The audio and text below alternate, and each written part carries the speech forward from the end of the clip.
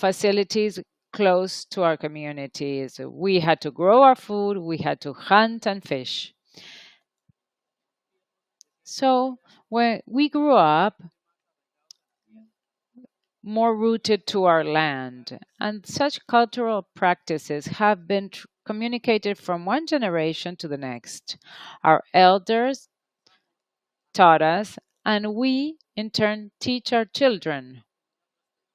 So, to put this into perspective, I see that the world is changing and rural life becomes smaller. Generations in the future will not follow the practices that we adopted and that we lived by in community with nature and with the love that our parents taught us. From that approach, cultural practices and our relationship with the environment creates awareness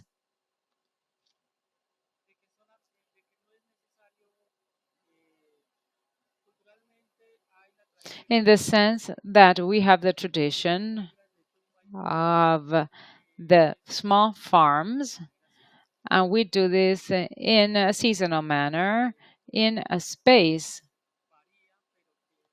that may vary, but at least it requires 1 hectare of land, or it can be a little bit more in the best case scenario.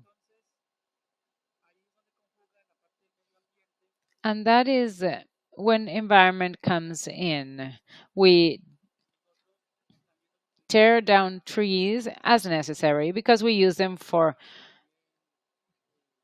our fires, for medicine, and we also use the timber. And we take care of the forest and water resources. In that approach, communities survive.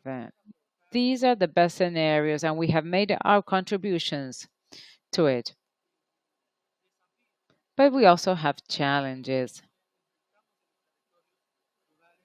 Today, in the rural territories, we see the convergence of peasant populations, but also indigenous communities, Afro descendant, and that sector becomes smaller every day.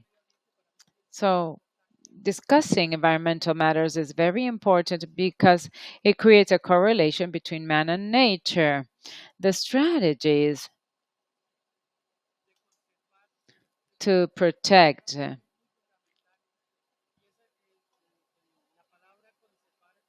preservation is more symbolic and it might be misinterpreted. I would prefer the word care rather than preserve. Care for our seeds, our own seeds, autochthonous seeds, because communities have relied on the seeds and have been looking for ways to generate healthier foods that correlate with the environment.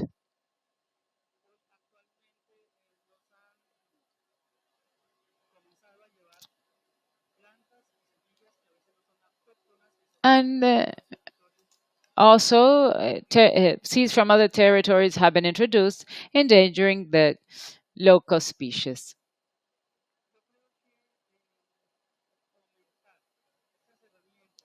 Promoting such strategies in the communities is very valuable.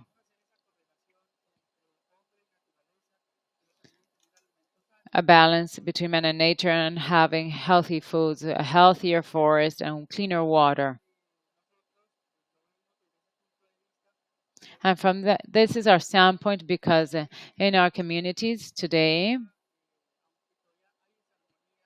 there is a harmony of agriculture and tradition, the development models, and the ways in which more things are taken from the communities that do not even belong to the region. And what the land is producing is is not respected. I think that is a risk and a big challenge by with all the processes being carried out, and the processes create awareness that we need to become rooted in our land, protected and grow healthy foods for our communities and our families.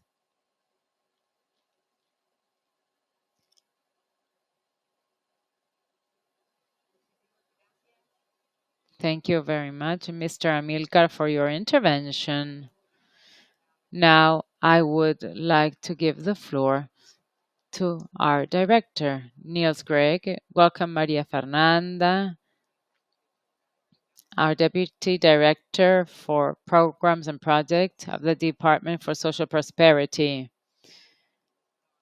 And we have been working on project of UPAs, the productive units for self support, and we have worked in the social protection, adaptation based activities. I want to give the floor to Director Niels, and we will then finish with Dr. Maria Fernanda. Dr. Niels, please tell us a little bit of how the World Food Program of UN has supported the different initiatives of the government to promote productive inclusion, and in what way the actions that have been carried out from the PMA contribute to the preservation of food safety, food security in those communities, and how have you faced the challenges of the extension of agricultural borders and exploitation of natural resources? Good morning, and thank you very much. From the World Food Program, our work focuses on hunger or food insecurity. In Colombia, we know that one every four Colombians suffer food insecurity and hunger. This is data from 2023. We cannot live in peace or think in peace among Colombians and peace with nature if we have such a high percentage of population suffering such problems and challenges. So the path towards preservation is to secure that every Colombian may enjoy their human right to food access. So we have to strengthen the communities, teach them the ways to do it, ancestral practices, focusing on ancestral practices that hold great knowledge, and combine this with modern economy and learning to connect with markets. From the Amazon, we find great wealth, and we have to learn to practice sustainable exploitation practices. Acai, for example, for the last 15 years, everybody has gone crazy over acai, and this creates a very great opportunity. Acai is not quite there, but it is developing. Also, chontaduro, very rich in nutrients and fiber. It's a superfood, and there are many opportunities. We and our programs try to connect this ancestral knowledge and communities with the market opportunities. We have seen year after year that many programs fail because they only think in terms of the community's visions and ancestral practices. I think we have to think at the same time how we can take advantage of the wealth, but also think from the standpoint of markets, because overall, if we want to generate income, we need the communities to produce in order to sell. And what is very difficult for communities is to reach out to markets. There is no logistic, there are no roads in Colombia. The mountain terrains are difficult, infrastructure is poor, so logistic becomes very expensive. Therefore, we need to work so that they can connect with the market and share the ancestral wealth that they have with the world. So for us, the UPAS program, and we have just heard from a beneficiary on the video. Unfortunately, he wasn't able to come because he suffered a health issue while he was on his way. He discussed how he improved the livelihood of the communities. Also, women in the Pacific Coast have become self sufficient and they sell the excess production. So I think that this approach is focusing on access to markets, solidarity based access points, where at the start of the year the fruits are sold. And maybe Fernanda will talk to us about this in further detail, thinking of how to link the communities or connect the communities with the markets with entry opportunities. Thank you. Thank you very much, Director Niels. And I would like now to give the floor to Dr. Maria Fernanda Rojas, welcoming her to our panel. And after such interventions from two beneficiaries who have devoted their lives to work and grow sustainable food. And after the intervention of Director Niels in connection with programs and the support from the PMA, we want to know the view of the government and how the government implement programs and policies to support farmers in the practice of sustainable agricultural practices, and how to will they ensure these so the sustainability in these rural territories.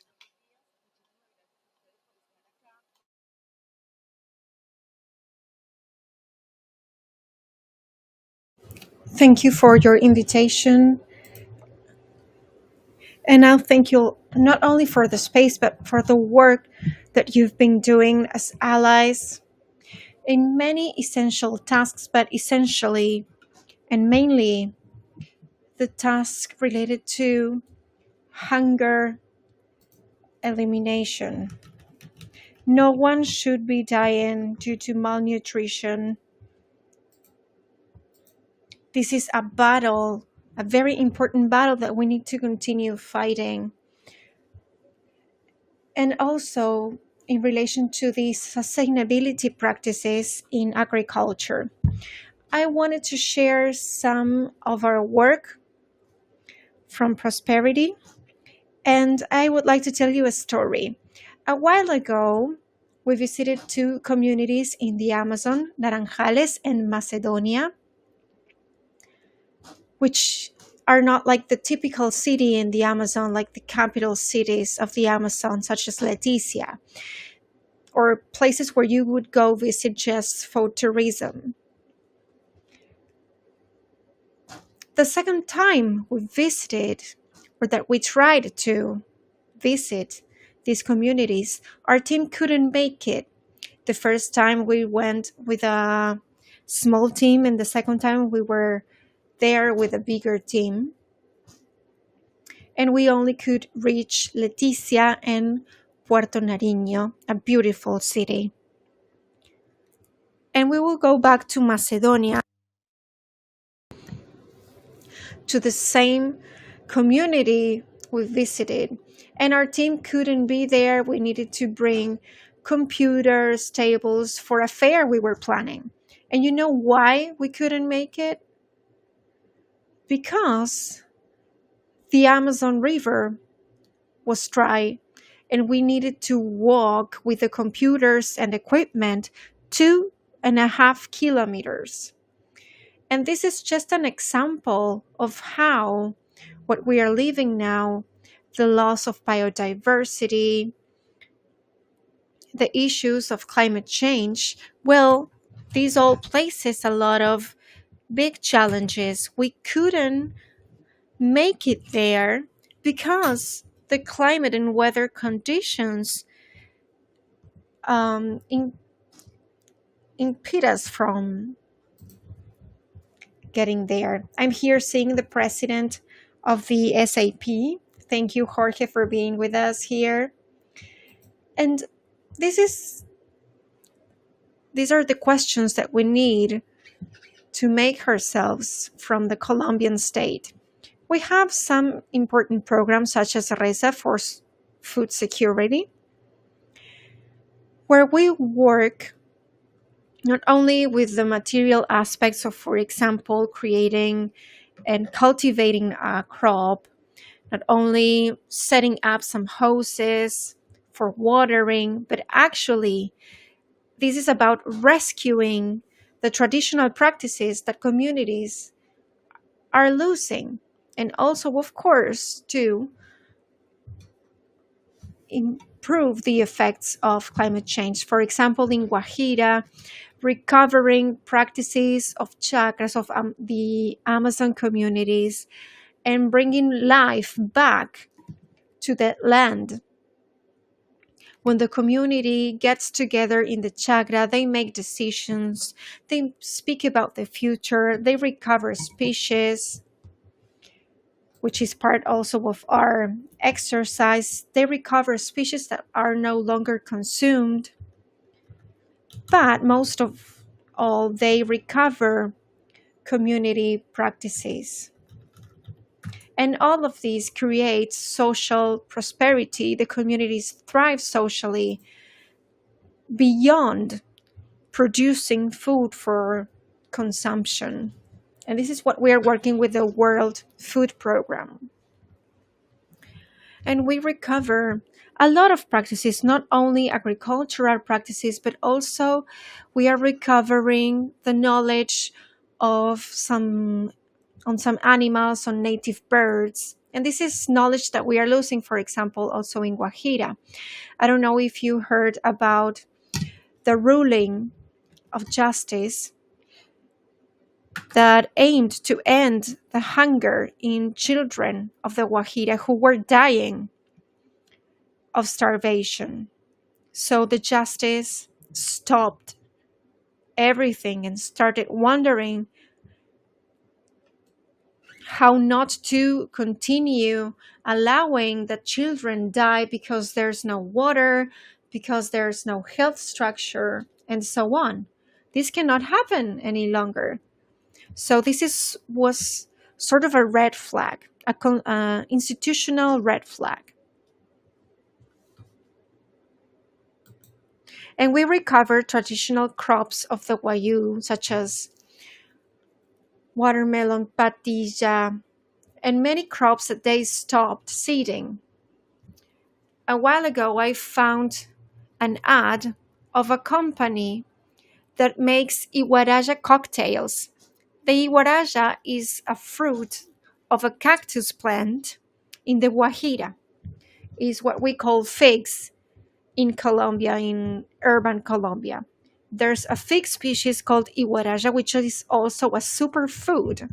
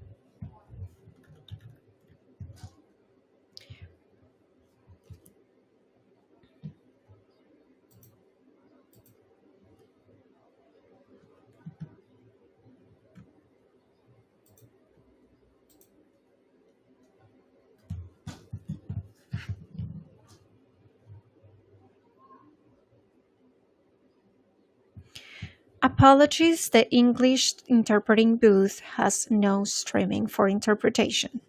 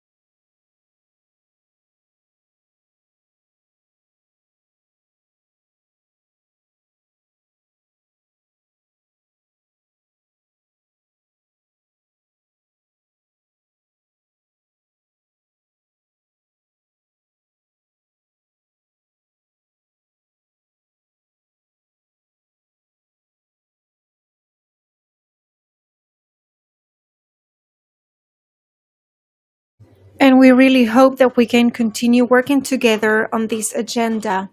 Despite the negative program in COP16, we've also seen how women are the leaders of a peaceful geography filled with collective actions which are an invitation for different relationships with ecosystems. In that sense, I would also like to acknowledge your work, which brings us hope, action, a decisive impulse for the resolution of peace and security, and something that you will continue working on in the implementation, which needs to be smooth. And I would like to offer other instruments that we have available, such as the Escazú agreement and the comprehensive program of guarantees, because joint smooth implementation of such measures can make a lot of difference. I would also like to mention the importance of continue creating synergies, collaboration. Women can make a great contribution in taking care of the planet, and women champions, also need strong networks that keep us alive. Thank you very much, Viviana, for this framework and overview you've provided. I will be moderating this meeting, and I would like to introduce you quickly to the Alliance,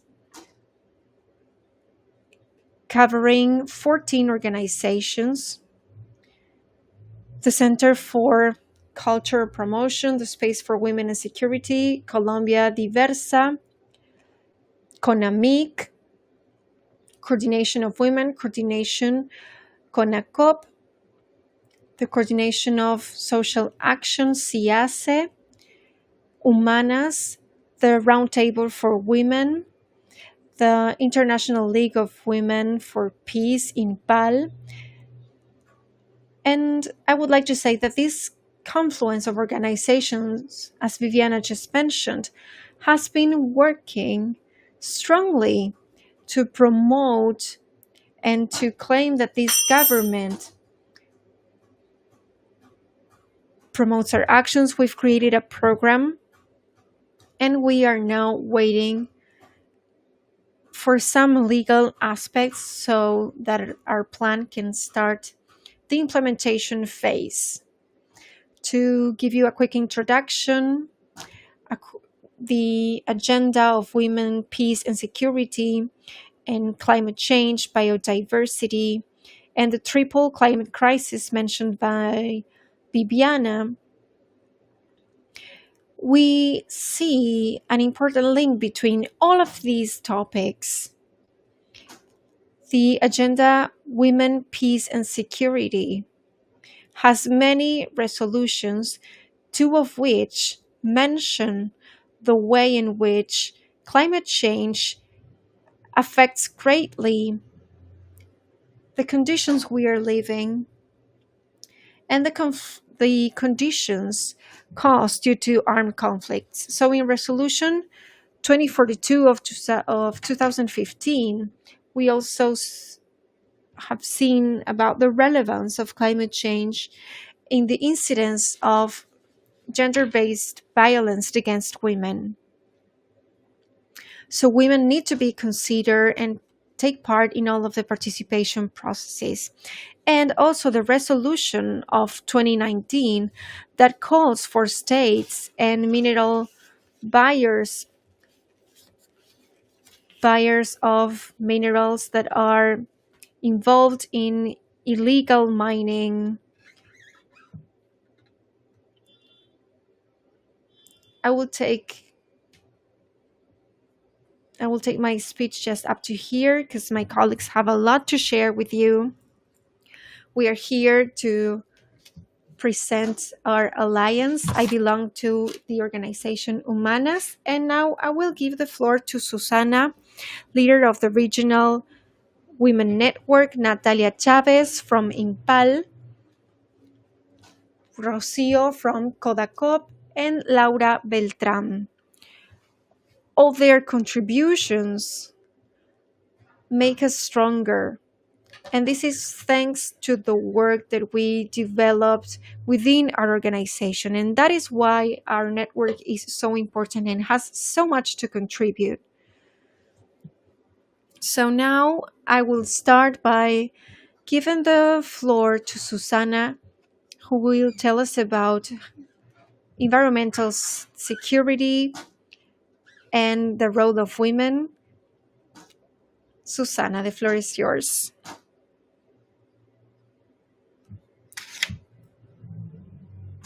Thank you very much, Luz Piedad. Thank you very much to my colleagues and all of you joining us here in the space, and to UN Women for allowing us to be here. For the 3025 Alliance, it's very important to be in the COP16, and we wanted to tell you about the agenda Women for Peace and Security. And we are sure in the sense that all of our agendas have a lot in common, and we can promote our goals together. Some of the articulation elements that are very important in our agenda, I would like to mention those that are very relevant for us. The first one in this interrelationship between the agendas is that both agendas have an alternative approach on safety and security challenges. And the Alliance 3025, we think that this is a security approach that can have an intersectional and feminist approach too. The other element is the acknowledgement of the impact and the disproportionate impact on the life of women due to biodiversity loss, the climate crisis, armed conflict, and environmental conflict, such as competition for common commodities, deforestation, all of which are factors that increase inequality between men and women. Another very important item is that both acknowledge the different risks of women in these surroundings, in these environments, meaning and mainly sexual and gender-based violence, including sexual exploitation, human trafficking, forced displacement, especially in territories that are affected with armed conflict, and it did increase this lack of security. And this affects their human rights and reproductive rights. We have also seen the acknowledgement of the role of women in environmental activism. Women are the main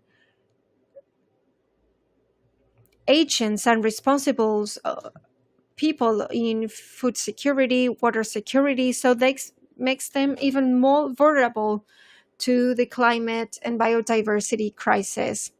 So even if we acknowledge this overload, overburden in carrying tasks, we need to continue working not to normalize this overload and overburden of women.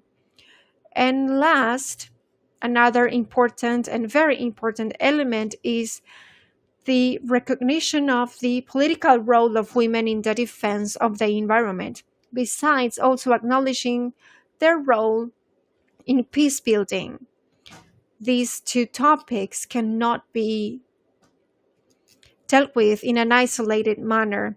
And another very important message in the stages that we have visited in the COP is the importance of women of having a substantial participation in decision-making and following and monitoring mechanisms. I'm taking a look at the time. As an alliance, we also think and see in national plans an important roadmap to tackle and work on our agendas. In Colombia, we are formulating the National Action Plan of the Resolution 3025 that we hope is published and passed in November. And last year, during the formulation process, our alliance delivered important inputs to the government. And these inputs spoke about monitoring and following up, territorialization of actions, and we also proposed some themes. Two of these themes are very important, and we want to mention the protection of girls and women in urban and rural environments, in the exercise of violence by armed groups, whether legal or illegal, and also the respect of the role of women in the defense of the environment in extractivist models and their role in peace building. So we already saw this intersection of the two agendas and the input we submitted to the government. The plan has not been passed yet, but we know what the themes are in it, and we know that these two proposals have been already been submitting. And there's another theme related with the protection of women against violence from armed groups and from extractivist models. We also have proposals to continue promoting this intersectionality between the agendas. One of them is to bring light into the role of women as caregivers and carers of biodiversity. Also, to include a feminist approach in the Colombian biodiversity plan that we understand has already been presented in the COP. And we also need to recognize that the Ministry of Women and the Ministry of the Environment have created a national women gathering to collect proposals to be integrated in the biodiversity national plan that we hope have been rightfully adopted. Also, to promote public policy that takes into account the recovery of biodiversity and gender justice, considering gender-based violence and the elimination of current barriers that deepen the biodiversity loss and the effects of climate change in the lives of women. Also promoting gender equality and climate justice and the relationship they have with safety and security with a feminist approach. So we promote now and claim for the adoption of the 3025 adoption for the effect of climate change and biodiversity actions. Thank you, Susana. We have so much to share in such little time. So I will not sum up the interventions. I will leave you to it. And now it's the turn of Natalia, who will speak about the impact of the condition of women in their lives and nature. Please let me know if I go over the time. Well, thank you very much, Luz Piedad and Viviana, for your introduction, which is so relevant in the framework and our alliance. I would like to tell you that while exchanging visions, proposals, and trajectories of organizations, we have seen a common denominator in the proposal towards safer proposal and a feminist approach on security, because we recognize that our social norms and roles that are installed in society embedded in society and operate with different discrimination elements and from different oppressive elements that create damage and affect disproportionately the life of women.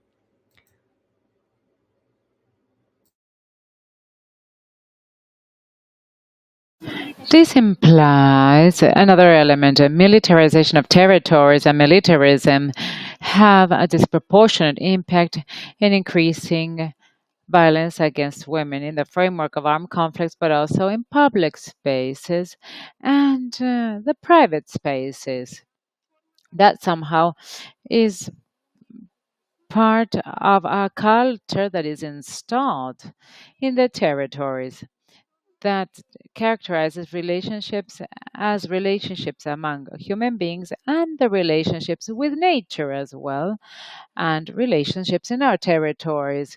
Our approach, the approach that we have worked in depth in this in feminist perspective and intersectoral perspective, overcome the anthropocentric approaches to the territory with the incorporation of new notions such as ecodependency and interdependency in a feminist intersectional approach, and how we question the way in which the state provides security at all levels, national, territorially, and the consequences of this in the relationship with the territory and nature. In that sense, the security that we have been reflecting upon not only implies security, but also political security, economic security, of course,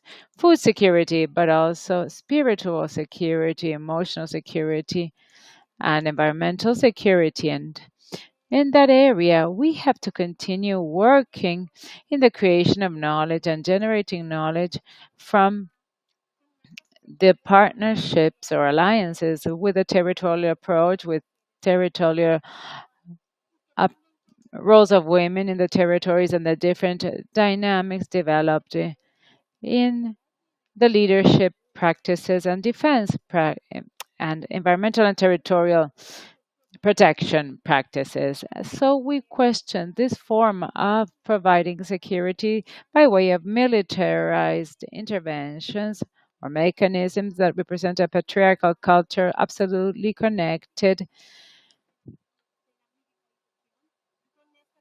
with the culture created by the patriarchy, normalizing domination and oppression of certain bodies over other bodies and territories. And this is how it is materialized. Military interventions instills beliefs,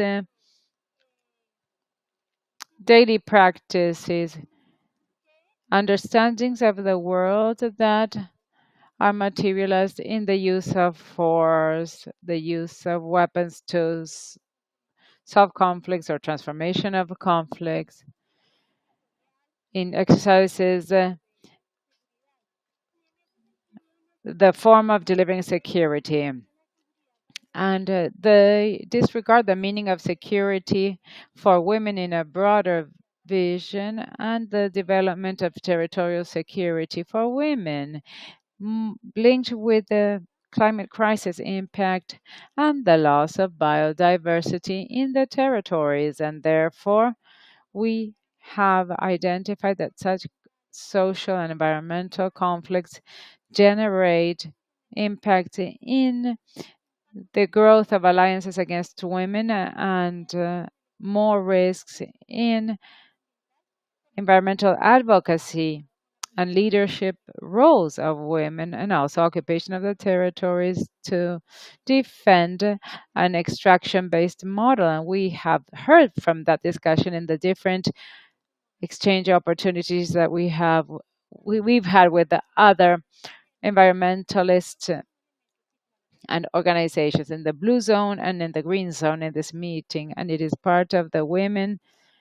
peace, and security agenda that has to go line in line with the biodiversity and climate change agenda. This militarization results in more more presence of legal and illegal armed representatives, the rebirth of war, higher index of violence against women, mostly environmentalist women, and increasingly they have become more stigmatized as enemies of what is labeled as development. So, such environmental concerns are linked with the new forms and new proposals of governing the territory that incorporate women's considerations effectively in the public mechanisms for governance purposes. And from our alliance, we have defined in the framework of the formulation of the first action plan in Resolution 1325 last year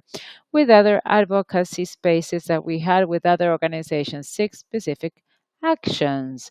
One, about incorporating the feminist perspective in peacekeeping policies, security policies, and articulating the different policies to protect, prevent, and allow women's participation in the process. Active participation, not only advocacy, but also we should be the ones making the decisions in the area of territorial governance, incorporating proposals to disarm and demilitarize the territories as a way of transforming conflicts and conflict resolution, promote cultural transformations that reduce the normalization of oppressive actions against women, strengthening women's participation in different decision making spaces on multi level government instruments, promotion of sustainable energies and practices, respecting biodiversity, natural cycles without promoting new conflict,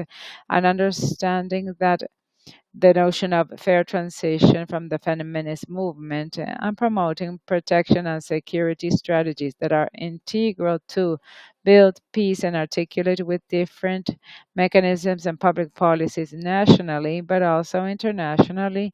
And I go back to Viviana's comments of developing a roadmap of projects and we to promote articulation of international agendas, conventions on diversity, climate change convention, but also towards next year for the 25 years of resolution 1325 with interesting resolutions to strengthen the process and also 30 years of since Beijing, but there are many conditions to position this articulation.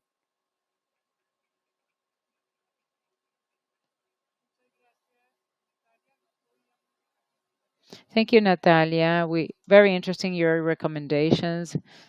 You took a little bit more of your assigned time, but what you said was very important, so you are okay. Now I want to give the floor to Rocio Loncer from Codacop, who will address us about the protectors of of nature and the territories. I will be keeping your time, Rocio. Go ahead.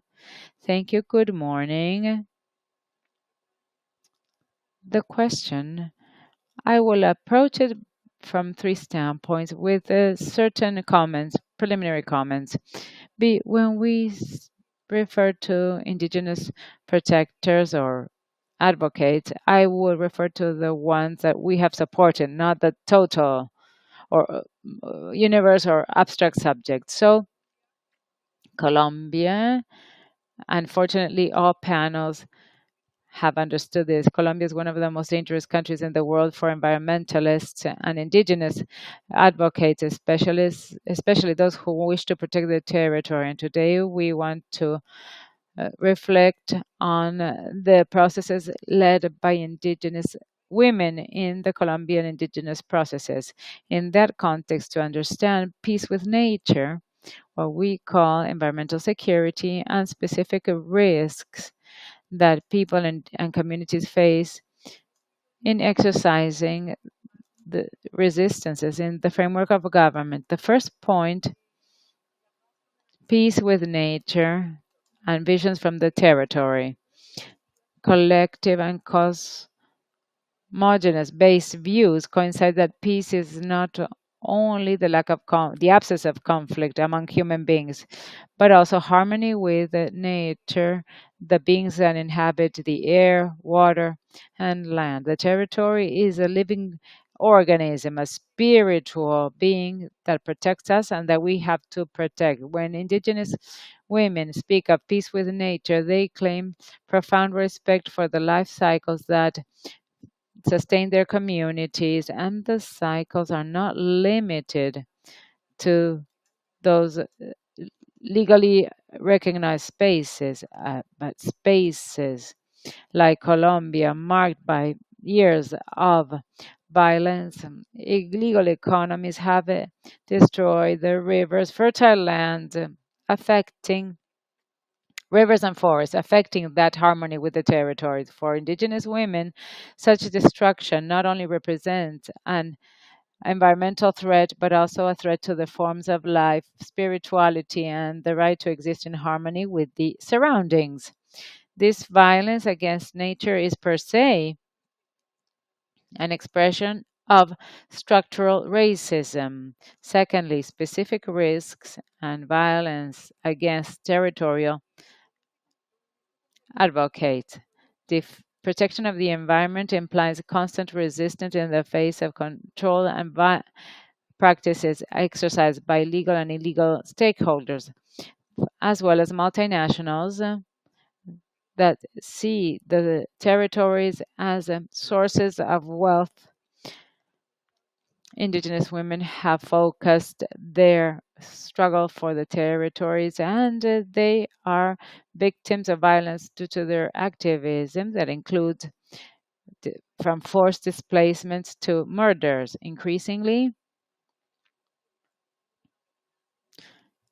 they are subject to threats and they are the favorite targets for armed groups. This violence increases oppression because they are territorial environmentalists and indigenous women. Protection of the environment and the defense of life exposes them to threats from extraction companies and armed groups, but also the state and the population because we minimize their demands. The intersectional approach that we have built from the alliance, and we try to position as part of the action plan of Resolution 1325 is crucial to understand that reality. Therefore, we require that the state protects them physically, but also recognizes and adopts the demilitarization initiative. What is and this includes harmony or spiritual peace. Indigenous women along this time have developed community peaceful forms of resistance. And at this point in time, one of the examples is that we have increasingly more indigenous environmentalists who are women, indigenous women, and also young indigenous women. The voices have to be heard and supported. The third point about territorial governance with their own government authorities. The struggles of indigenous women are geared at changing the development model that proposes unlimited exploitation of their territories, articulation of life plans that seek to respect biodiversity, natural cycles, and pursue the well being of the community. For such life plans to prosper, the voices have to be part of territorial governance. The plan of Resolution 1325 should highlight the importance of including indigenous women in the spaces for decision making about environmental management and local development. For us, that participation, and as every one of my colleagues agree, is not a matter of rights, but the need to guarantee that indigenous communities may continue existing in their ancestral territories, protecting nature, protecting life, and not only for present generations, but also future generations. To conclude,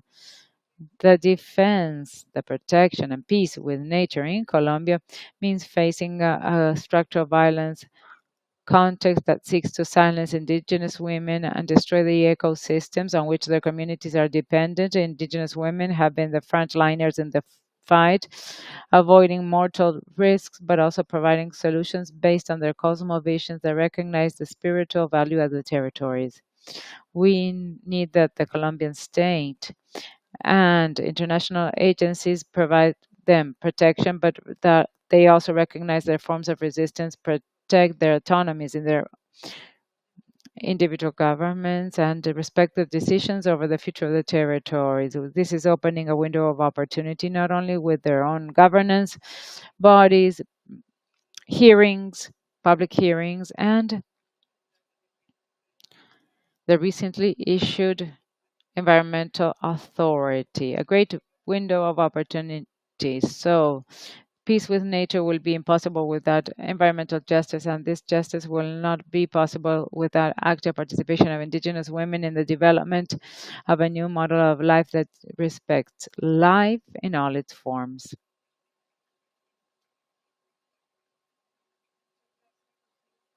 Thank you, Rocio. You have 1 minute left, so you did very well. Laura Beltran is our following speaker who will be closing the interventions from Colombia Diversa. In her presentation, she will speak about the role of feminists for leaders LGBT in the care for the territory and environment. Go ahead, Laura. Thank you. From uh, the Alliance 1325, from this point of view of lesbian, bisexual, and trans women, theme 8 on the protection of the gender impact and the reduction of extraction industries against women and other diversities. The reduction of gender impact will seek to recognize the rights of these group of women in protecting the environment and the territories, to allow them to make decisions in the territories, because it is important given the presence of the armed conflicts and social and environmental conflicts in the country. In this context, Colombia is the country, the most dangerous country for environmental activists. It is an act of violence, of political violence against gender diverse or sexually diverse in women.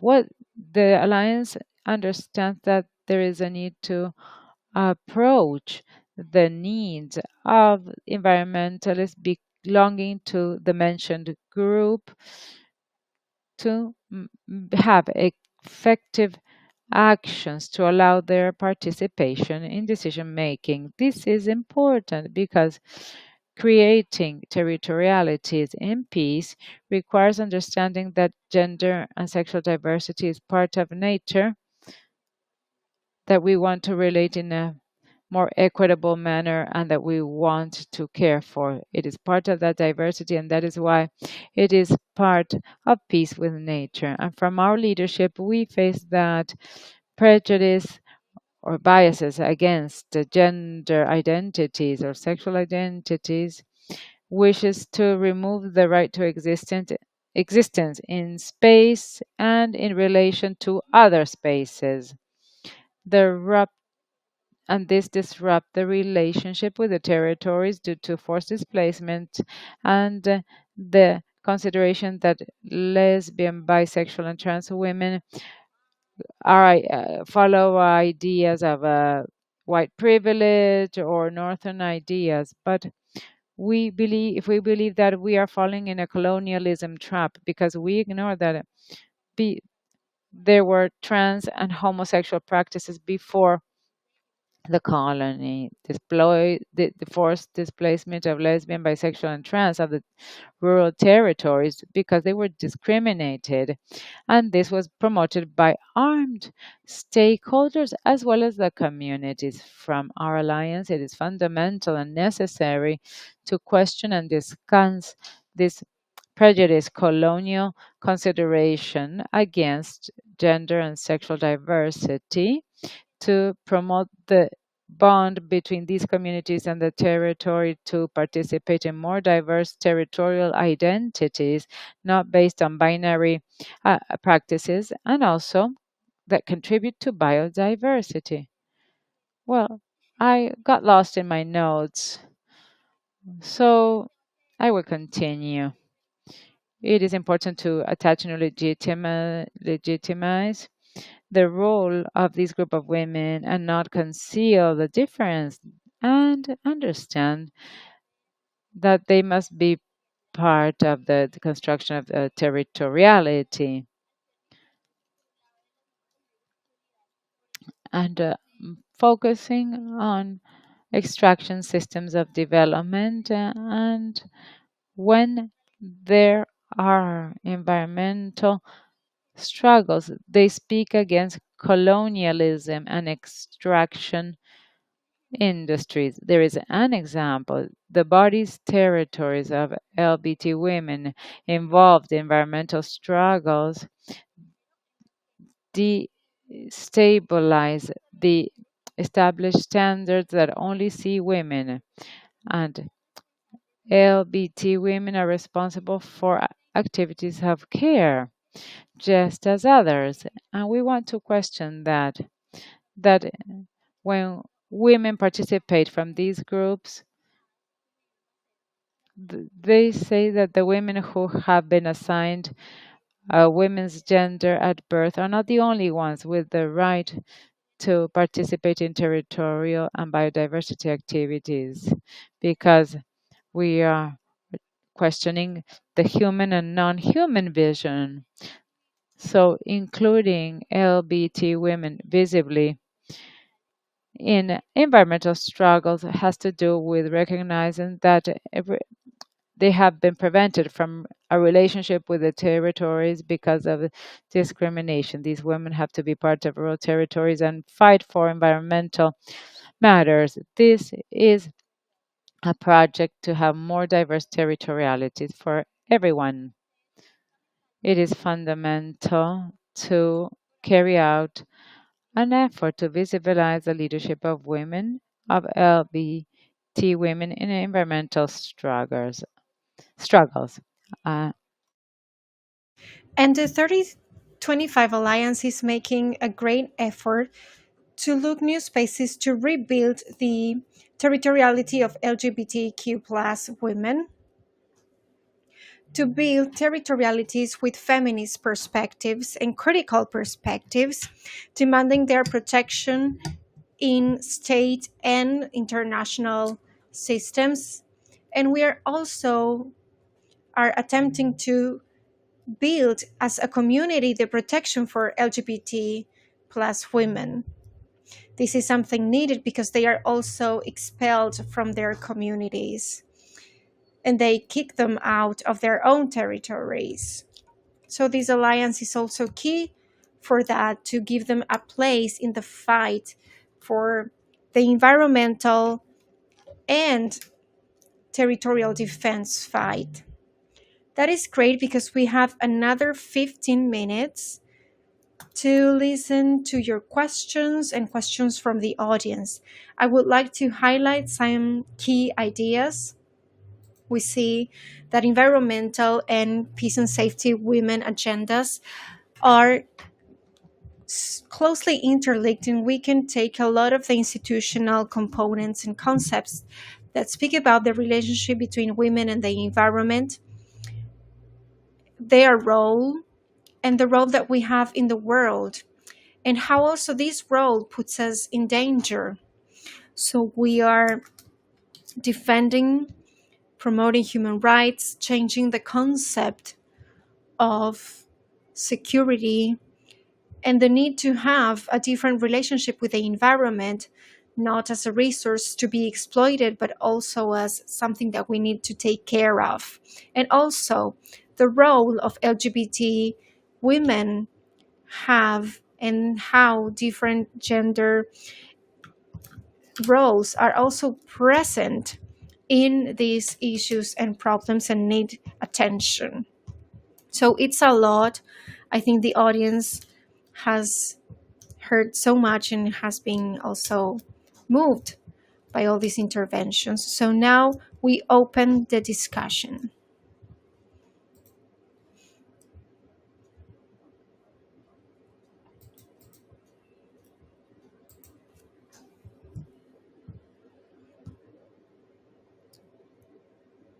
Good morning. I am part of Indigenous communities and as an Indigenous network, I honor the effort of the Alliance in facilitating spaces. This has been fundamental for us, and we have had a lot of support and management support. We had a forum last year at regional level and at national level. And I think that it is very interesting to see how elements are articulated, mainly because in public policy, intersectionality and feminism is not very well understood. So when we hear and listen to Rocio and speak about the community in peace processes and how we harmonize in our territories and how women in diverse contexts integrate the different context as caregivers of the territory,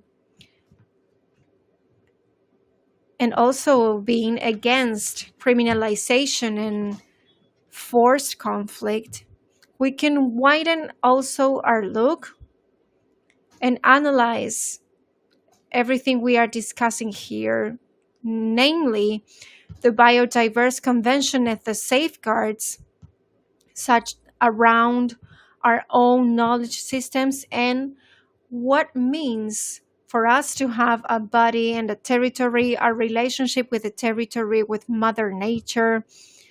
And I think that it is also important to speak about the criminalization of our fight and our way to defend nature. So I think there's a need to strengthen something that is very valuable, is to strengthen some structures. So my question would be how we can continue strengthening these opportunities to gather around these issues so that we can continue weaving strategies on these topics. So, what follows now? Thank you very much for the acknowledgement of the Alliance effort. And I think these are key questions, and we will answer another questions from the audience. The question first, and then we will answer. Thank you very much to all of you for your discussions and what you've brought on the table. Questions about the relative elements, the elements relative to climate change and extractivism, indiscriminate extractivism of minerals. Have you identified any impact on women's health and mental health in areas of extractivism, or if there's been any impact on traditional medicine and modern medicine, and how this affects the communities in the territory? That's a very important question. And we can give you the chance to answer because you have a lot of experience in the territory. I don't want to force you, but you have a lot of experience, and maybe your territory has already identified some changes in physical and mental health. And after Sylvia's question, we will open the space for answers.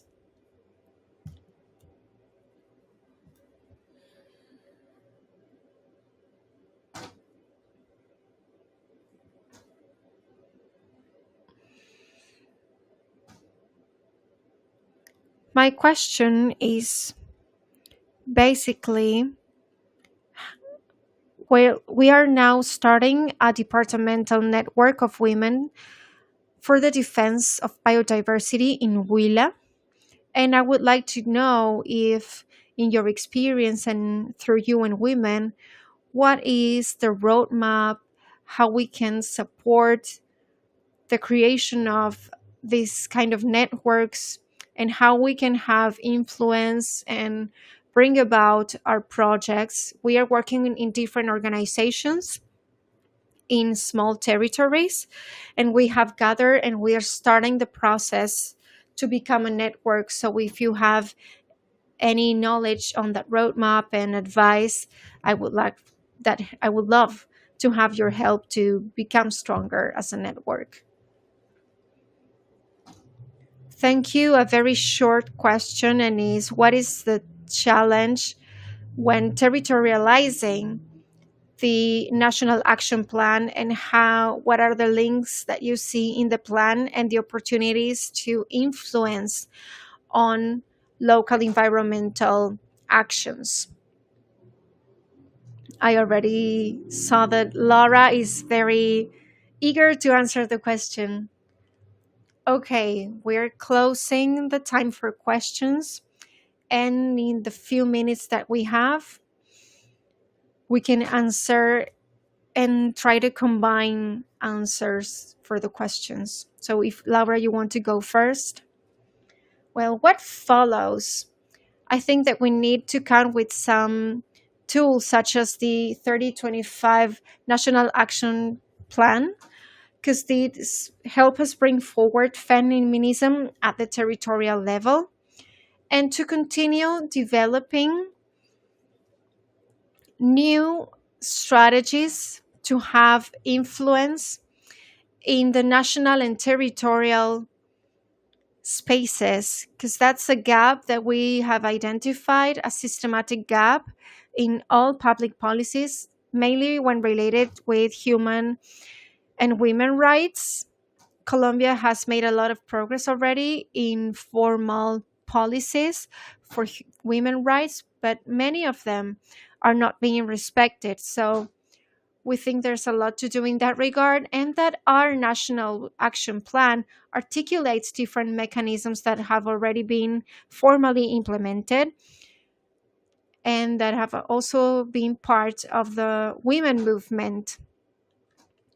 So that's the next movement, I think, the next thing to do. And also to strengthen civil society proposals and actions at local level in localization of actions. And I think we also have a challenge to continue identifying room for articulation between agendas. Even if Colombia already has the approval of the Escazú Agreement and other conventions related with the protection of men and women environmental leaders, there's a lot of room to continue articulating, and that is also we can find a lot of reference on this on international instruments. To answer the question from the back and also to make some ad of our work, we have opened the call for the Women Fund. It's an emergency fund with a great reach and economic scope, an incredible potential to reach right promoters. So I'll invite you to enter this invitation until November 17th. We have 2 more minutes. If we can listen to Rocio to speak about impact. There were many questions, so I will try to give one answer to the many questions we had here. With our indigenous colleagues and indigenous fellow women, I think they do not see articulation as a challenge. The challenge for them is that public policy are open for them and that are actually implemented. as activists of indigenous territories, sometimes they identify as environmentalists, as women leaders, but their work is actually comprehensive. And this is because they have no other option but to do so. When one of our fellow activists, Carmelina, an adult woman, in this case, we saw that even when theoretically articulation is difficult, Carmelina, being a woman over 50 years old, she has a lot of wisdom and she's also a healer in her community. She would also promote and would act as an indigenous champion and guardian of the environment. And she started a process with children to avoid recruiting from armed groups. And she would make territorial tours to help in this. For indigenous women, there is no such challenge such as becoming more articulated. They are articulated. And that's why this agenda for peace and security is an opportunity to help them. So we need to adjust, not to articulate here for them, but actually to adjust this to their territory and to deeply trust in women processes. We need to trust their methodology, support their agendas so that they can strengthen their own work instead of starting specific and determined projects and actions. Because I think this way we would have much better results. Well, we now need to close. We have here more space to continue discussing. A new panel will begin shortly. So I thank you all for being here, for listening to us, and for the moment we had for this fruitful conversation.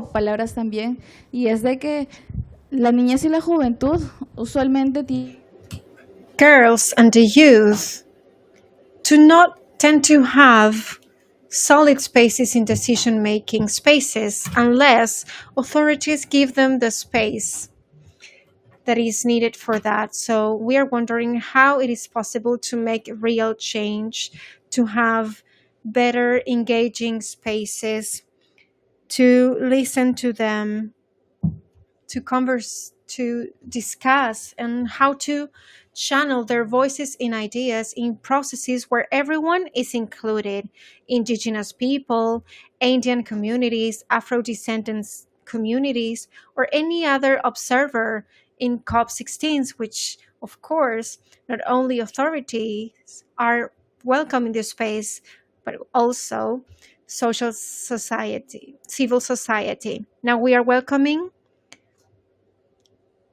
the director of Latin American and the Caribbean. Thank you all for being here. I would like to just give you an introduction to tell you a little bit about the network of the Youth for Biodiversity working with UNICEF in the last months in Latin America and the Caribbean. What we will see next is a more global vision. So I will be trying to use in both languages. Does anyone here speak English? Okay, okay, I will make the translation for you later. Bueno, básicamente la Red Global de Jóvenes por la Biodiversidad es esta plataforma. We are here in the Youth for Biodiversity, which is a platform for participation within the Convention of Biodiversity. We have built a process since 2012 as a space created and generated by the youth along the years. And in 2016, we started creating national chapters. The first one was the Mexico chapter, where I am coming from. And since then, we started articulating in national and regional chapters. And this is where, at national level, we started acting to support the conservation of biodiversity and take actions for biodiversity. And in the last months, with more awareness on climate change. We also need to mention that the space emerged sort of naturally from our alliance with UNICEF, because this organization already had a space in Latin America. I coordinate the chapter for Latin America and the Caribbean, and we saw a lot of opportunity for collaboration, as UNICEF is in almost all countries in Latin America and the Caribbean. And we also have almost all countries of the region. So we could create close relationships to bring light on the youth and also create a space that is not a space only in itself, but also a space that incorporates girls and girl youth. It's a target audience that not necessarily has a direct participation channel. We are working in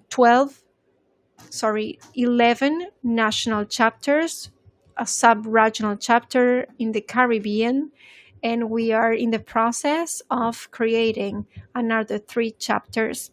And thanks also to the colleagues who have expressed interest in creating these new chapters. We need to coordinate a little bit of actions, but we have here Chile, Paraguay, Mexico, the Dominican Republic, Brazil, Bolivia, and others. We are creating now the Argentinian chapter, Costa Rica, and we are in conversations with El Salvador and Guatemala. So we want to continue having these spaces so that these are also extensive for children and the youth, and also to have the participation of all actors here, not only international actors, as in the call, but also at national level when we are speaking at national public policies and decision-making spaces, where we need to be present as the generations that will continue in these spaces in the future. Now, I will give the floor to our moderator. Thank you very much, Alan, for the great effort with Given DAC and with all the givens in the different countries.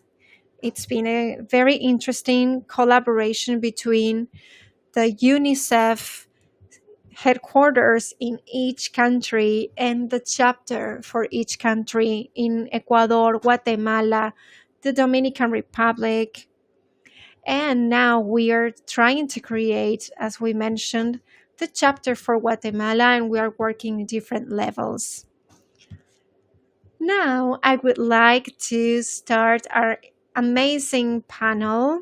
As you remember, the event is Let's Promote and Defend the Youth and Children. So I would like to invite Miss Cortez, a 17-year-old from Mexico. Thank you for being here with us, because we need this space, especially for minors, to create big changes. The floor is all yours. Thank you. I will just take a minute.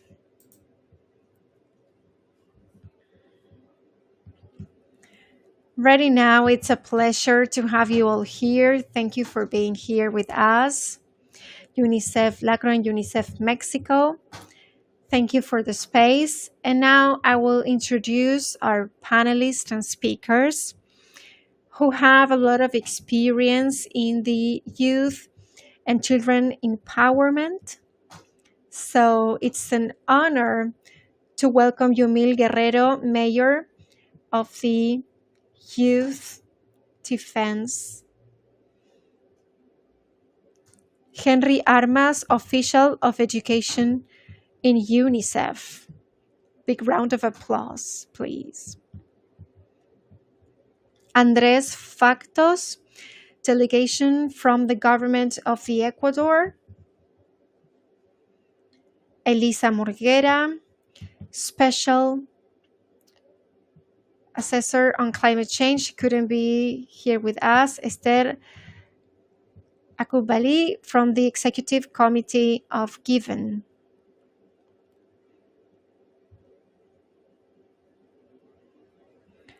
Thank you all for being here. It's a pleasure to have you here with us. It's my first time as a moderator, so I hope to do a good job. And now I will explain the dynamic we will be working with. We will have 2 rounds of questions for each participant, and at the end, we will have some space for questions from the audience. Let's start with the first round. The reality on biodiversity loss due to climate change, which is the theme of the first round. The question is, what are the aspects of climate change and biodiversity loss and how this affects children and the youth in your countries? Who would like to start? Hello, good morning. My name is Joel Miguel Herrero. It's a pleasure to be here with the speakers and our dear moderator. I am from the Dominican Republic. I am 19 years old, and I work in different spaces related with the defense of children's rights, climate change, and civil society. I would like to give you some context on the Dominican Republic. We are an island country in the Caribbean, and we are part of the Antilles. We work with Cuba, Jamaica, and Puerto Rico. So, due to the geographic position that we have in our map in Central America and the Caribbean, we are a central point in all the atmospheric events emerging and being created and gathering the North Atlantic Ocean. So we have a lot of hurricanes, tropical storms that really affect the country.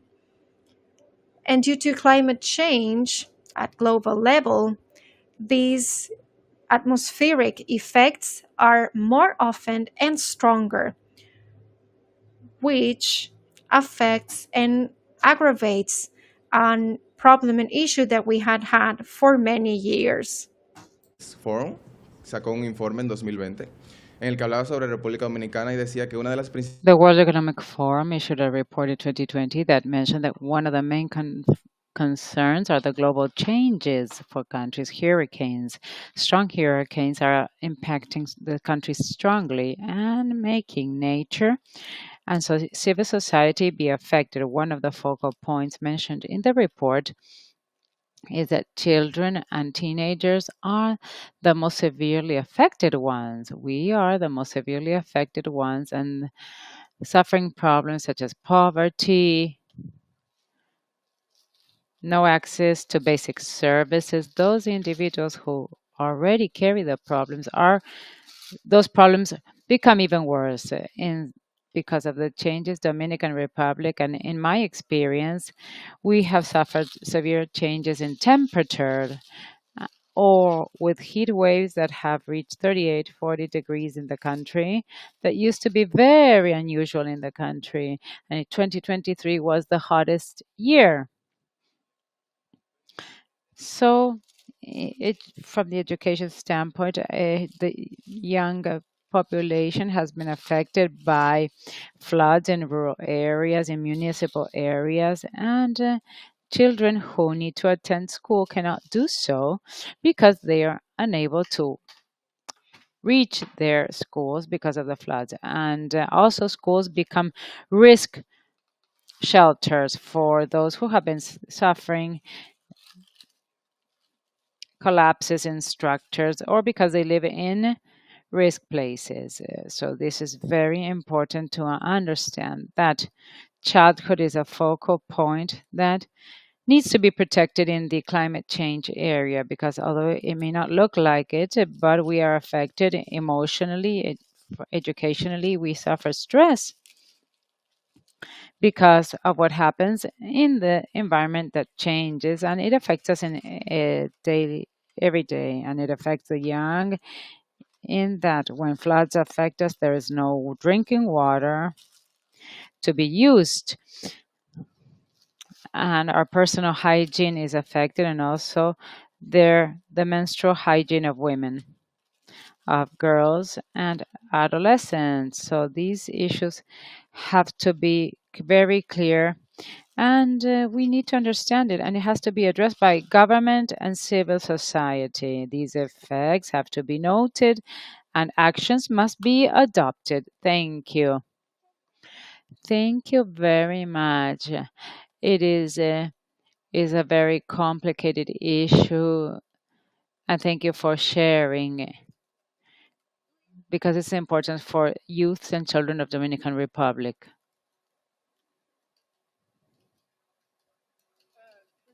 En primer lugar, biodiversity network. I come from the European region, and from it as well, we have had many similar events, as mentioned from our friend from the Dominican Republic, whether it be increased heat waves or floods as well. Those have been suffered by us as well. And I think the talk about eco-anxiety and young people facing the brunt of it, how would the climate and the nature spaces for the future look like, we never know. So, and for many young people, being around nature as well as going to nature when they're feeling stressed is a common action that many young people do. And unfortunately, whether it be climate change or the biodiversity loss, those spaces are becoming far and sparse. So we're seeing that effects nowadays. And hopefully, both issues can be addressed together, whether it be that whenever we're trying to solve the problem of climate change, we can solve the problem of biodiversity loss as well by making green spaces and stuff like that, making sure that it's indigenous species and not invasive species that are being planted. But that problem is quite clear throughout the world, and young people and youth, children are being facing the first front of the problem, and they would face the problem much longer than the other people present on the earth today. So we need to solve the problem quite fast to make a good change. Thank you. Thank you.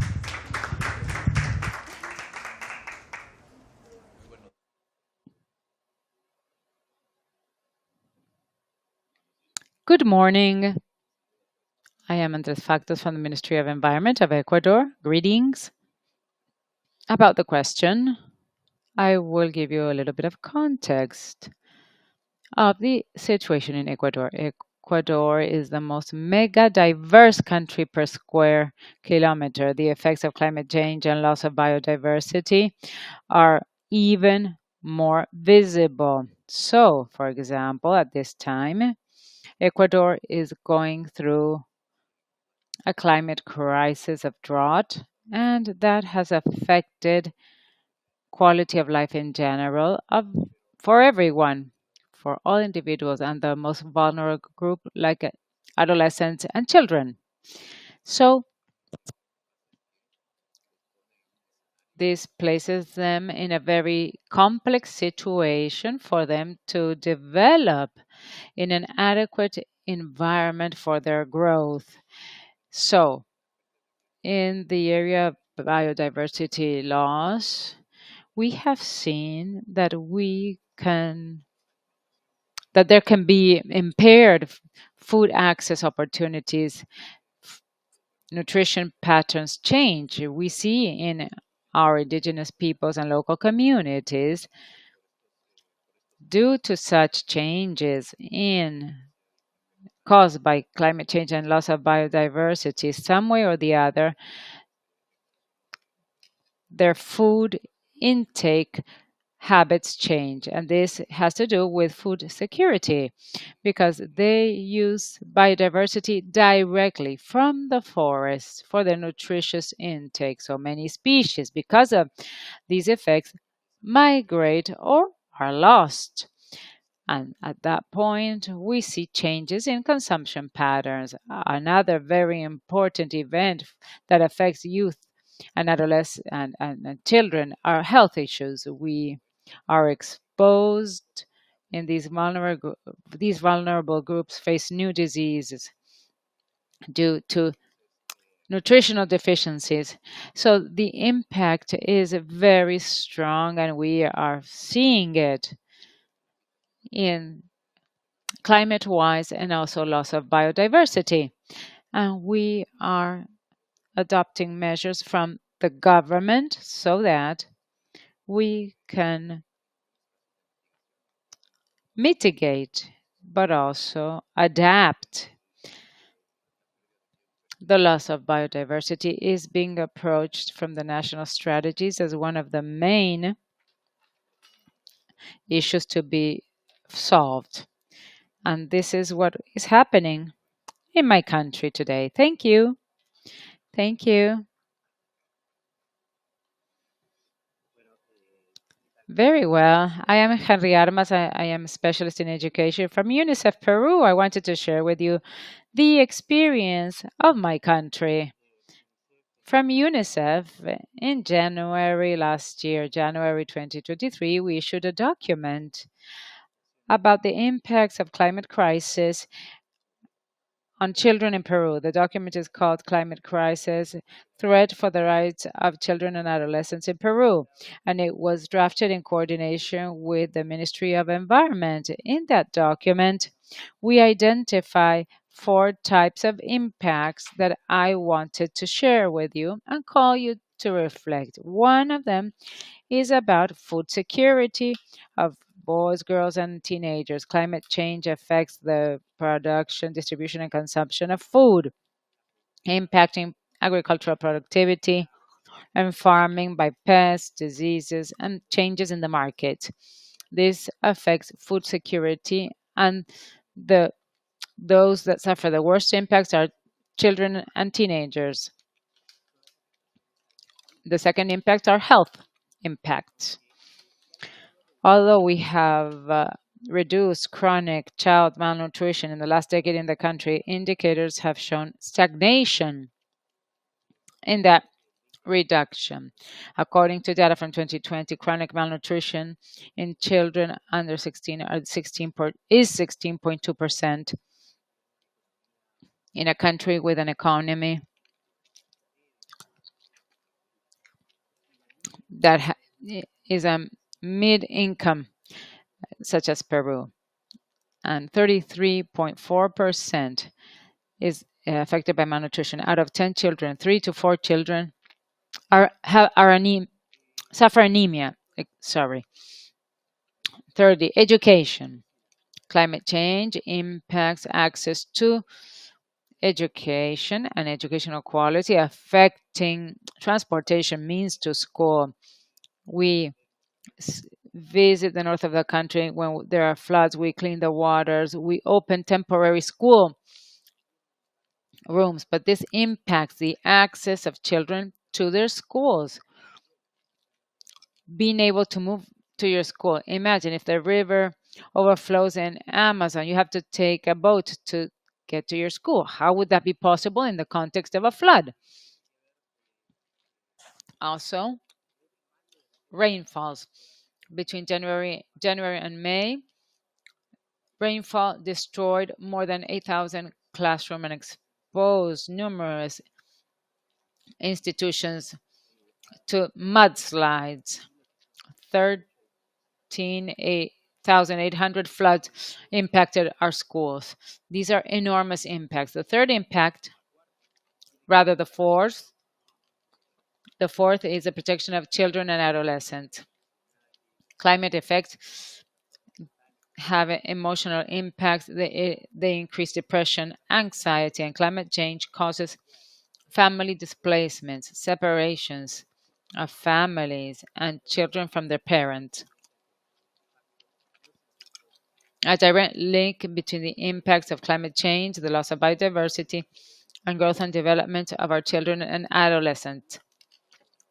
This that happens in Peru, I'm sure happens in other countries of the region. Also, something worth sharing with you is the experience of the young from Given Peru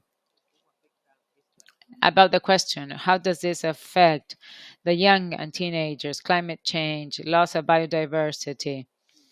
I could mention scientific studies, the efforts and contributions of the UN, but it is very important to hear from the young, and the voice of the young has to be at the heart of the discussion. I wanted to recover the very important work that the colleagues from Given Peru have carried out on the Alliance Friends, who presented in the pre-COP16 with the Ministry of Environment a consultation about biodiversity. And in this consultation, we had the participation of youth from across the country, and they identified 3 points.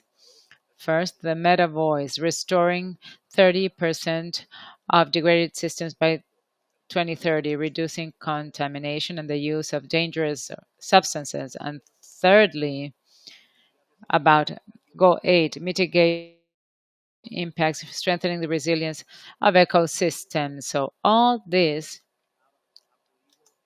has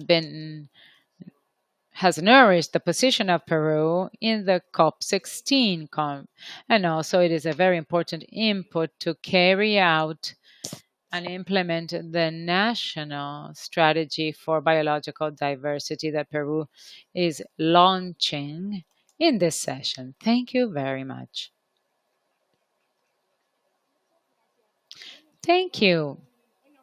Well, at least in according to the 4 perspectives that we have learned from Ecuador, Peru,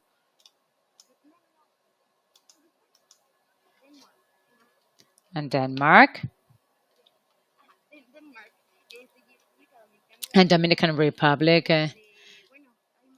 there are many impacts for children and adolescents due to the consequences of climate change. And you, Andres, and Henry have mentioned food security. And this is very important. Also, Dominican mentioned education as a consequence of climate change.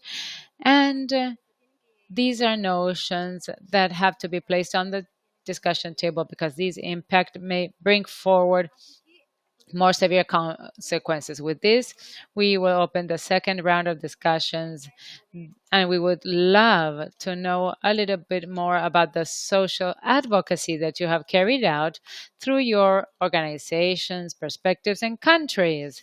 So the question is, what are the social advocacy or political advocacy spaces have you supported in the area of biodiversity protection and climate action? Who wishes to go first? In connection with the question, I can say that from my personal experience, together with a group of youth, we are the children's and adolescents group from Bani. In Dominican Republic, every locality has a municipality or district. I don't know what you call it in your countries. And we have a council or the city council, of course, that take decisions for that municipality. This group of youth is the same thing, but led by children and teenagers. They have a mayor, a deputy mayor, and a council who have the jurisdiction to consider cases and protect the security and rights of children in the municipality and the region. We also work together with the municipality who support us to work towards the protection of children. And in our community, we work to protect childhood in our region based on a healthy environment for the survival of our young in a healthy manner in the early stages of life and later. I will give you an example of events that we have carried out. We organized an event that was called Green Forever, Green Forever, and we visited the different areas that were most severely affected by solid waste. These were green areas that were affected by solid waste, affecting not only the community and the young from there, but also affecting the biodiversity in the area because many animals were unable to naturally subsist because of all the waste in the area. So, with the help of the municipality in general and civil society, we created groups of youth who joined in, and I was surprised, let me tell you, because of the many young people helping out. We had great support. And the first point was to pick up the trash, that solid trash, solid waste, and we cleaned the spillways in those areas. Then we cleaned the whole area, we cleaned it out, and then we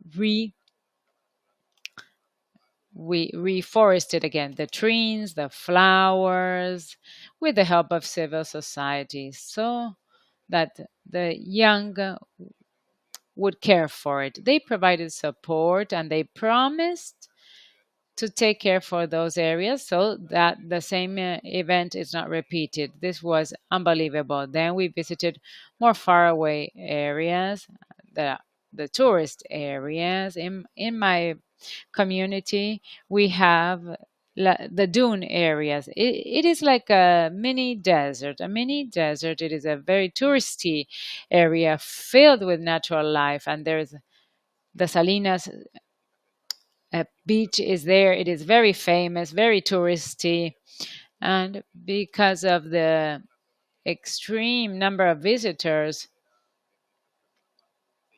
it is filled with waste.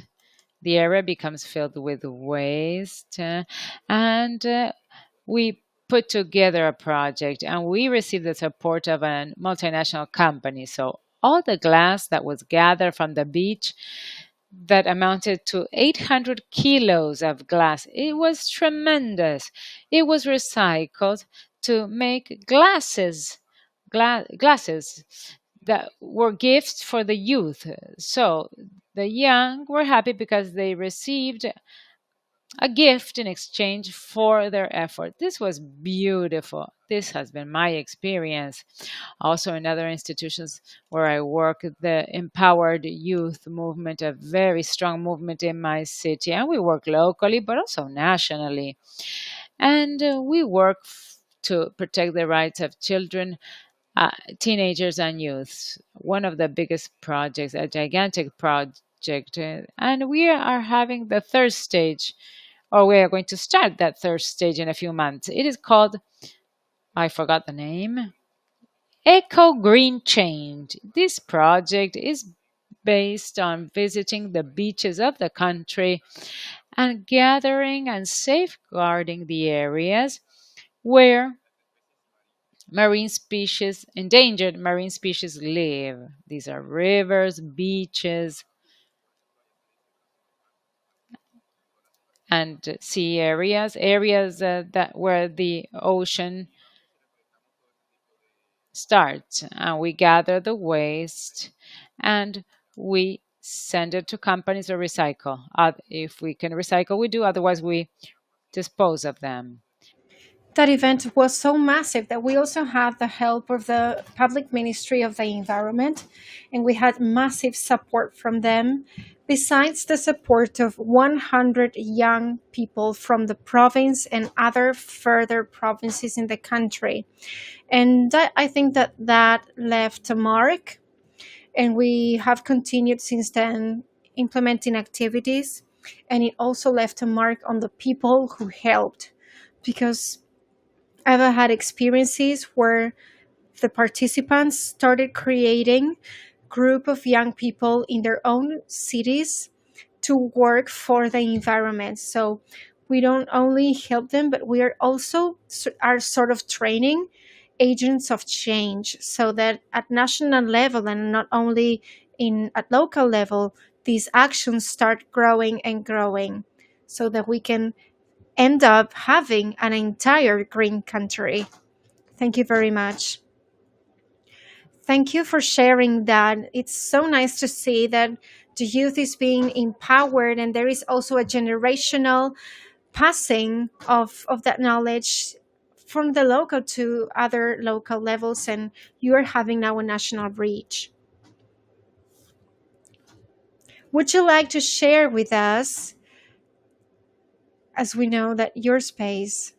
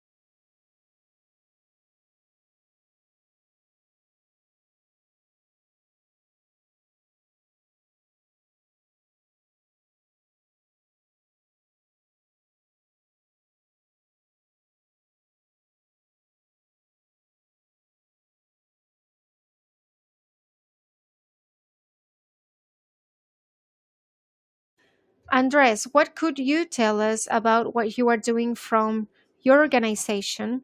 And it would be great to focus on what you have been doing in the food security area, which is such a delicate topic and matter. From my personal experience, we are trying to create more working spaces, more participation spaces with the youth.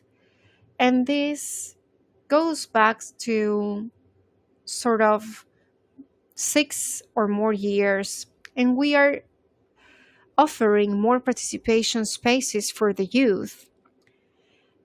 In the area of synthetic biology, in events such as these, as the COP, we were in many events where we found and we met a lot of people, created a lot of contacts, did a lot of networking.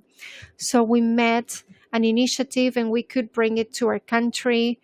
And the youth really got involved in the topic. They started giving their opinion, and we have now seen already many of the results of that process. And Ecuador has been also in awards in that process, and there's a lot of work on the access to technology and science.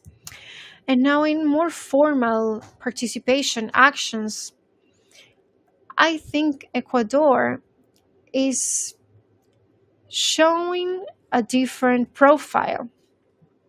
Everything started as a meeting of the NDCs, and we made a connection with the UNICEF, and we started to say, hey, you already have the channels of communications with the youth, and we've been working in the CBDs for young people. So we started creating a lot of connections, and now we have a given chapter in Ecuador. Now, informalization and as an institution, is much easier to invite them and welcome them in discussion processes. And this is something that we will continue growing as soon as possible, as soon as we leave this COP16, to incorporate biodiversity and climate change topics in these discussions. There are some initial points in time when you have the opportunity to connect for the first time with these people. And then we see a lot of evolution, and we see them and these young people and how they participate in these discussions. They have their own networking processes, and they create a lot of connections with other people. And this also helps the government to have a fresher perspective of things, and also on how to have intergenerational responsibility from the government. Everything that we do has an impact on their lives and for future generations. So that's the line that we are working with as a government. And not only on the topic of biodiversity, but also by strengthening these participation processes, we will able to influence and impact other topics and problems, because there will be many spaces where these groups will continue gathering and can work as an organization in itself. I think that we have given and we have taken a great step forward as a country, and we will continue maturing and growing these initiatives. Thank you very much. Henry, what can you share with us? Thank you very much. I would like to tell you a little bit about our experience with participation in Peru, with groups and platforms that are very interesting, and many exciting things happened. When we speak about climate change, we only see the negative aspects, the issues, the problems. And I think that it is very positive to work with the youth with a lot of hope, and in a way that we have a message on biodiversity and climate change that speaks about resilience. And I would like to tell you a little bit about the beautiful experience we have with participation in our country. For UNICEF, participation is an inherent right. If children and the youth can participate, then they can be able to demand their right to education, their right to live in a world and in an adequate environment that allows for their own development. In this sense, we work in 4th priority territories in our country, 2 of which are in the Amazon. One of them is in the Upper Andean area, and the other one is in the north, in the peripheries of the big capitals and cities. So in our country, biodiversity and climate change is something that is lived in a very particular way with particular experiences. In each of these communities, in these 4 communities, we worked with schools, with school representatives, and at municipal level with networks of young people. When we trained young leaders, we have a school, a leadership school called the School of Tajatari, which is now a national scale policy. And this example affects and deals with different levels. We have created a green agenda to protect biodiversity, and we have also created participation spaces in the communities to also have more room for conversations between the youth and the governments and regional authorities. The ECOI process, and I would also like to tell you a bit how UNICEF supported a very important participation process in the national gathering, facing and preparing in preparation for COP19. This leadership that is emerging from the territories in a decentralized way has been also greatly supported and escalated by UNICEF. We have supported many initiatives in the territories I just told you about. And here, the youth and adolescents in the spaces were able, through the ECOI, to discuss, create climate solutions, and also submit an agenda to subnational authorities, an agenda for climate change and biodiversity conservation. One of the areas in my country that has a great area in the Amazon is called Loreto. We had a particular process in Loreto.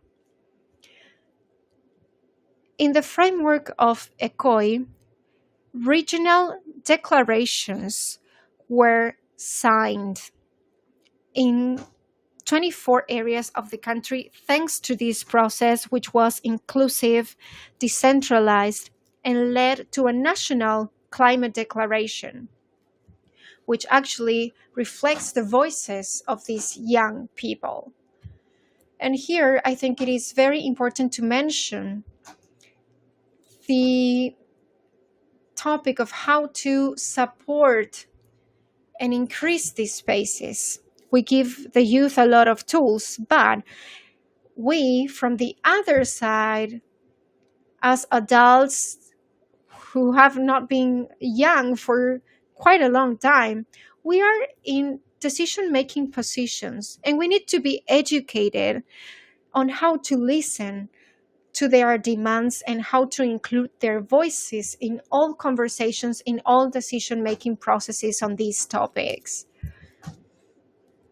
So through this participatory consultation in Loreto, the young people participating in the ECOI identified 2 important topics: ecosystems, ecosystemic services and biodiversity, and environmental champions. These dealt with a lot of drought phenomena and forest fire in the Amazon. So just imagine what is the agenda that they created at the time, which is still very current. Within the topic of ecosystemic services, they propose to incentivize the conservation of forest and water ecosystems that are affected by climate change, to promote the participation of the youth in processes of research and documentation, to reforest and do research on forests in indigenous communities, and also to face measures to protect fauna and flora in these areas. As environmental champions, they propose to highlight the importance of environmental champions in the protection of biodiversity, face the challenges and obstacles these champions have, to recognize the need for technical and legal assistance, and demand the Peruvian government adherence to the Escazú Agreement. Peru already has children and youth consulting bodies, and they should be included in also municipal councils so that their voices are also taken into account. These initiatives raise awareness on the youth and the impact on climate change, but this also educates adults on how to listen to the voices of the youth in these decision-making processes. Thank you very much. Thank you. It is so cool that you are telling us about all your initiatives and work. I think you've been working quite a lot. And I feel that the voices of the children and the youth should be included in the processes you mentioned. And I think it's very nice that Peru has ECOIS. I don't know if you heard about this. Please raise your hand if you have heard about ECOIS before. Well, just some background. ECOIS is something that is carried out in many countries and in 193 countries of the United Nations. ECOIS are national summits for the youth on climate change. And the aim of these ECOIS is to reach these spaces so that the voices listened in the ECOI can be heard by other institutions. So it is cool that in Peru, Ecuador, and República and the Dominican Republic, we have had already many of these initiatives. Thank you very much. And now we will open the floor for discussion. I don't know if anyone in the audience has questions for our panelists.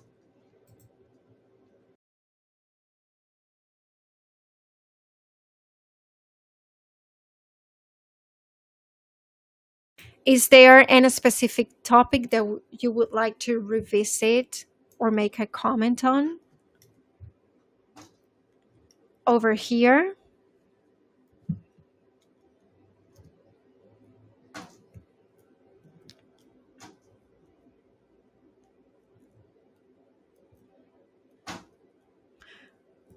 Can you mention any countries or organizations that have made a lot of progress with the youth and that have aided in the processes we are currently living? I don't know if any of you want to answer. Well, as we mentioned, in Ecuador's experience, we have created a formal youth group, and this makes it easier for them to participate in any of the decisions and processes that require participation, such as multilateral topics in the COPs, not only in the climate change COP, but also the COP on biodiversity, desertification. So this is a very first, but also a very big first step, because it is very important that to organize youth groups. Before having here the given, we already had youth groups in the country, but they are sort of scattered in different fields and actions, and their voices weren't as visible for the actors who need the participation of these groups. So this massification and the association of these small groups gives them more strength and allows them to participate in different spaces. And this makes their participation more effective. They have These young groups have different profiles, perspectives, and they have a lot to add and to contribute from their own spaces.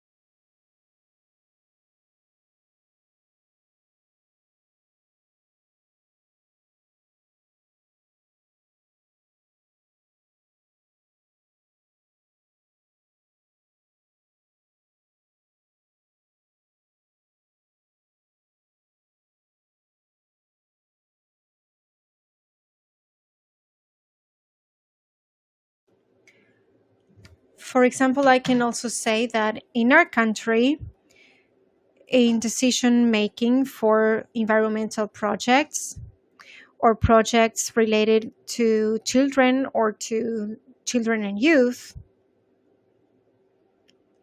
the Afro community is represented. We have no conflict and we have no identity with race, religion, political alliances. We are only and just young people. And what brings us together is our will to continue doing and participating. We have the support of governmental institutions and civil society institutions. We make our best so that we have a wide reach in our communities. And as my colleagues from Peru and Ecuador mentioned, sometimes there are communities that are far away. And if every time that we have a chance to reach these ethnic groups, we try to do it in the best way possible, making sure that everyone is heard. And that's our main focus when we create a project, for everyone to have the same voice and participation. Thank you. Henry, would you like to add something? Thank you very much for your question. Yesterday, in one of these discussions and conversations in the gardens and hallways, we spoke with the young leaders of Given Peru, and we spoke about the challenges of representation. So in this national consultation on biodiversity, we saw some criteria that could help ensure that diversity was adequate. For example, having Afro-descendant people, having an equal number of men and women responding. And I see two challenges for the next year. The first one is ensuring to have a greater number of Afro-descendant participants in our consultation, because despite the efforts we've made to reach other organizations, we still do not have the amount of Afro-descendant participants that we would like. So that's a challenge for the next year. That is the first one. And now another challenge that I would like to bring here, and is that every time there's a gap, we shouldn't hide it. We should speak about it. There's a gap with Afro-descendant participants in climate consultations and biodiversity consultations. And I don't know if this happens only in Peru or also in other countries. Is this population being visibilized? Is this being recognized adequately?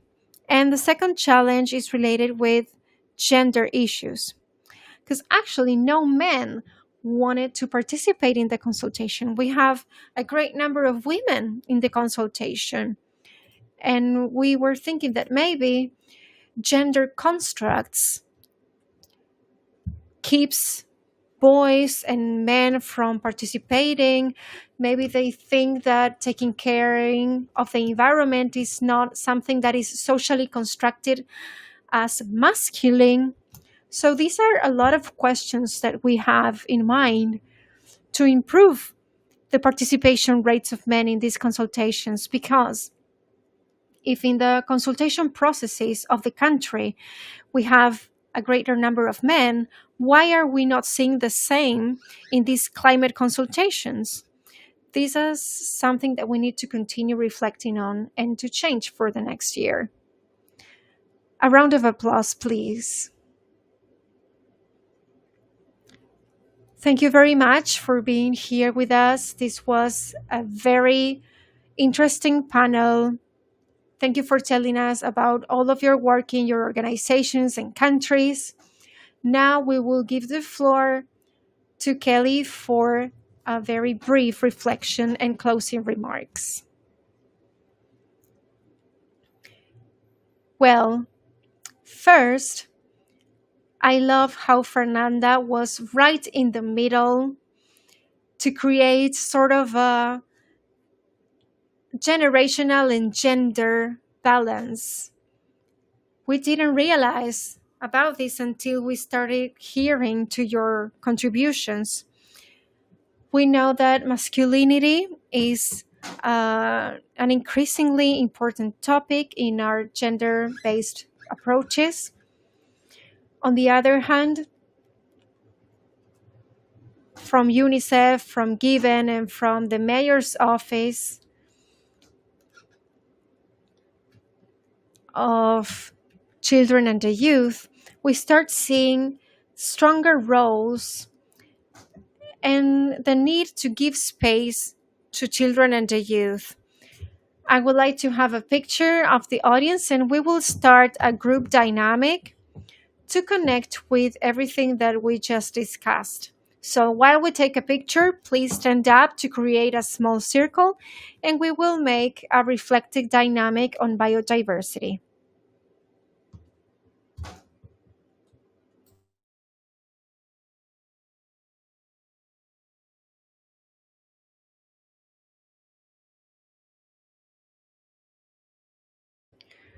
While you get all set for the picture, we can please get in a circle. Do not face each other, like do not give your back, do not show your back to anyone, just be side by side.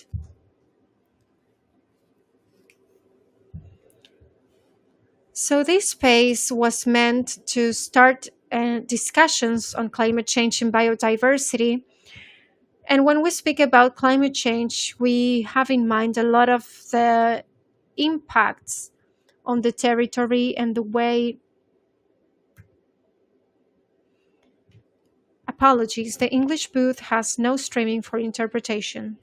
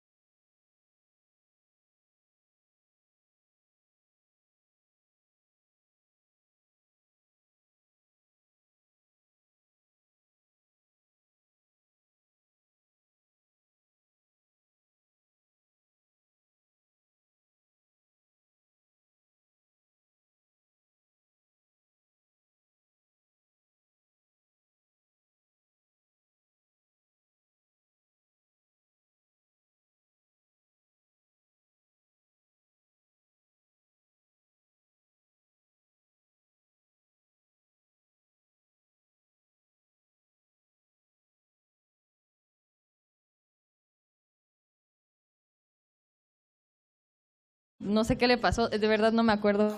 I don't know what happened. I don't remember. I was very young. I don't know what happened, but for many years, I have not seen bougainvilleas because they are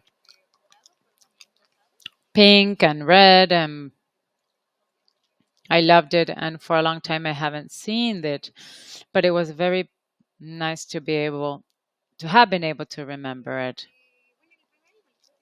The first animal that I thought of were bees. I was young,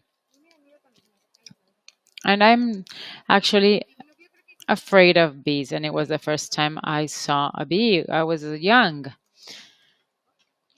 and it came near a bee, and the last time I saw it, if you can go to a beehive, it's an excellent experience. I would never do it, walk so close, but it is a really nice experience.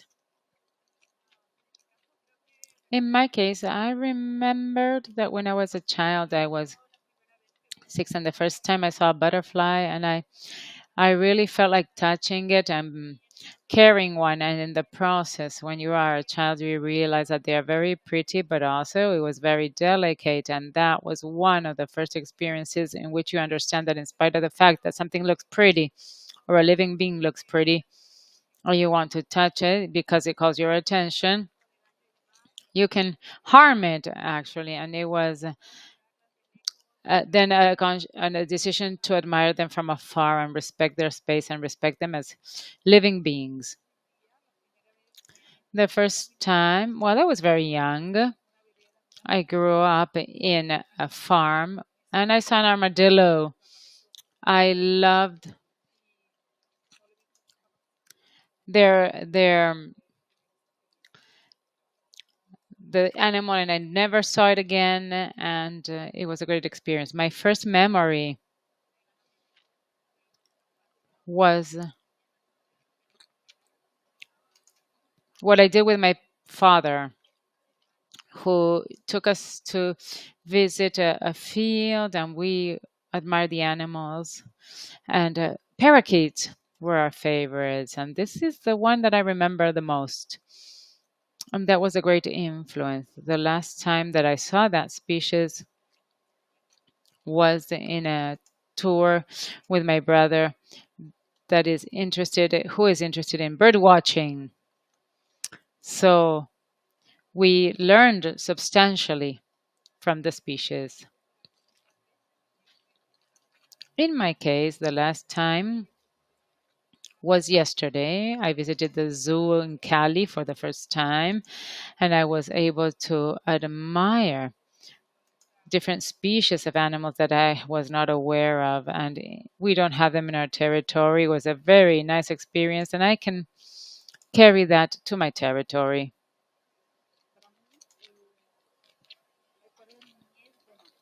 The memory of my childhood, I grew up in a territory of the Amazon foothill, and we identified numerous species at the time.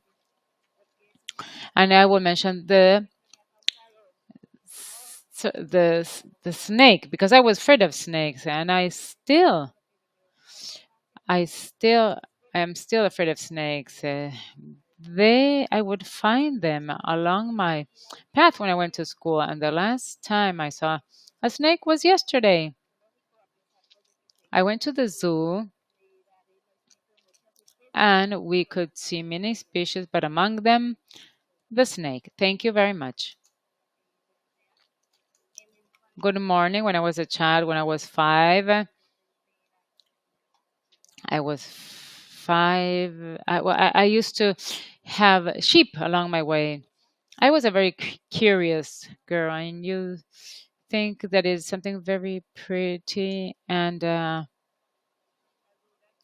oh, rather, she's speaking about an insect called borrego, and it bit me, and I had a big rash. And traditional medicine cured me because I felt the sting that was so painful. Last time I was walking in the harvest in the farm, and I had a chill. I was really paying attention.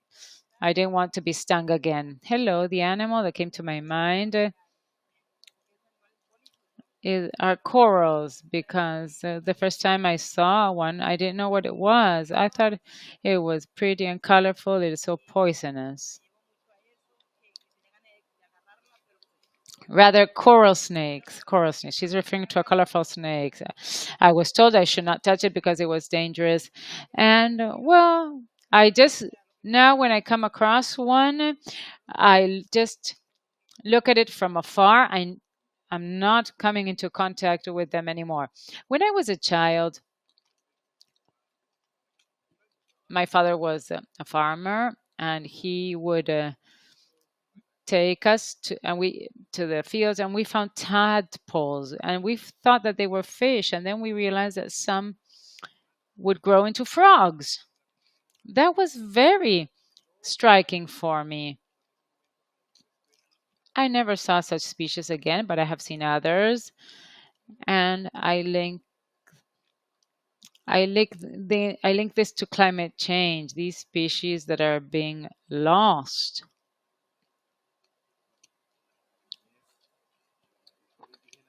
In my indigenous community, my grandfather taught me to hunt, to plant, to harvest. And one day we had to visit another community. And for the first time, 6 hours away from my community, we visited a lagoon. And once we got there, we could see two jaguars for the first time. It was my first time. And I was frightened because I was young. But in August this year, we visited a community because we were having problems with an illegal mining in the sector. And we were there in the community. It was 6 p.m. A group of young boys called us because they saw a tiger. It turned out that the community wanted to kill it because it represents a danger for indigenous people. We spent the day talking to the community, and we saved the life of the tiger because they are also endangered. And this is what we have to do to protect the life. For me, was very beautiful because we belong to the habitat and we need to coexist with all living beings. Thank you. I remember a bird. I think you know it. No, you know it. We call them maritacas. They are smaller toucans, and they come every morning at 6 a.m. and they're very noisy, right? It is a memory of my infancy. I don't live in Brazil anymore, so I'm not visiting my aunt anymore at her house where the birds come, but it's a great memory of my childhood. In an urban environment, we're losing such species and many others. When I close my eyes, I went back to my childhood. I played in the mangroves with my friends, and I remember the first animal that bit me. It is a very small animal that lives in the mangroves. It is a fish, the frogfish. I touched the frogfish and it bit me. So I remember that little animal. The last time I came across it, it was 3 months ago. I don't want to come across it anymore. Hello. I live in a tourist beach with a lot of fauna, but was impacted when I was 13. I found a turtle, a sea turtle, walking up to the beach, and it was walking and it would make a hole and leave the eggs in the hole. The eggs have to hatch, and I remember this from that time. And we protect the turtles every 6 months. They come to lay their eggs in our beaches. After 6 months, we take care of the eggs, and when they start hatching,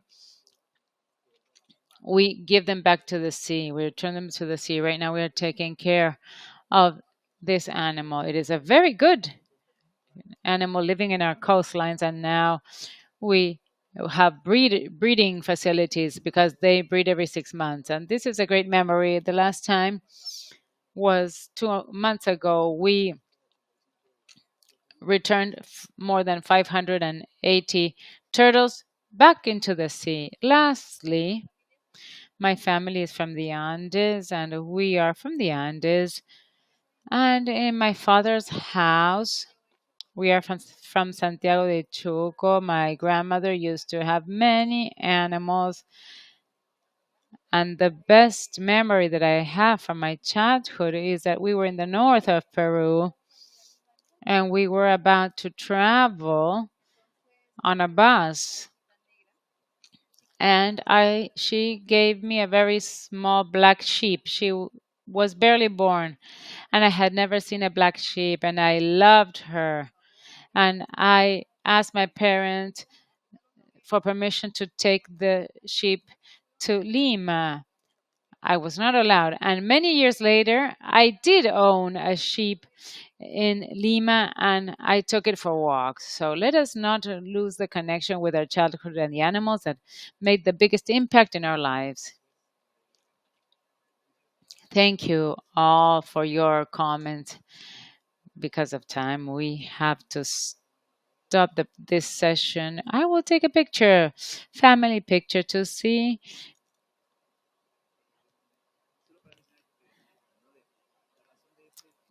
And know that the reason of this exercise was to recover the memories of childhood and note how it still persists after some time and it is still a source of inspiration to continue working in these collaborative and resistance efforts. And exactly that. This is what we do with our memories. They evoke times of our lives, and not only for us, but also for others.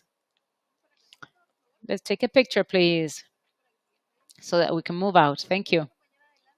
Please come forward.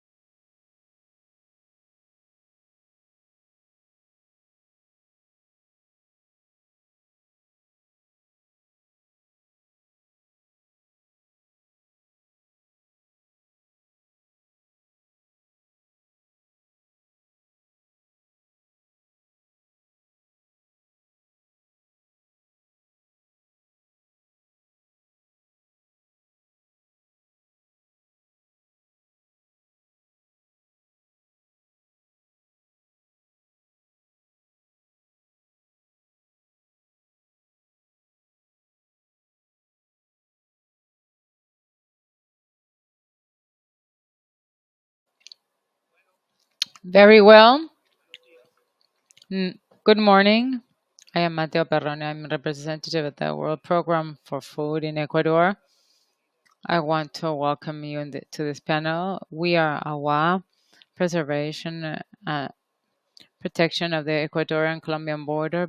Welcome, and I want to welcome friends and colleagues. Piedad Ismeña Shasquaran, representative of Sucumbíos, Ishukawa community of in the Nariño and Putumayo border. Thank you. Welcome. Nora Jiménez Tacuas Moreno, representative of the Rio San Juan community. Amilcar Chapoz Guevara, coordinator of the AWA Family Colombia Ecuador. Marcy Junvet, representative of the AWA Youth. Welcome. And Edith Bastidas Calderon, Secretary of Environment of the Department of Nariño. And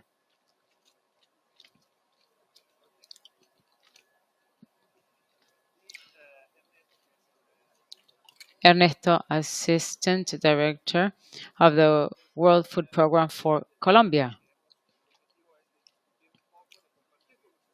And we're going to share with you the experiences that we've had with the implementation of the binational climate change adaptation project in the border between Ecuador and Colombia, with two populations, Afro-Colombian, Afro-Ecuadorian population, and Awa indigenous population on both sides of the border. This project started in 2019, a climate change adaptation project financed by the Adaptation Fund, in which we have dreamt, Almilcar, by understanding which are the problems that we wanted to address and the design of adaptation measures to climate change with a gender approach, but also food safety approach. I will share with you figures for you to understand what we are talking about. This project started in 2019 with 14 million financing, 7 from Ecuador, 7 from Colombia. We have supported 15,000 people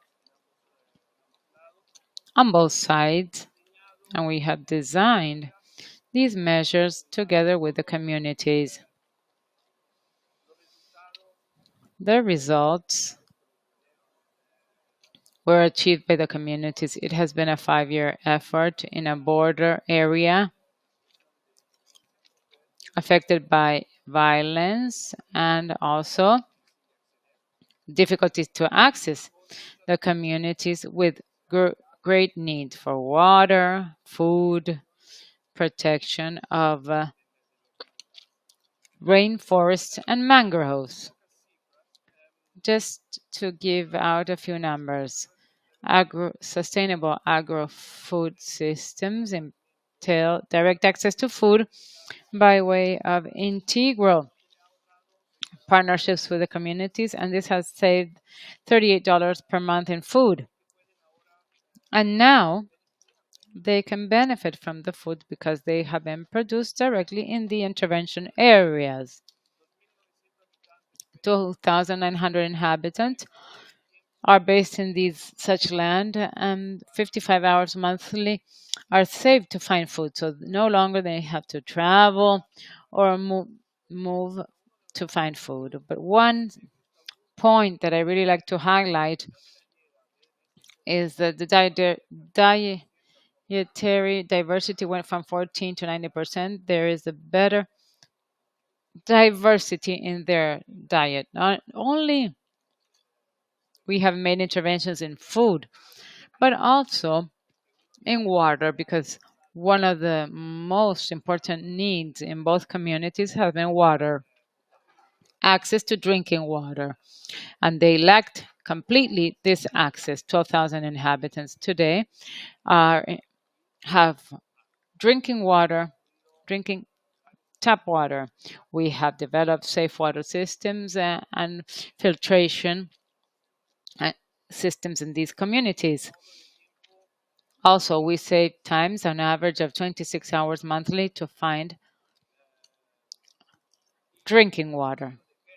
And in terms of gender, one of the approaches was gender. 5 out of the 27 water boards are led by women. Before this, women did not participate in these activities.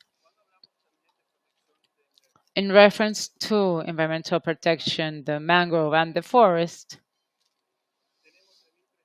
we have 3,300 hectares under preservation agreements for the mangroves with community agreements. We have restored 94 hectares of mangroves in high climate risk areas with risk of floods. And 12,600 hectares are for community preservation in the Awa communities. In this area, in the Awa population community, people have saved 3 hours per day to reach the closest communities or schools because we have built roads and bridges to facilitate the movement of inhabitants. Another achievement of the project has been the climate monitoring and information system. 15 farmers and gatherers of mangrove products receive climate bulletins. These are weekly and monthly bulletins on the weather forecast for their area in order to seed and harvest their products, and also for the purpose of prevention when there are extreme climate events. A community network of 29 climate stations with 29 climate guardians who report back to national authorities. And we have 7 analysis and climate interpretation rooms in which we build write these bulletins weekly and monthly. All this clearly, and they will give you more information, I am sure. This has improved the life, their everyday life. When I visited our communities and Afro-Ecuadorian communities, children are drinking healthy water, and this has reduced parasites, gut parasites. Quality of life has increased.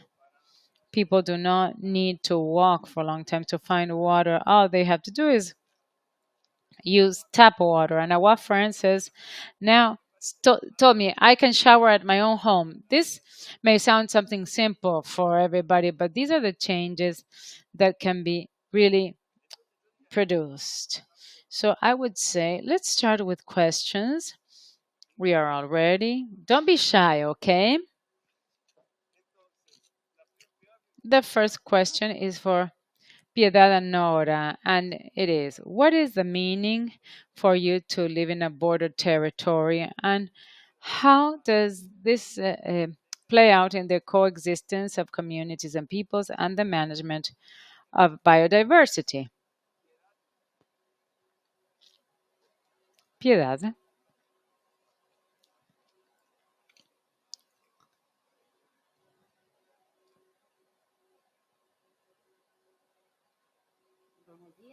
Good morning. I am Piedad Ismeña Yasmorandi Vicus. I am part of the indigenous community Shuawao in Ecofania community, the Gardens of Sucumbíos in the border between Colombia and Ecuador at the foothill of the Amazon. I am pleased to be here today. For us as Awa peoples to live in a border area, well, do not have borders. For the Awas, there are no limits or borders. We are located in Ecuador as well as Colombia. Likewise, we can exchange socially, culturally, and work. Every day we walk across the border so that we can interrelate with other Awa community members who live in Ecuador. In the binational project, Adaptation to Climate Change between Colombia and Ecuador, we've had the opportunity to participate in this project to the extent that territories suffer vulnerabilities in the border areas. In my community, we participated of different measures such as biodiverse patios and fish farming. In the biodiverse patios or gardens, we gave out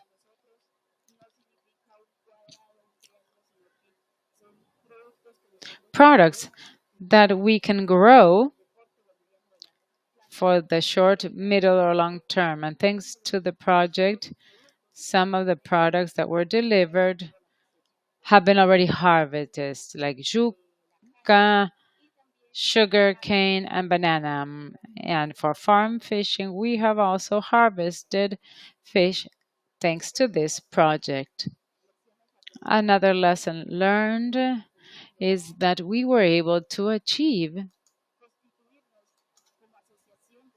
the association of 21 individuals, 11 women and 10 men in the agroecology WAP USAM agroecology association that produces and sells species. We own our own orchard. We bought machinery and we are locally selling in our own communities, and we sell these products in order to continue strengthening our work, and we would welcome further support from other organizations. We have learned and along the process in this project, considering adaptation to climate change, we were able to recover 86 hectares with native species that whose seeds we gathered in the territories. Native species in our territory, Barbasco, Granadillo, Achapo, Colombian pine tree that grows in our territory, Chocho, among other native species. This ecological restoration was carried out with the support of Minga and the whole community, with the participation of men, women, children, and teenagers, because it is very important to counter climate change.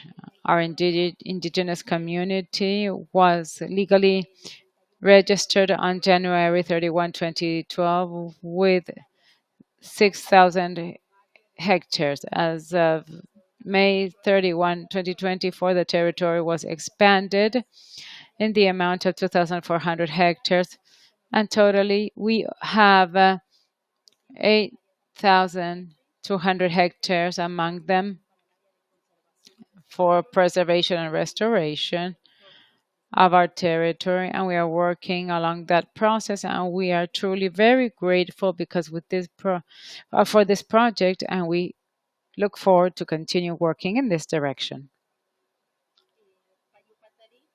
Payu Patari.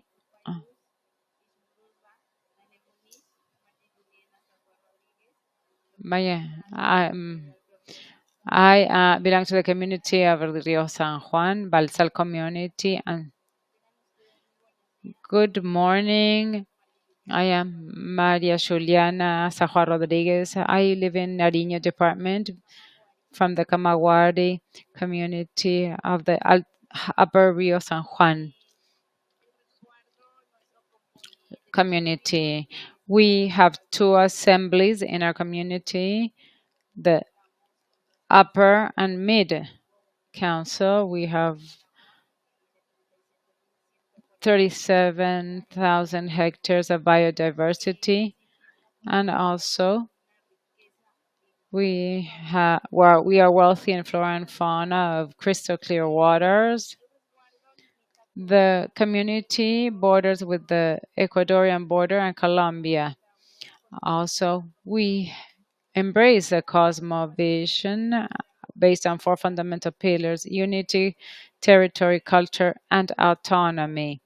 We work with the four organizations that are Unipacipat, FECAIT, and Camagüey.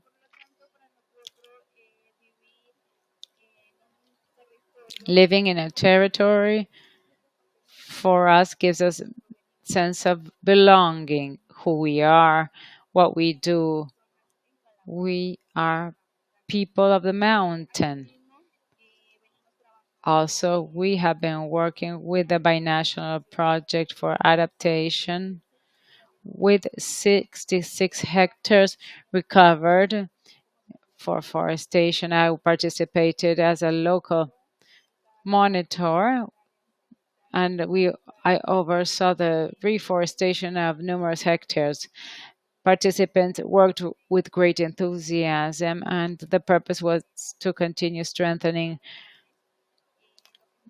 fruit trees and the use of their wood. We recovered a fruit plant and also that are also used for traditional medicine. Every family created their own orchards for their own use, and now we have a family who continued farming different varieties, and they grew in their crops. Also, we have El Pingucho Reservation. We gathered information and we invited professionals to the territory to study birds, wild birds that belong to endangered species. They carried out a survey and it was determined that many of them were lost in our reservation land. And what does it mean to us belonging to the territory? We have a great ecosystem with endemic species, and we have different ethnic groups. And the Awa peoples have learned to manage with balance the natural force, the natural sources, the original law, and the mandates that we follow to pursue the Awa form of living. As women from the community, and I am part of a women's organization, we have a group of young women who help to create awareness on the preservation of the environment and not to fell trees. In our community, we are facing mining exploitation, and since we are indigenous guardians, we safeguard the territory. It becomes difficult for us because we are facing illegal groups, and in our community, we are rather abandoned, and the institutions, and thanks to the World Food Program, we were given the opportunity to create awareness and strengthen what the land is giving us. Thank you. Thank you very much, Piedad, for your participation. We will continue with another question for Amilcar this time. From your point of view, Amilcar, which have been the results of the Colombia-Ecuador project to ensure empowering of the communities, and what can you highlight about the ethnic environmental governance practices in your territory? Hello, good morning. I want to greet you on behalf of the National Awabi family. We are located in the border area between Ecuador and Colombia towards the Pacific in the Nariño department with the province of Cachibabura Esmeralda, and in the Amazon, the Sucumbíos province and the Putumayo department. I am Amilcar Chapuez. I am the general coordinator of the great national Awabi family. For us, this project has been a joint learning process. It has been one of the experiences that was successful for the World Food Program, but also for the government of Colombia and Ecuador, because by way of the environment ministries of Colombia, the mayor's offices, the government offices, and the high institutions of Ecuador came together in order to articulate these spaces. The achievements, as one of the achievements in terms of projects, I will not give out numbers because Mateo at the beginning provided numbers about the results generated, and we agree in our territories. In order to start the project, we needed to carry out a general diagnosis in the Agua communities where the project was carried out. We must highlight that the binational Colombia-Ecuador adaptation project was relevant in the Agua communities in Nariño, in the Council of Los Nurpes, in the Federation of Agua communities of Ecuador, representing the 4 provinces, Esmeralda, Cachimbaure, Sucumbíos provinces, and ourselves on the other side of the Amazon, the foothills of the Amazon. So 8 communities make up the specific border area.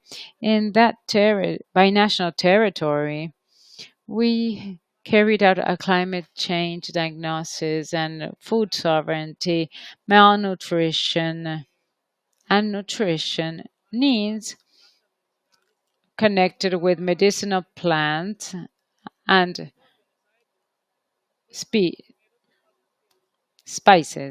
This was one of the first spaces for dialogues based on such diagnosis in community assemblies. We were able to develop the climate change and food sovereignty and adaptation practices, and the communities themselves explained or defined how the implementation was going to occur in the farms. As Mateo explained, the communities said that they had lost species of plants that are medicinal, native seeds that must be restored. And we started working with those species. Also, apart from those plants, we added tools to help generate more implementation in the territories. So such measures built by the communities, we started to implement in our territories, apart from plant as another measure to strengthen food sovereignty.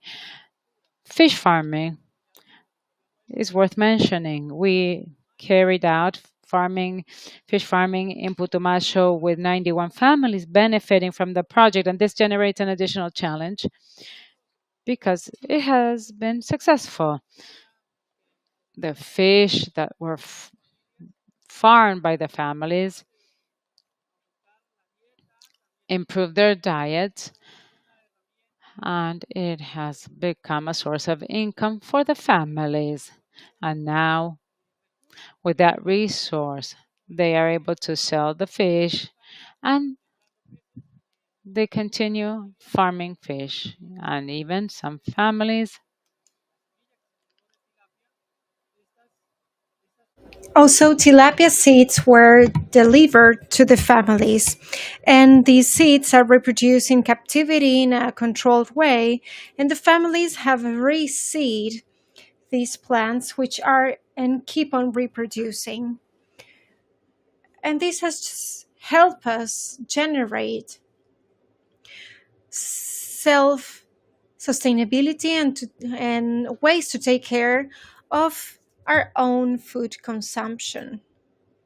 So, besides these 2 more specific measures, we were trained thanks to different representatives, workshops, and assemblies, community assemblies. We were trained on safe water. I will give you some information, some data, because these qualitative information, not only numbers, can help us have a picture of these actions. Communities have now biofactories, dehydrators, nurseries. These are not certified nurseries, but the communities have been empowered to create, for example, 2 nurseries. And I would like to highlight that this was in the Colombian side of our nation. In the case of the Agua communities in Ecuador, we couldn't manage to create this restoration due to timing and other activities being carried out in the territory. However, restoration has been one of the elements that shows the great challenge of governance, which is the next point that I would like to touch upon. These community assemblies were the enablers of the next level of territorial governance. Today, the Agua people, by way of binational adaptation projects, both in Colombia and Ecuador, has been left with installed capacity in technical, economical, financial matters, and also in our impact on the actions on the effects of climate change, because the families were empowered to now carry out that process. We have also seen empowerment in the communities to take care of the land, to seed, to grow and cultivate. They chose the plants, they chose the species that would produce water, shadow, and oxygen. And this has given our territory great strength. I consider that these strategies and dynamics have also helped us and communities to create in the communities and with the ministers more regional initiatives that can also benefit other indigenous populations and peoples in the Amazon and in the rest of the country. Also, regarding restoration, the Agua people created a life restoration area to join the Agua people in their goal from other initiatives and spaces to create conservation spaces. At the beginning, we did this working in 4 areas from another initiative, but that also is interrelated with our project. We did this in cooperation with a CPF organization. And we took care of 37,000 hectares of native forests, and we brought these conservation areas to the first buffer areas with an ambitious goal. And we could also seed trees, plant trees, and reforest areas. And that ambitious goal of having 37 hectares restored in tropical and humid forests is continued to be developed in the Amazon. And we are now also working with this with other communities in the mangroves. We are adding up more hectares in conservation and life preservation and biosphere preservation. This is an initiative for life and for nature. And we work on this as an indigenous community, but also as inhabitants of the territory.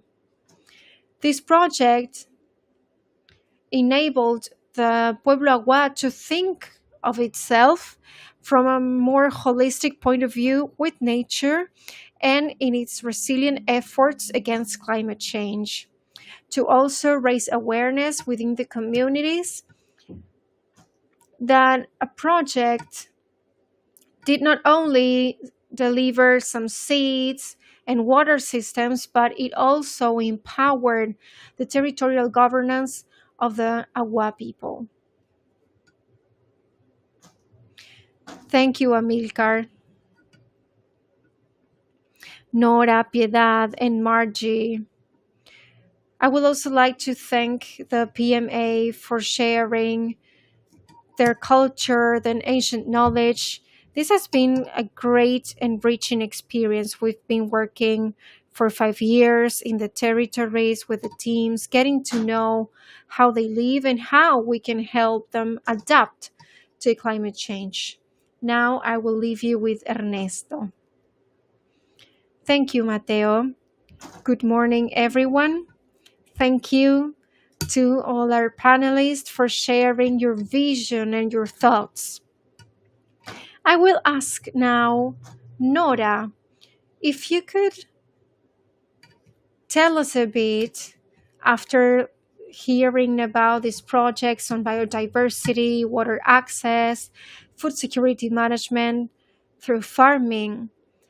Nora, what would be most important for you in order to strengthen the preservation of biodiversity and food sovereignty? And what do you think is the role of women? Good morning.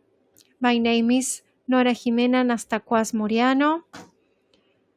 I come from the Comunidad Puente Prera in the San Juan River, in the municipality of Recuarte, in the department of Nariño.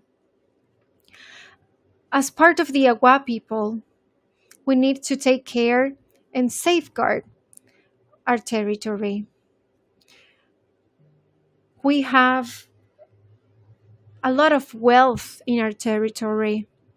We can preserve and protect the food for our children. We also need to think on how to motivate and raise awareness in children, the youth, and women so that they can continue protecting our nature. The role of our women is to lead in the fight for the protection of nature. And maybe, Nora, what would be the most important or the main lesson learned from this project as women of your community? You are speaking about your role. Then I wonder what would be a practical way in your everyday life when you see women exercising that responsibility. Well, our initiative is that thanks to the World Food Program project, we now have safe water which our children can drink. It's clean water.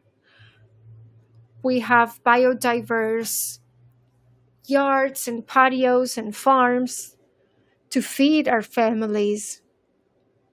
Many of us in the territory have already been losing some of our seeds, and this project has really motivated us to rescue some of the lost seeds in our territory.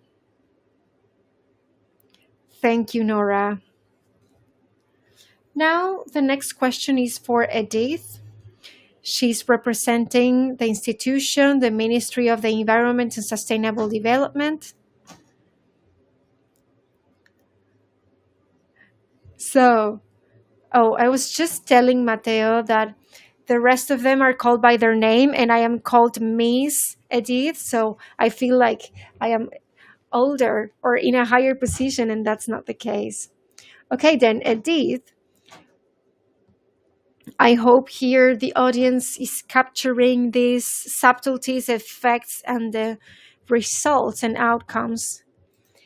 This morning, we were closing the project and we were reflecting about the achievements. And among the many achievements you have, and I am really impressed by the figures. 4,000 hectares of the mangrove have been preserved, and another great amount of hectares being restored. So my question now is, what do you think are the opportunities, projects, or alliances that can be created to escalate measures such as the ones implemented in this project in the community or in other communities?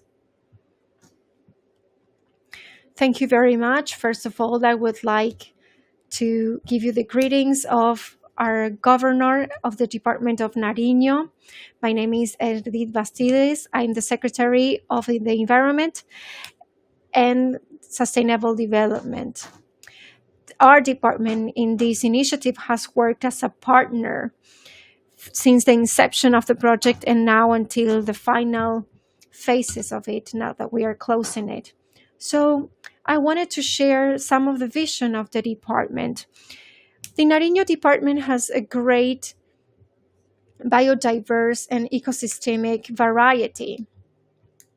Most of the department is a forest area. We have the highest mangroves in the world, and we have also an immense wealth of species in the coast areas, and also in the areas that we touch in the Amazon and the Andean areas. So for every square kilometers, we have very high biodiversity with a great percentile of mammals, reptiles, fish, and plant species, which are a great and represent a great number in biodiversity. Now you are seeing the effect and impact of the project, and it isn't minor that we have the leaders of these communities sitting here with us in a panel of the youth, bringing us results and telling us about the outcomes. And that's our approach. We want to have the communities themselves being empowered by this knowledge, by everything related with conservation, and of course, with the essential aspect, essential matter of food sovereignty, which is so necessary for the continuation of the life of these people on the land. Now, I also want to mention the location of this corridor, which is not only Colombian. It is divided by an imaginary line, but the ecosystem is the same, and the Agua people share the territory. It's a territory which originally had no borders. So now the Afro-descendant people are also now part of the territory, and they all have this conception of a common territory, whether in Colombia or Ecuador. In a different conversation we had just a few minutes ago, we also saw another place with a great amount of biodiversity, including endemic species.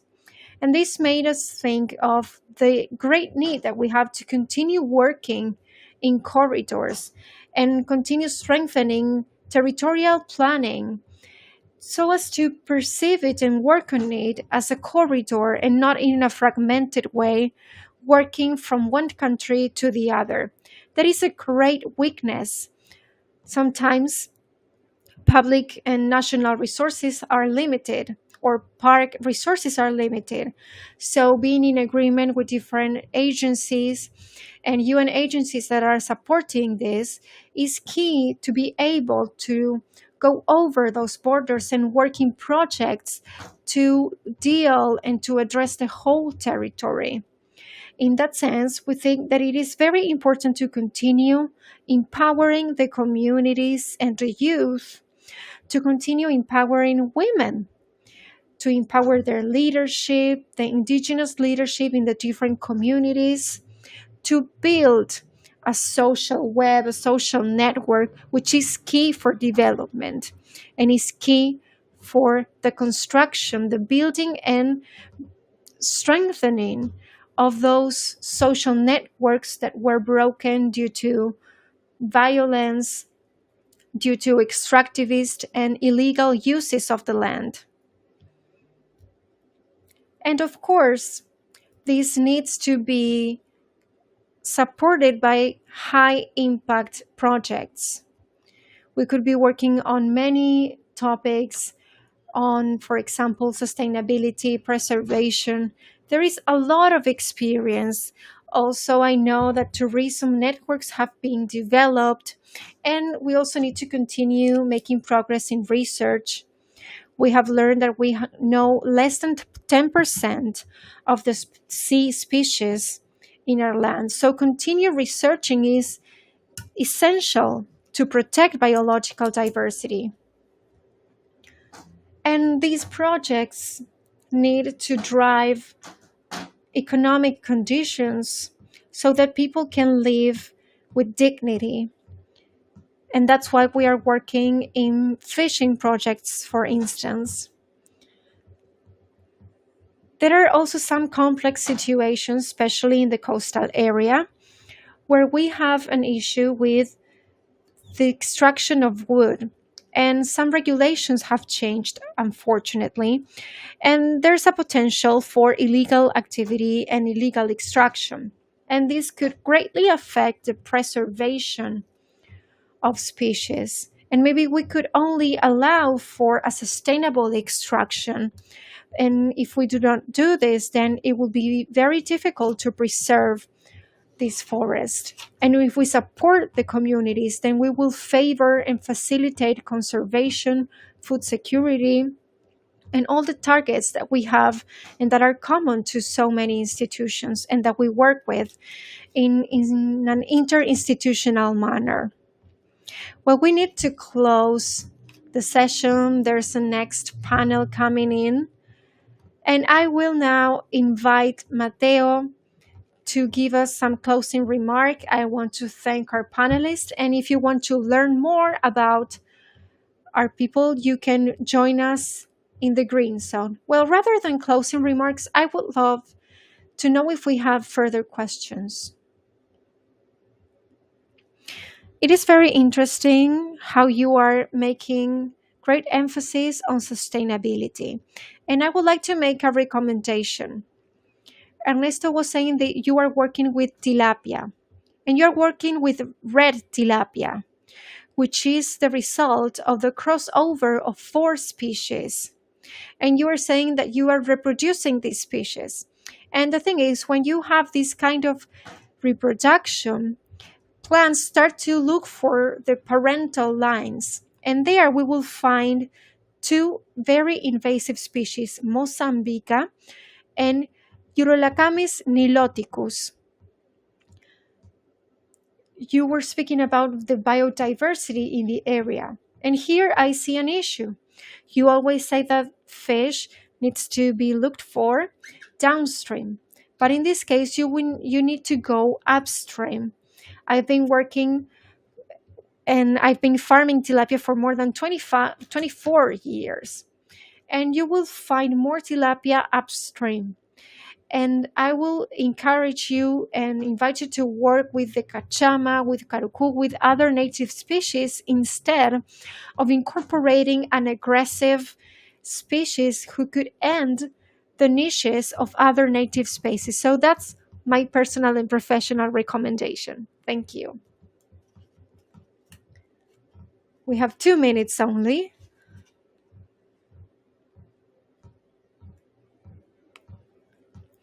Good afternoon, everyone. My name is Sebastián Castillo. My question is how to link children and youth in those processes, especially in the process of environmental education and crops to build food sovereignty. I can answer the question. I think that in all of our processes with the different communities, we have involved the whole community, from the youngest to the eldest person in the communities. And we have hosted workshops specific for each age group. also to educate on how to use the land and how to use the land that provides food every day. Any of you wants also to make a contribution? Something very specific. In the integration of children and the youth, we start working with the indigenous guards. Since the inception of this project, we started working with the care of nature and preservation of nature. So we work with them with an indigenous guard, and we created trainings for the representatives in terms of risk management. And here, the youth were the ones leading the projects and the processes. So that's why we decided to have this generational approach, because they can tell better what has been done in their territories and also continue doing this in the future. Thank you very much. We need to close now. I thank you all for being here.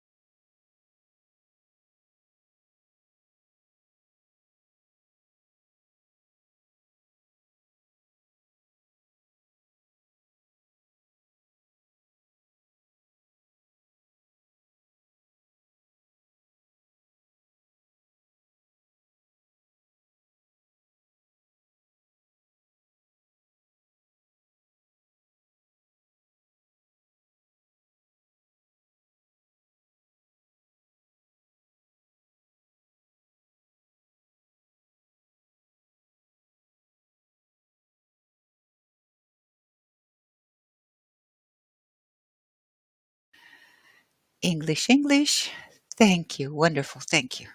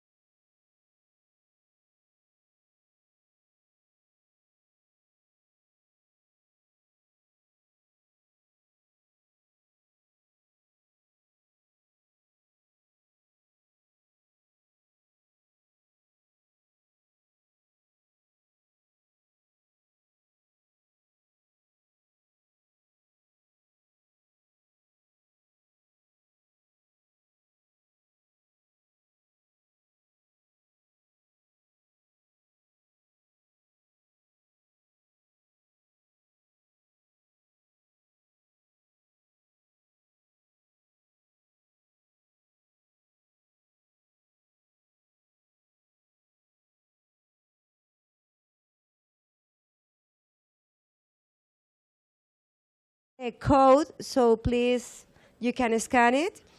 And the session, sorry, please scan and connect the session with your own headphones, as the initial session will be in English and the panel in Spanish and English. So welcome to this event, an initiative of the Verification Mission in Colombia, the United Nations Development Program with the support of Climate, Peace and Security Mechanism, led by the UNDP, UNEP, and the Office of the Secretary General. Today, we will first announce an important alliance to work for peace with nature between the Norwegian Ministry for Climate and Environment and the United Nations Development Program, UNDP. And as a witness of this partnership, we will have the special representative of the Secretary General in Colombia. And second, we will have a South-South dialogue to discuss how the protection of biodiversity and building peace can be advanced with experiences from Latin America, Africa, and Asia. This event is an opportunity to connect peace and nature in one agenda. We will begin this dialogue with words from Carlos Ruiz Massieu, Special Representative of the Secretary General in Colombia. Mr. Ruiz. Muchas gracias. Muy buenos días. Tardes, ¿eh? Thank you very much.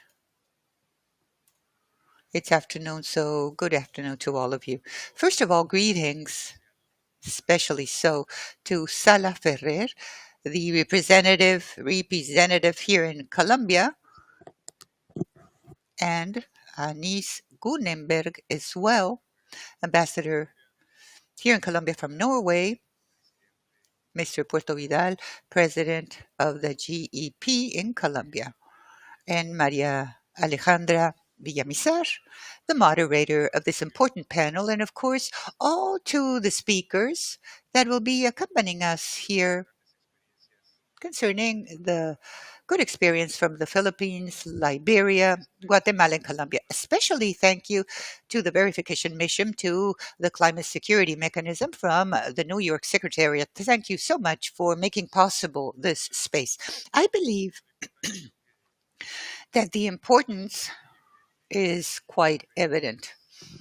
There are different institutions, different stakeholders. We have always acknowledged the great risks to humanity because of climate change and the loss of biodiversity. Also, the destruction of nature exacerbates conflicts and affect food security. All of this acknowledged by the General Secretary, and because of the Convention concerning biological diversity. And COP16, with this theme concerning peace with nature, it's clear that it elevates the possibility at a high level of a multilateral treatment to acknowledge these effects, but also to recognize its potentials, precisely to be able to share experiences, but also to see the lessons learned and to acknowledge the impact it has on nature concerning these conflicts, but also potentials, as I said before, concerning the resolution of conflicts and how we can continue repairing the environment and repairing bio diversity that has been lost and to continue protecting what remains. Hence, the crucial idea concerning this alliance, especially with UNDP concerning the organization of this dialogue, is to share these experiences that I said from Guatemala, Colombia,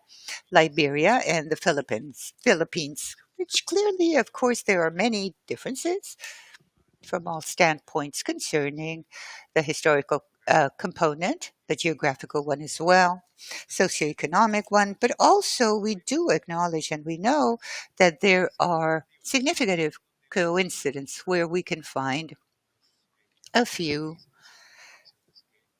parallel aspects that can show us similar approximations. One, clearly from the outside, but the speakers will delve on all these elements, surely. It's the importance of having an integral and preventive focus, including governance, land tenure, and sustainable agriculture. A second thing has to do with the importance conveyed to community decisions. In other words, the participation of local communities in both senses concerning the care of the environment, the care of natural resources, but also the role concerning conflict resolution. A third item is empowerment given to women's organizations, which are active agents in the different stages concerning the care of nature, but also in the peace agreements. They are dynamizing agents, definitely. And we, as a verification mission, we're much focused on the Colombian experience, and we see this potential, particularly in mega diverse countries like Colombia, to transform these conflicts in solutions based on nature. Now, throughout these years since 2016, we have been witnesses how in territories with greater conflicts, there are illegal aspects, but they also have much biodiversity and a biodiversity that has different angles, ethnic, social, and cultural. And we have seen resilience concerning these communities based on the links that they have with the land and with natural resources.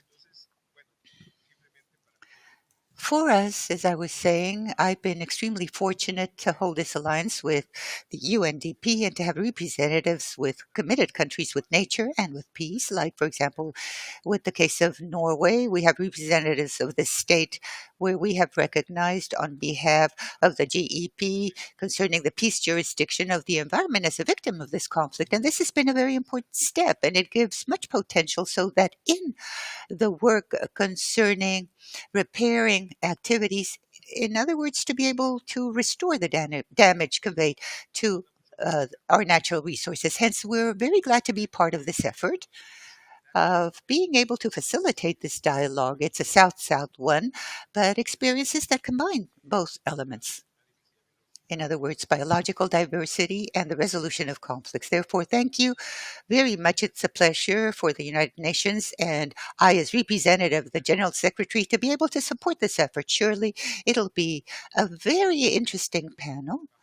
It will contribute much to the debate within this framework of COP with a first-line moderator in terms of peace particularly, but we also know that she knows much about the environment like Alejandra Villamizar. So thank you so much. And once again, thank you for being here.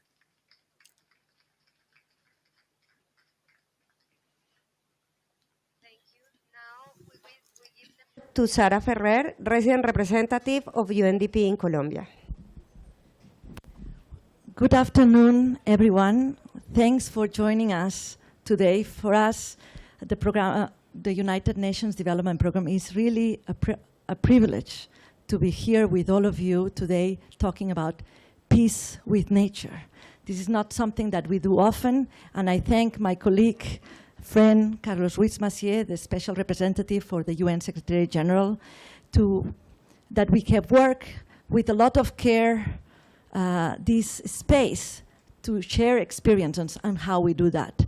I also would like to thank Norway because has been an unconditional partner to UNDP in Colombia for many decades. And I wanted to say here in the presence of visitors of Norway, because peace is related to human development, and peace is related to human sustainable development. And this is what I wanted to bring to the table. And of course, I wanted to acknowledge our dear friend and ally in this process, the president of the HEP, the Special Jurisdiction for Peace, Roberto Vidal, and all his team of magistrates, which are really putting a new way of looking at building peace processes, traditional justice, and putting nature at the center. This is something unique in Colombia, and I think this is something the world can learn. I wanted to highlight the fact that the systems, the models of growth, economic growth and development in the world have been based on exploitation and overexploitation of human resources, of natural resources. And no country in the world has achieved an equilibrium between human development and sustainability. The closest country in the world that go towards that model are the Nordic countries, Finland, Norway, Sweden, Ireland, but still very far away to get to that equilibrium, and that is hard. And this, the Secretary General just a minute ago was reminding us that the world has delivered a war against nature, and we have lost biodiversity.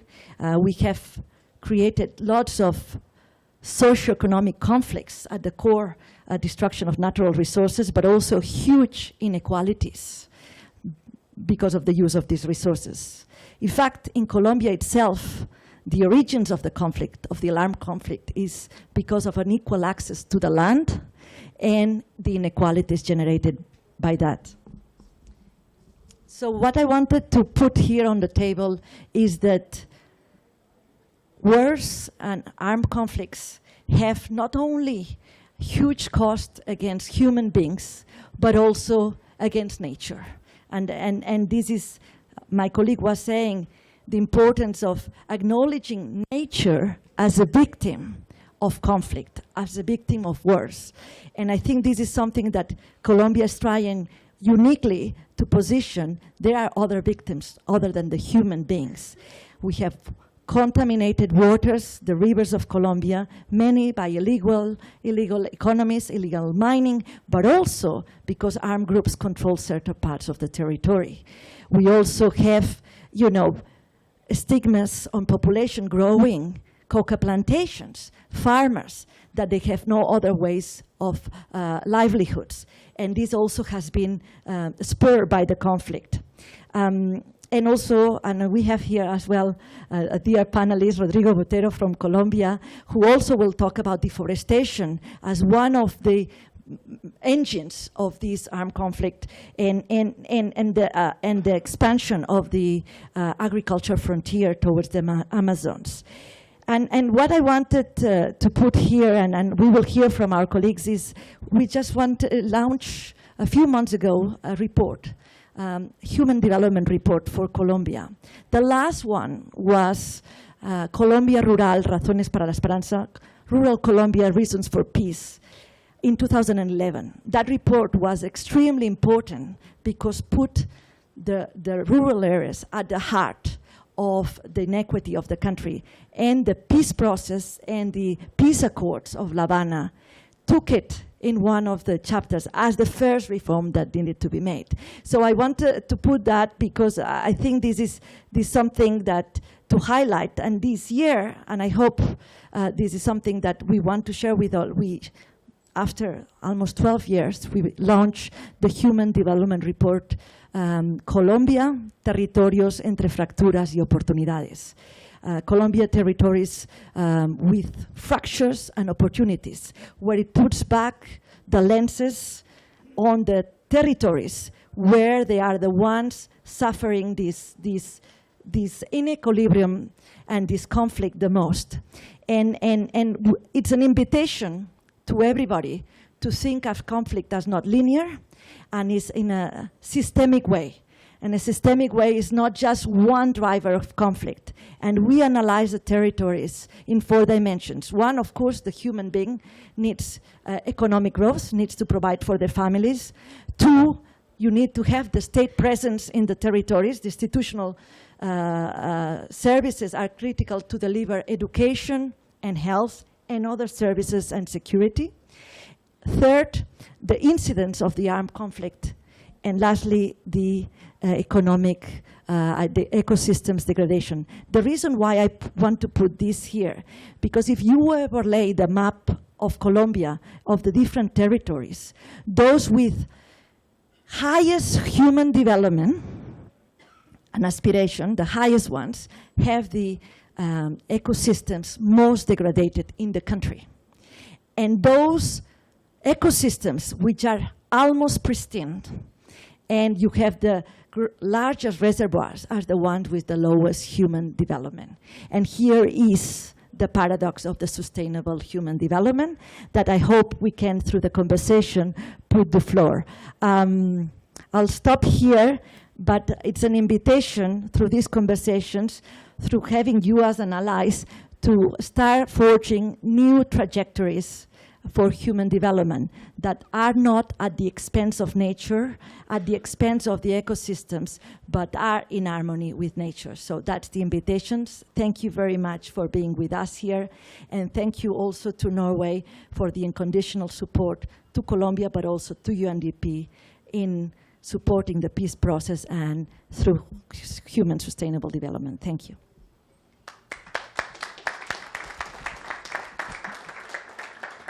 We thank our resident representative of UNDP for her words. Now we invite Mr. Roberto Carlos Vidal, President of the Special Jurisdiction of Peace, to address the audience.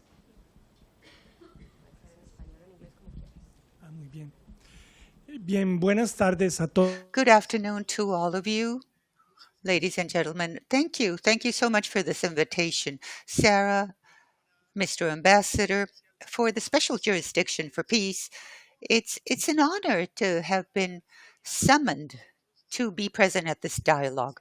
We have a large presence at the COP in different scenarios. And this is because the environmental topic is such that for the exercise of transitional justice in Colombia is crucial and cross-cutting. Many of my colleagues, justices that have carried out research concerning the most serious crimes that have taken place during 50 years of conflict, have seen that addressing the environment and its location, not only in the war, but in peace as well, is unavoidable in any transitional justice service in Colombia. This is why we have commenced with research where international crimes have addressed violations or serious alterations on nature. And that understanding has been given because of the fortune of jurisdiction to be made up of justices from different cultures, especially indigenous and Afro-Colombian communities, justices, men and women, that have allowed us to understand the new epistemologies, which are ancient, millenary, traditional, which allow to understand matters like the subjectivity of nature, or the same idea that crimes can be done against nature and it's not merely an object for your avail.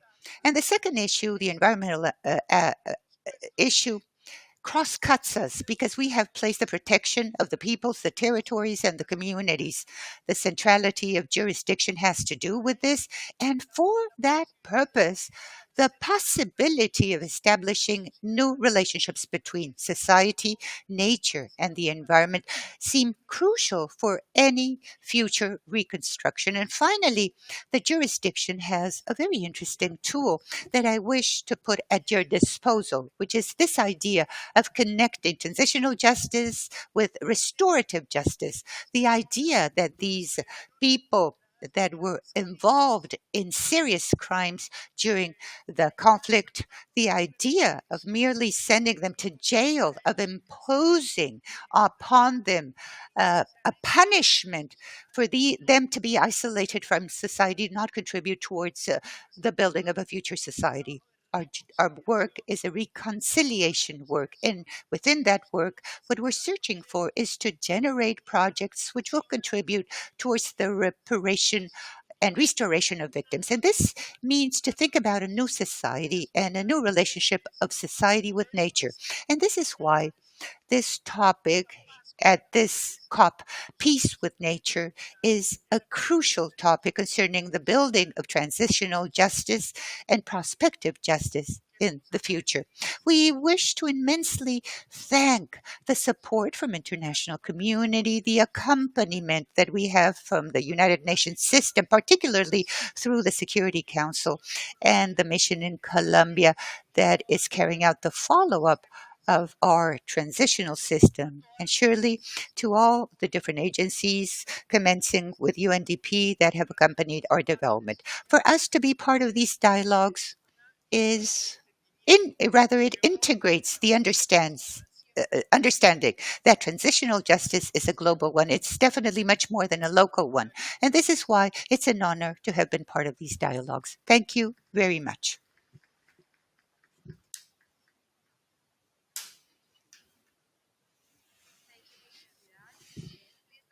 Will have simultaneous translation.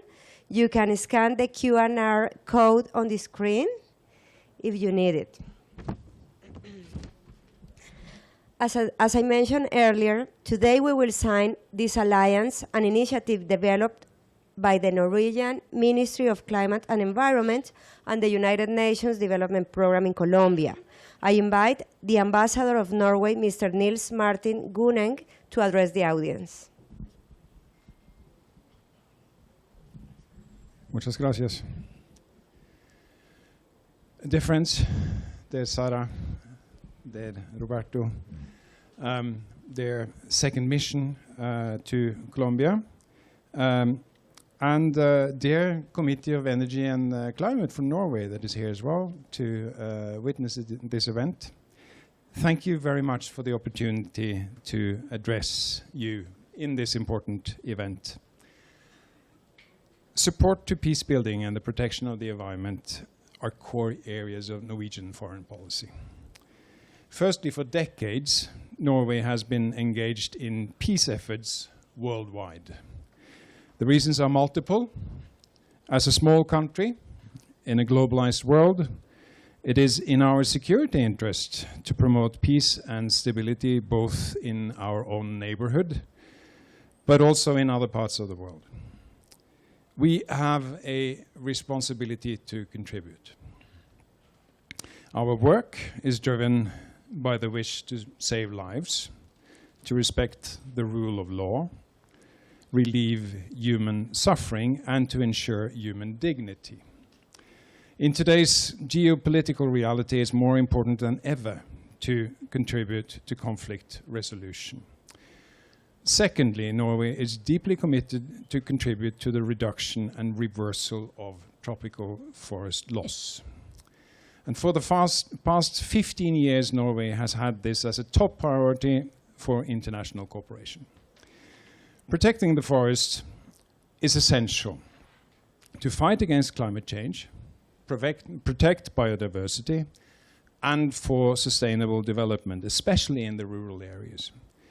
And Norway's International Climate and Forest Initiative, the NICFI, is our most important international initiative to protect the world's rainforest. This initiative has provided more than $5 billion in grants to date, and we have decided to extend the initiative until 2035. It's becoming increasingly clear that peace building and environmental protection must be understood and addressed in connection. Research shows that there is a cyclic relationship between ecological degradation and violent conflict. It's a vicious circle where the degradation of resources leads to conflict, and the ensuing conflict leads to further resource degradation. But luckily, it can also work the other way around. The way we manage our natural resources and the environment has a determined influence on peace and security. So investing in good environmental management is also investing in conflict preservation. Securing equitable access to natural resources and ecosystem services provides new opportunities for peace building. Norway's strategic priorities in supporting peace and protecting the environment coincide with the aims of the Colombian government. More than any other country I know, Colombia is integrating its ambitious peace policy with its no less ambitious policy for environmental protection. And we are proud to be supporting Colombia in this endeavor. Not only because we want to contribute to protecting biodiversity and building peace in Colombia, but because we believe Colombia is showing the way for how this can be done also in other parts of the world. For this reason, Norway and the UNDP are now entering into a new collaboration together with the Colombian government and other partners. And in this new program, we will continue our efforts to support the 2016 peace agreement and the implementation of that agreement while connecting the current peace dialogues with concrete measures to protect the forest and the environment. So I'm proud to be able to commit Norway to take this fruitful cooperation on behalf of the Norwegian government and take it one step further today by signing this new agreement. Thank you so much for your attention.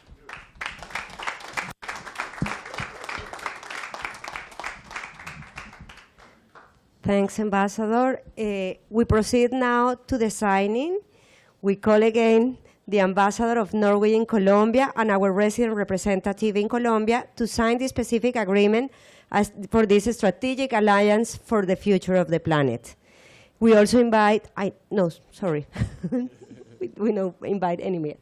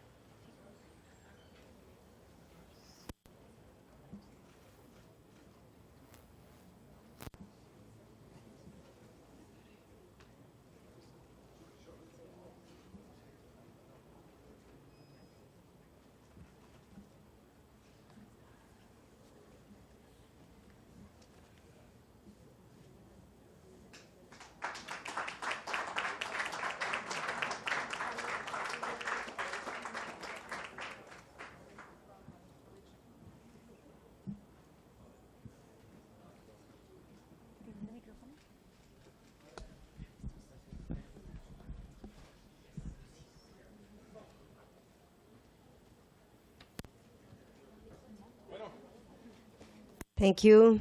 Thank you, Ambassador and our resident representative. And thank you very much for this incredible contribution of about 130 million of coronas noruegas, which will be supporting our efforts on working in peace and environment. We thank the government of Norway and UNDP for confirming this commitment that will serve to catalyze efforts to build peace with nature. The next part of this event will be mainly in Spanish, with some intervention in English. So please connect to the QR on the screen, for the translation services. Ahora nos gustaría invitarlos a todos y a todas quienes We están. wish to invite you, all of you that are hearing this session, to be able to hear this panel, Dialogues South-South, the Building of Peace and Nature, Experience from Africa, Asia, and Latin America. We have invited experiences from Philippines, Liberia, Guatemala, and Colombia. These are countries where we have undersigned peace agreements on which the forests have been a very important element to be able to strengthen the peace and governance efforts. We can invite now Mr. Hector Morales, Senior Advisor at Adelphi. He will be addressing the framework concerning peace in context of conflict and high levels of biodiversity. Hector, are you here? Yes, you have 10 minutes for your presentation. Thank you.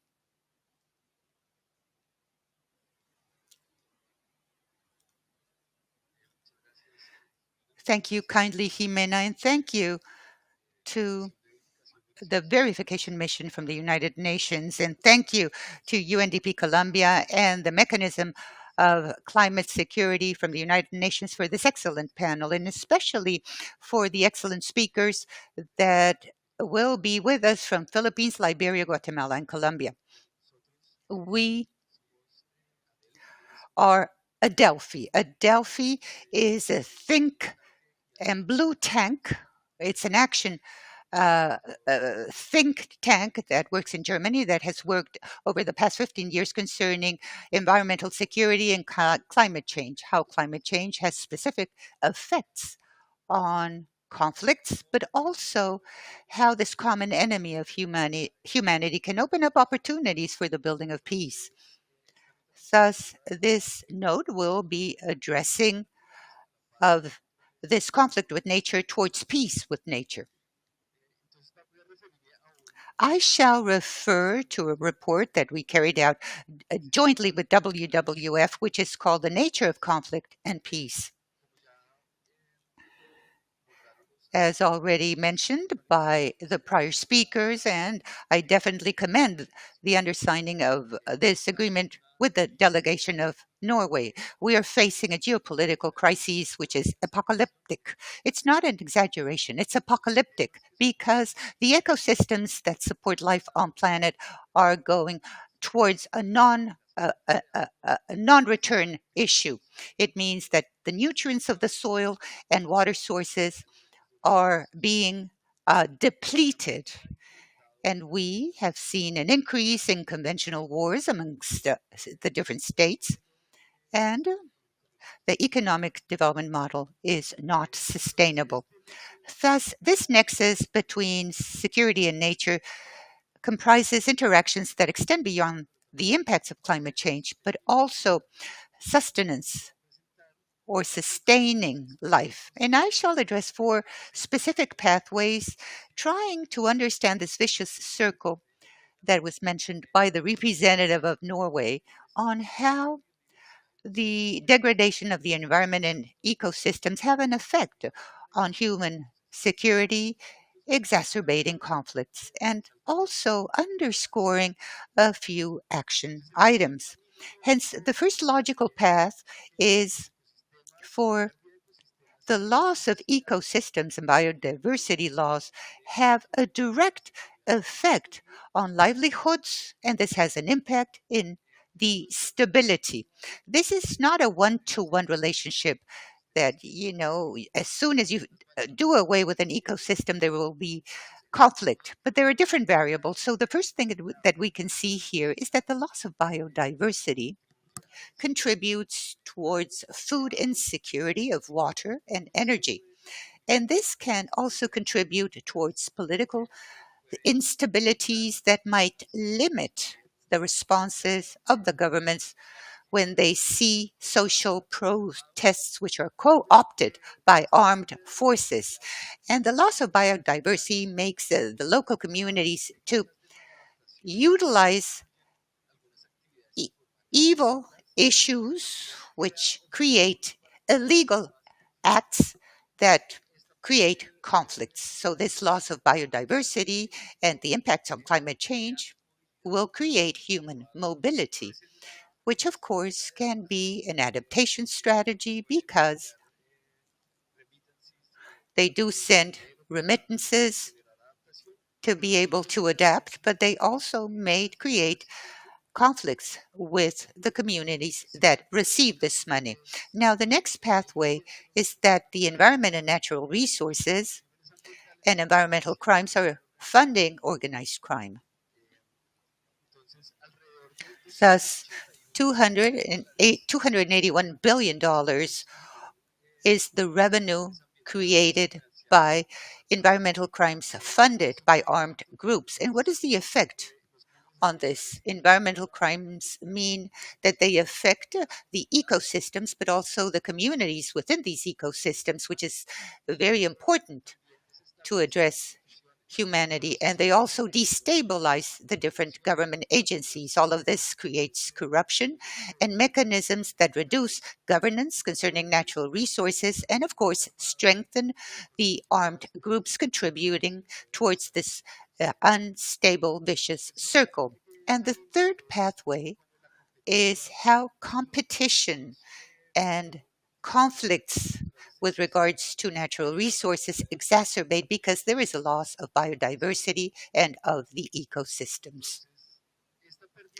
The loss of biodiversity and environmental degradation of soil, what it does, it limits access to crucial aspects like water and soil. And this is seen in many locations around the world, which might increase competition amongst the local communities, but also amongst countries at a border level. There are many peace agreements amongst nations signed concerning the handling of water. However, the abrupt changes that are taking place make these transnational agreements be or become, rather, they're not updated, and this might cause exacerbation amongst political tensions, pushing us towards these scenarios. And finally, the impacts of war and conflict on the environment are evident. I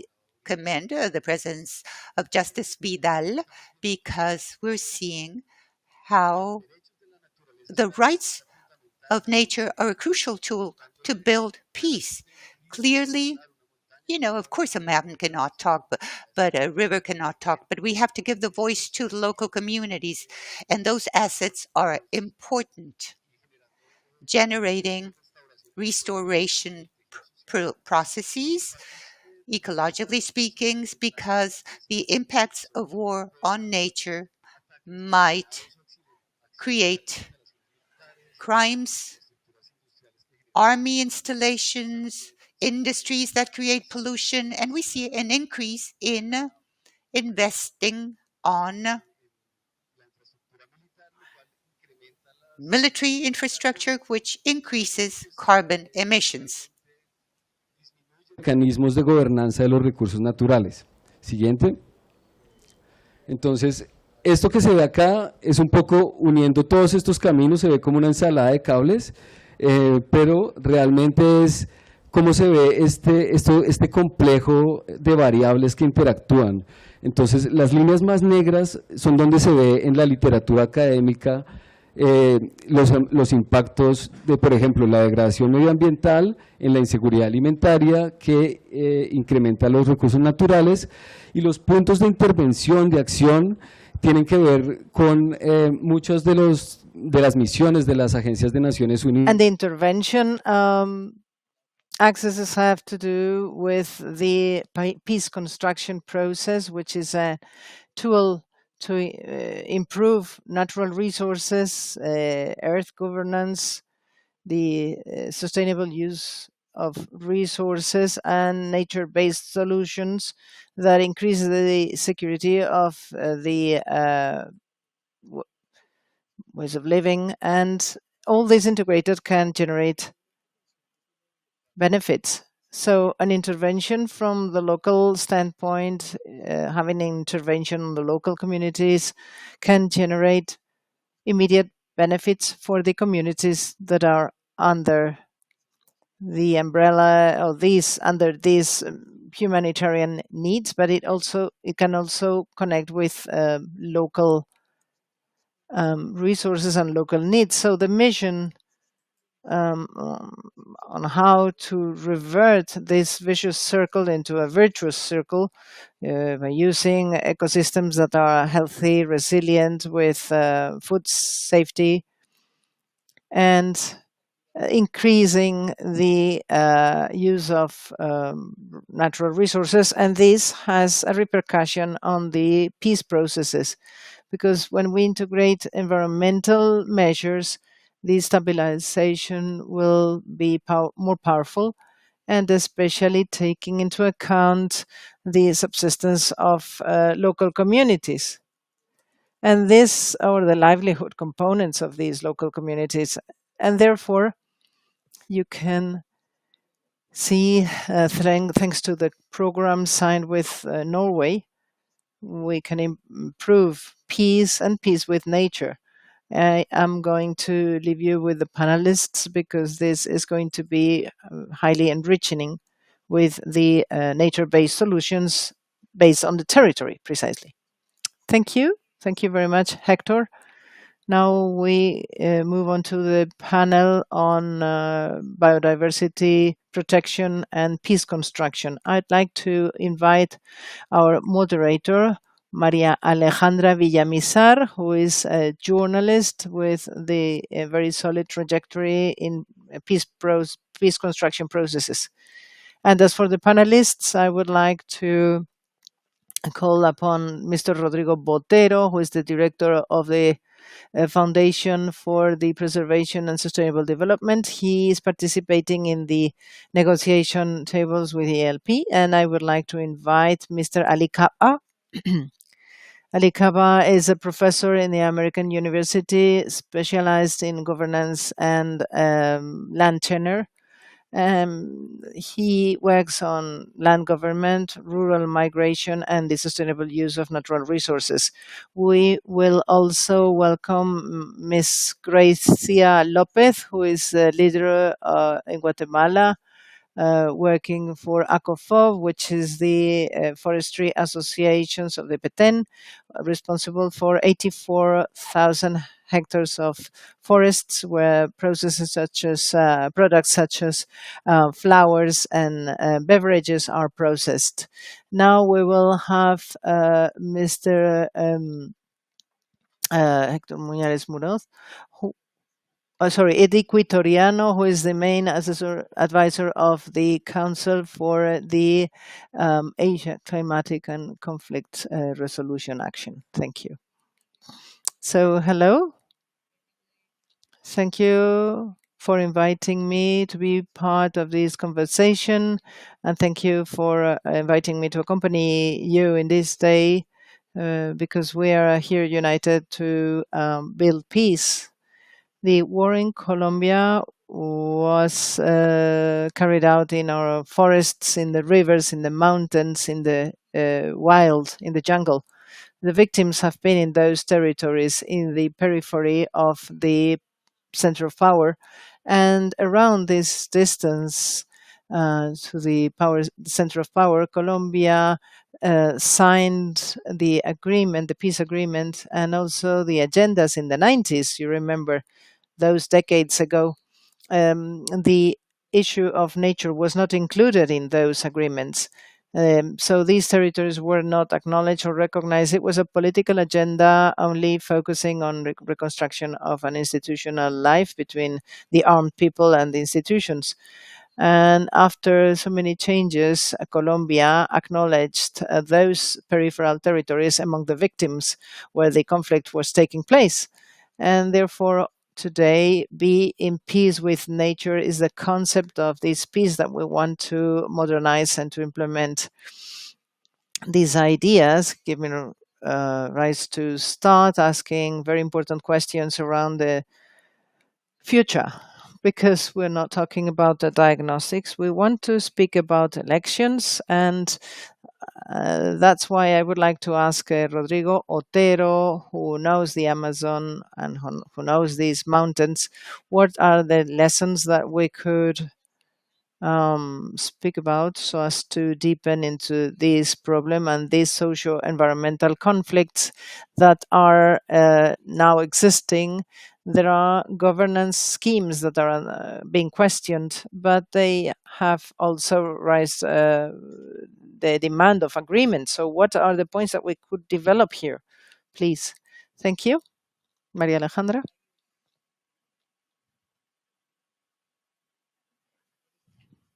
There are several aspects that I could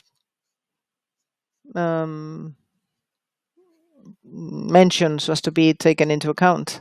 First of all, we have 4 previous peace processes, and all of them have left lessons learned, and many of them are repeated in the same areas.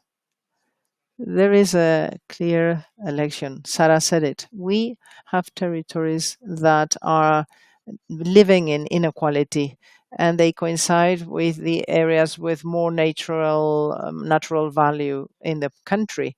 These areas did not have a political importance for the decision-making process in order to recover or recuperate those populations as citizens.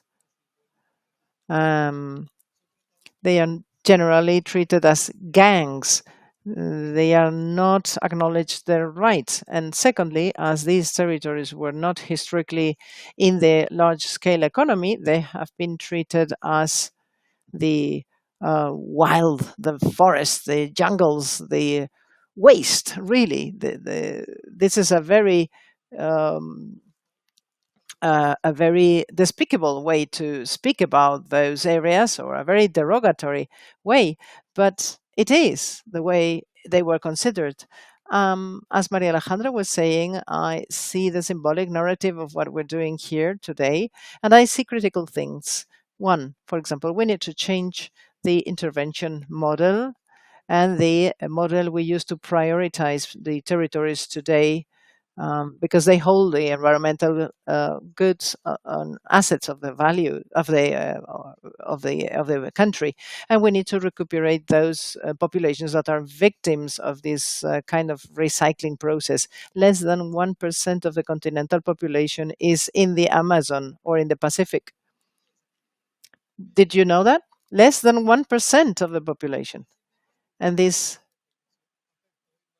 1% affects more than 50% of the territories of the Amazon, because we have a parallel, non-corrupt state. I mean, we have been fragmenting territories for 20, 30 years, trade union economies without rights, and with an institutionalization that is merely functional but not effective. And this is why this perspective today about the restorative justice is so interesting, because it could be an opportunity to change governance models, rights of the citizens, and economic models. What is the role of played by armed actors? Well, I think this is essential, and we should think about the roadmap with them. This for starters. So, thank you very much. Let's go to Liberia. What is the main lesson in this country? Because the world is retrofitting or using this feedback on the lessons that are learned, and there are some common places that make us reflect and learn from the others. So, what about this reflection? Yes, thank you, Alekaba. Thank you. again, my name is Ali, just to introduce myself. Closer to the mic, please. Closer to the mic. Done before, just some little clarity. I'm currently a doctoral student and collecting data in Liberia, and I'm looking at a customer land tenure system. So my own presentation of my contribution today would be in respect to Liberia, a country that has a very difficult history. If many of you don't know, but Liberia is the first republic in Africa. Guinea are independent in 1847. And unlike other colonial history, Liberia was created by free slaves from America. And in respect to land tenure and biodiversity, those settlers that came to Liberia and created Liberia created a two-class system. I know the story is a little complicated, but just to reduce it, created a two-class system and two land tenure system where the coastal land was managed by the settlers and the indigenous land was used by rural communities. However, it was controlled by the state. And that has been the context of Liberia throughout its history until 2018, when a law changed recognizing customary tenure system. So the implication of this is that, sorry, losing my thoughts here. The implication is when the state was created, it deprived rural communities, people, access to land, benefits from land. It created conflict, actually, even though Liberia is known for the civil war that happened between 1989 through 2003. Liberia has actually had several conflicts over the years. But the 1999 to 2003 conflict was the scale and scope was very heavy, destroying the political, social, and economic structure of the society. So, as part of the peace process, the comprehensive peace agreement that was done in 2009, which brought together warring factions, but also importantly brought local community representatives as civil society groups, and the international community played a meaningful role in that. The peace agreement had three major aspects to it, and the three aspects was linked to three different layers. Sorry, I'm fumbling, trying to collect my thoughts. Just been listening. I haven't been able to listen to the Spanish. But essentially, the important thing is that there are three different layers to this. One is that at the international level, there were a lot of efforts to make sure that the peace agreement accommodates the interest of local communities. And this was important because of the historical grievances that led to the civil war in the country. But importantly, the war itself was fueled by trade in timber and something that's called blood diamond. If you do remember in the 90s, there was this issue about the blood diamond. It was fueled by that. But critically, Liberia also hold a little over 40% of the rainforest in West Africa. So there were an interest within the international community to make sure that these resources are guided, they are safeguarded. So it became a preconditions actually as part of the peace agreement. And in fact, the UN sanctioned Liberia trade in timber exports. And to remove this precondition, Liberia had to go through a number of reforms. And this is where the second layer comes in, which is the national level. At a national level, in a post-war environment, the country needed to trade these resources for the post-war recovery.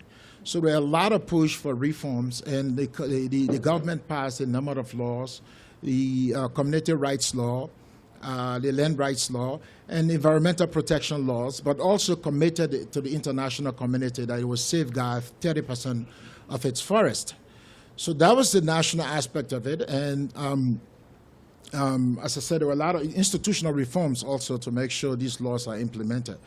However, the implementation aspect of it was focus mainly on the commercial part of the law. So if you take the community rights law, for example, which was a law that tried to make sure communities are involved in forest management, it had three different components. It had community, it had conservation, it has commercial. But the state interest was in commercial, but then it also committed to conservation, and then thirdly was the community. So the focus then was the commercial conservation. But by 2013, the commercial aspect are overtaking both the conservation and the community. Over 45 to 60% of the land area had been promised or ceded or contracted to foreign investment in timber, artisanal mining, and agriculture. Communities themselves actually protested against it. So both the conservation couldn't happen because communities needed their livelihood. The conservation couldn't, the commercial couldn't happen because the community protested, so the investors couldn't access the land.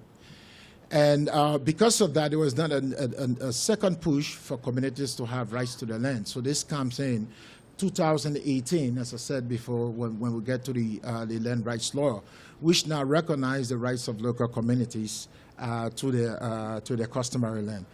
And I will stop here and gather my thoughts. Sorry if I fumble here, but I will gather my thoughts and get back here. Thank you. Muy interesante. Muy interesante. Hola. Bueno, podemos hablar duro, pero no sé si para la grabación nos queda. Muchas gracias. So thank you very much, Ali Kappa. It's been it's really enlightening to see that in such a difficult conflict you could find those ways.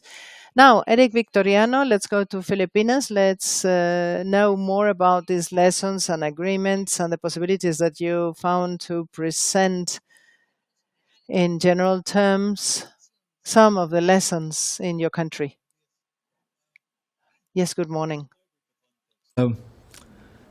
Land justice is not a product of a peace agreement in the Philippines. No? Access to land has been the call, has fueled insurgency since 1938. And the peace process since 1990 has been supported by Norway. In fact, it's not finished, it's incompleted, I don't know if it will be finished. But land reform has moved forward since 1987. Now here is the paradox that you mentioned, because land security does not equate to sustainability or to protection of our ecosystems or biodiversity. In fact, it has fueled competition, individual claims between peoples and groups that at this point, imagine an archipelago where there are only 2 big islands, and all the rest are medium, small, and really tiny ones, 7,000 islands. People live on those islands in narrow coastal zones, and as the population grows, people go out. And we are now 158 million people in 30 million hectares of land. So imagine us, 500 people in 1 square kilometer. Now who takes care of wildlife, of species, of ecosystems?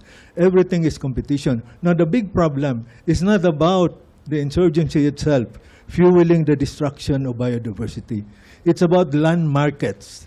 Because as you alienate land from the public domain, you turn over ownership and control to individuals, including not only humans, but juridical persons, corporations. And land becomes a commodity, and the mode of transfer is based on the price per square meter. And then you forget about biodiversity. But there's a lesson that can be turned around, I think maybe in the next question. But I think I'll stop there, just for the suspense. Thank you very much. Gracias. Bueno, el asunto del...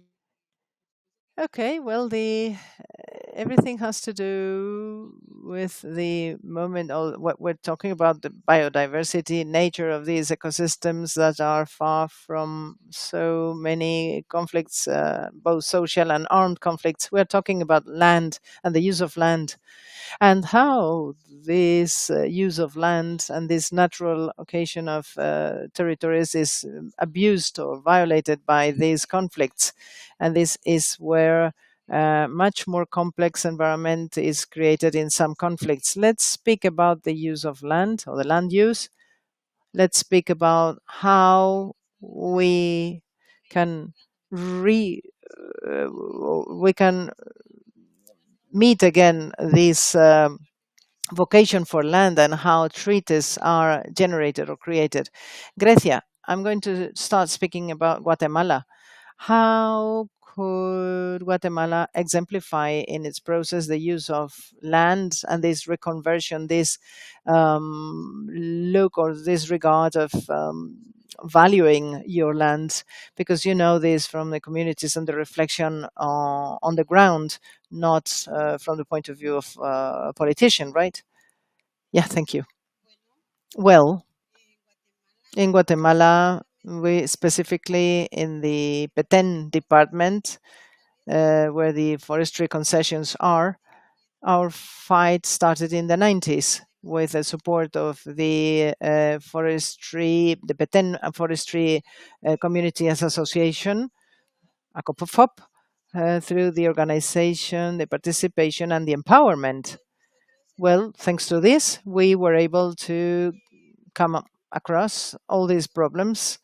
And before that, we were carrying out a non-adequate or not suitable process in the handling of natural resources. We did not take care of land. We did not take care of natural resources. We were just performing a bad management in our forests. We were not being sustainable at all. In 1989, the protected areas law was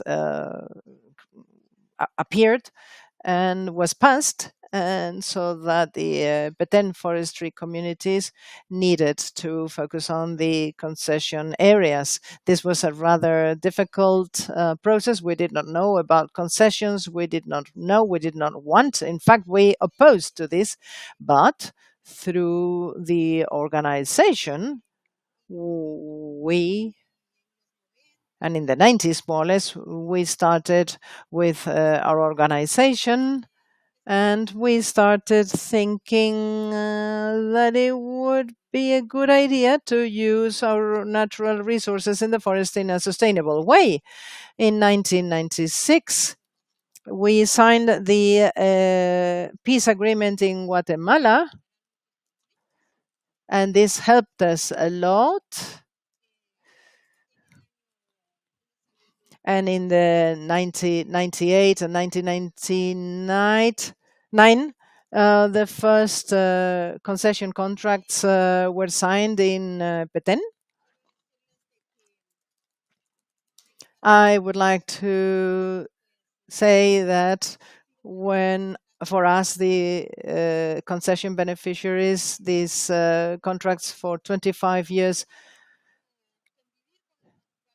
taught us how to coexist with nature and how to make a sustainable use of our forests, and much more, much beyond that, through the whole extraction of the timber process and the non-timber resources, because we got economic benefits and we contributed economically to our families, our livelihoods, our organizations, our department, our dear Petén department, and our beloved children, because these education and health for our children, these are very important access for us. But please tell me, how is this type of work? How did you come to this point? How the organization was created so as to receive these benefits and this consolidation? How did you manage to do it? Through the signature of the concession contracts. I belong to a forestry concession In Washington, my community, we protect 83,558 forest hectares. And thanks to this, we started to gain capacity building thanks to ACOFOB and international cooperation that has helped us. We learned how to sustainably manage our forests, how to extract the timber and non-timber products, because we in Petén, the concession beneficiaries, we have 95% of our forestry area, and we have always been more or less sustainable. But now we manage our forests with social justice through the sustainable handling of our products and trading of our products. The Shate palm leaf or the Ramon seed for making different types of flowers, the pepper seed, the latex of the Chico Zapote tree, community tourism, among others. And this means that it was a great process and we managed to do it, and we are benefiting ourselves from this process. Our concession contract finishes this year, but in 2021, thanks to advocacy, we managed to have our extensions for 25 more years, and we managed to have three new forestry concessions, new areas that are going to be handled under, sustainably, right? Thank you very much. Rodrigo, is this the right moment to talk about the great use, the problem we have concerning the use of land in the Amazon and what we lose, and thinking about organized crime concerning livestock? I wish to mention this as if, it's not uniquely uh, uh, an illegal topic. Might there be the possibility of these concessions? These civil societies exist already concerning conservation. What is the case concerning land use to avoid these conflicts? Of course, concerning opportunities, let me talk about what you were saying concerning the other element. I emphasized much concerning rights. Without rights, and without removing those populations in those territories which are uneven, it's impossible. But unfortunately, conflicts evolve. And what do we have at present concerning the Amazon region, but also for other territories in the Pacific, for example, in the northeastern part of Colombia as well? Well, at present, we have an evolution of conflicts where, let me say the following: there's much international fever concerning the consumption of commodities. They're swallowing up these small countries. I'm going to say it with such words concerning the consumption of coke in Europe and the United States, in parts of Asia, plus the indiscriminate consumption of gold without traceability. They're doing away with these territories in the tropical countries and mainly in the Amazon basin region. There's absolutely no possibility to have a legal economy that might, or at least, I don't know, combating, but at least to be able to compete with that model. That model is swallowing up the regional democracies here, number one. Number two, because this is not merely a matter of drug traffickers and miners. No, it's something more elaborate. The system has become another element concerning trade pressure, which are land.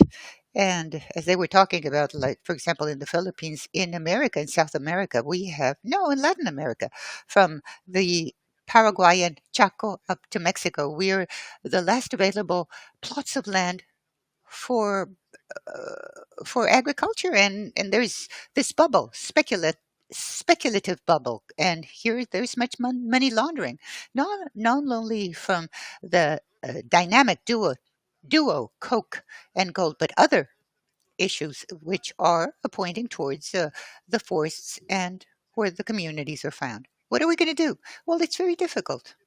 And let me talk about this.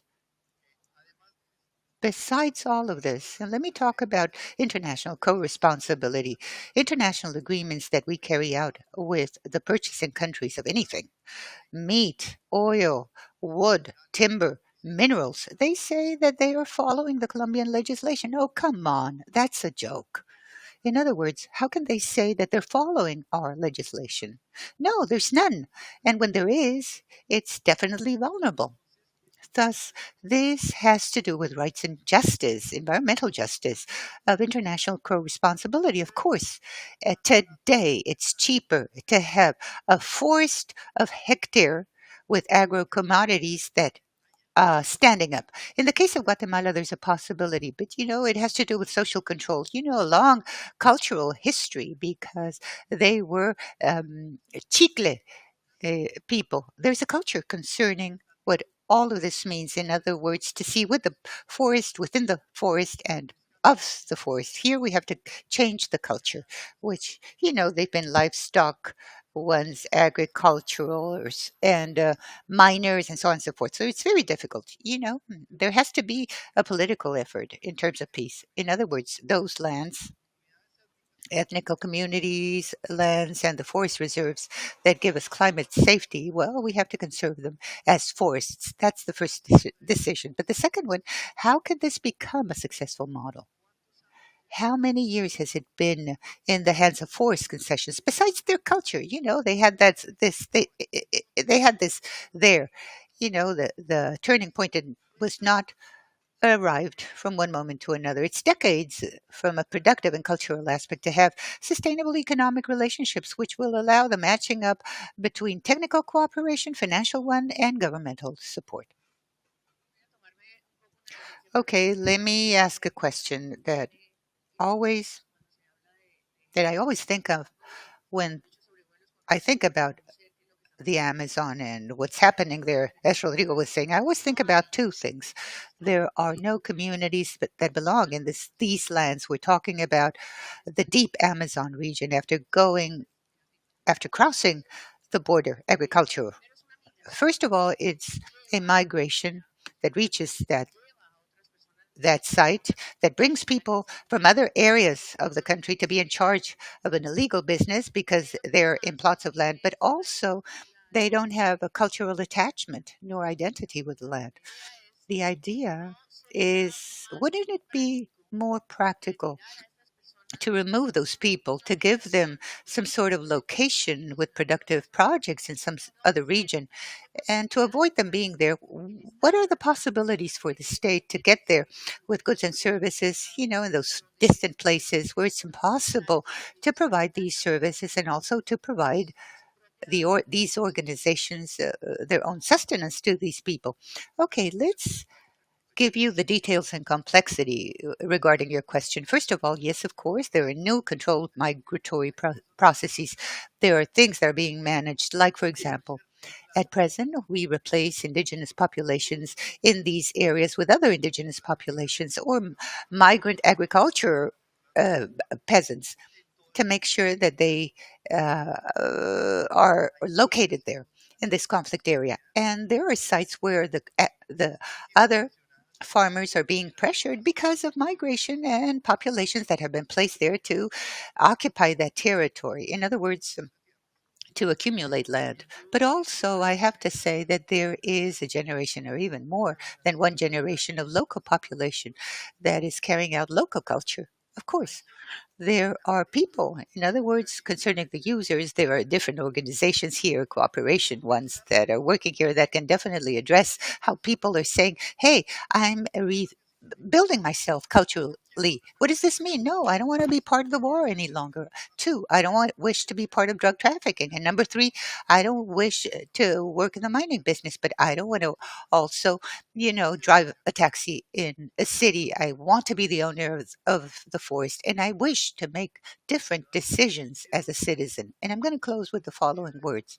As a matter of fact, within the armed groups that are sitting at the dialogue tables, there are still successful experiences of relocating within the territory to allow protection of certain areas, but also rights for them. And it's curious, it wasn't the Colombian government, but it was the same groups that were saying, hey, what you're saying, well, let's keep in mind that the populations in certain cases are located in regions which are war regions. They're there because it was a war, but not necessarily they were transiting towards peace. They might have sustainability there. They keep that door open, but it's one further element concerning this complexity.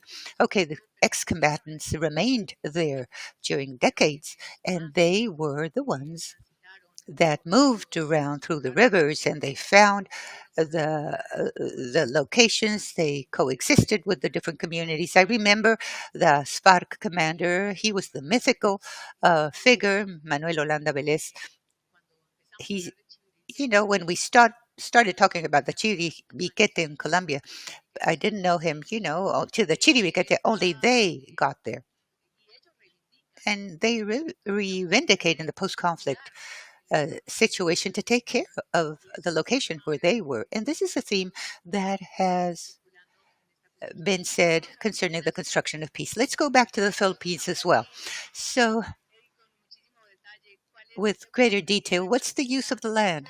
What is the way in finding a path so that in this peace process in the Philippines and the construction of peace, to be able to determine a positive pathway for this purpose?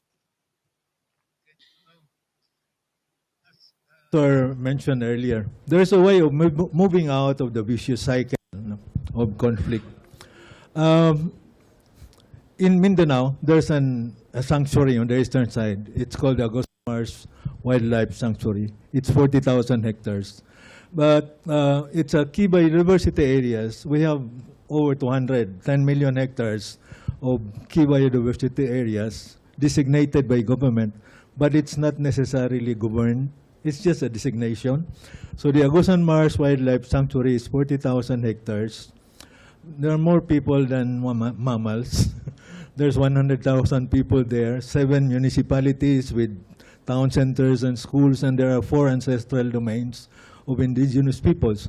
Now, what people showed us in that area is in one of those lakes, there are 28 lakes in the wetland. One of those lakes is called Lake Kilubidan. It's 300 hectares. Now, the deficit of national land policy is that one government agency in charge of agricultural land issued land titles to 1/2 of the lake. It's water, but it has a land title. No? Now, there are people living in the lake, 43 families, who don't even know who the owners of the land. So for them, the best way for their survival is to look at the lake, not rely and not wait for government to tell them to get out of the lake, but to institute rules in their own domain. So they develop their own rules, 2 sets of rules. One is boundary rules, determining who are the primary users, secondary users, and seasonal users from other communities. And then second, the symbiosis of boundary rules with authority rules with regards frequency, schedule of harvest. So the rule is that one family, one fisher a day up to 10 kilos. But if you have an emergency, you can harvest up to 20 kilograms if you prove that you need because somebody is sick or somebody died. No? Now these rules are being maintained in a way that they have moved away from the viciousness of individual incentives, that this lake is mine, this part of the lake is mine, moving up to a collective interest, the collective agenda. And this is the way you transform conflicts, especially land-related conflicts.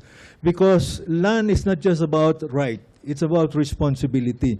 And responsibility just have to go up higher than your heart and your stomach. You have to look at our planet, no? And it's our survival. And that's the only way we can transform the way we deal with ourselves. And as you said, we go back to nature because we cannot punish nature because nature is stronger than ourselves. No? If it gets angry, we are finished. Thank you.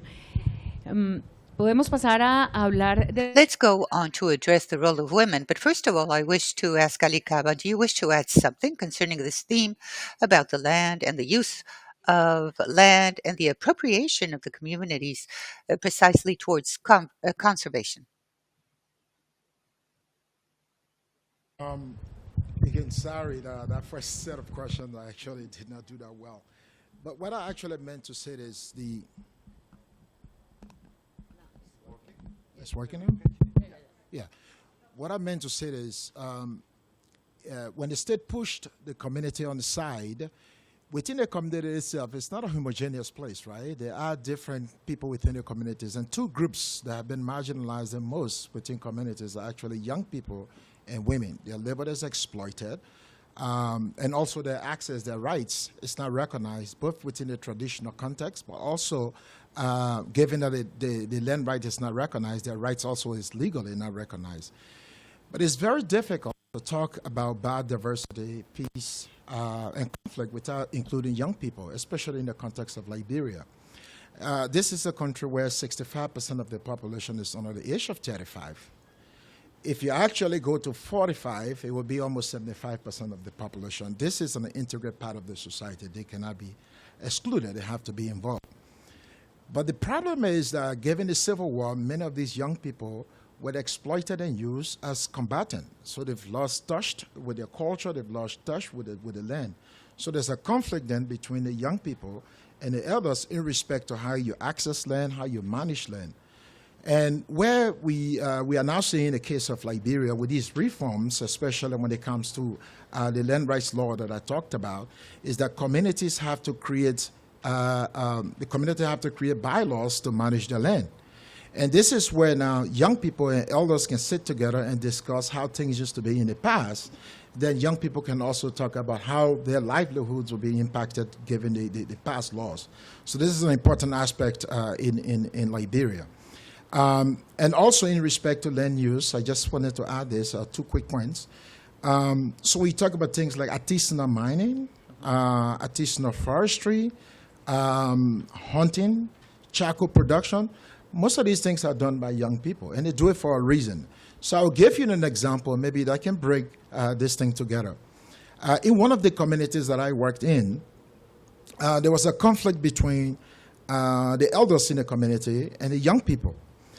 The elders complained that the young people were more involved in economic activities, so cash crop production, charcoal production, but not food production. And therefore, they were losing control over their communities because people were just interested in the commercial aspect of it. So the bylaws that the community was creating, the elders insisted that the focus should be on food production. The young people say, well, if it is on food production, we still have to send our children to school. You've lived your life, but we now have to live our life. We have to send our children to school. We have to seek health care. We have to buy clothes. And interestingly, to bridge this gap with the women came in and said, you know what, obviously the women have interest both in the culture as it exists, but also have interest because they're either married to the young men or the young men are their children. So the women came in and they presented a proposal that they could divide the time between doing cash crop a certain season of the year and also producing fruit crop a certain part of the land. This goes to say that the aspect of biodiversity protection cannot be done in exclusion of young people, but also it's a holistic process, right? So this is when you say young people, they are potential elders, and the elders were once young people. So it's a holistic process, and again, just to add that it is the relationship between young people, elders, and women that can create these collaborative efforts in respect to biodiversity management in Liberia.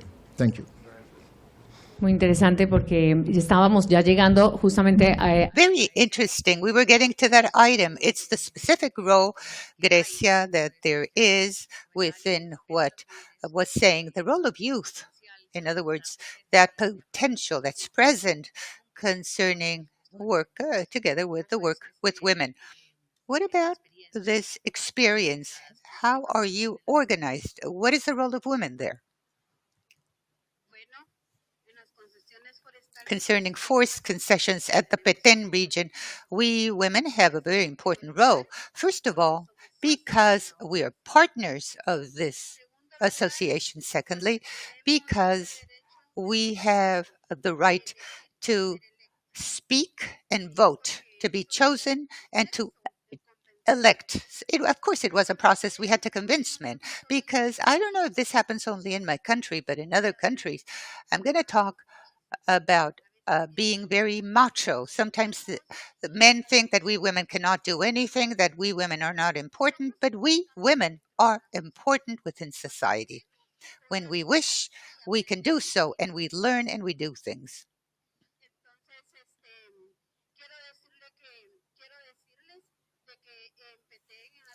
In the Petén region, I'm not only the single leader.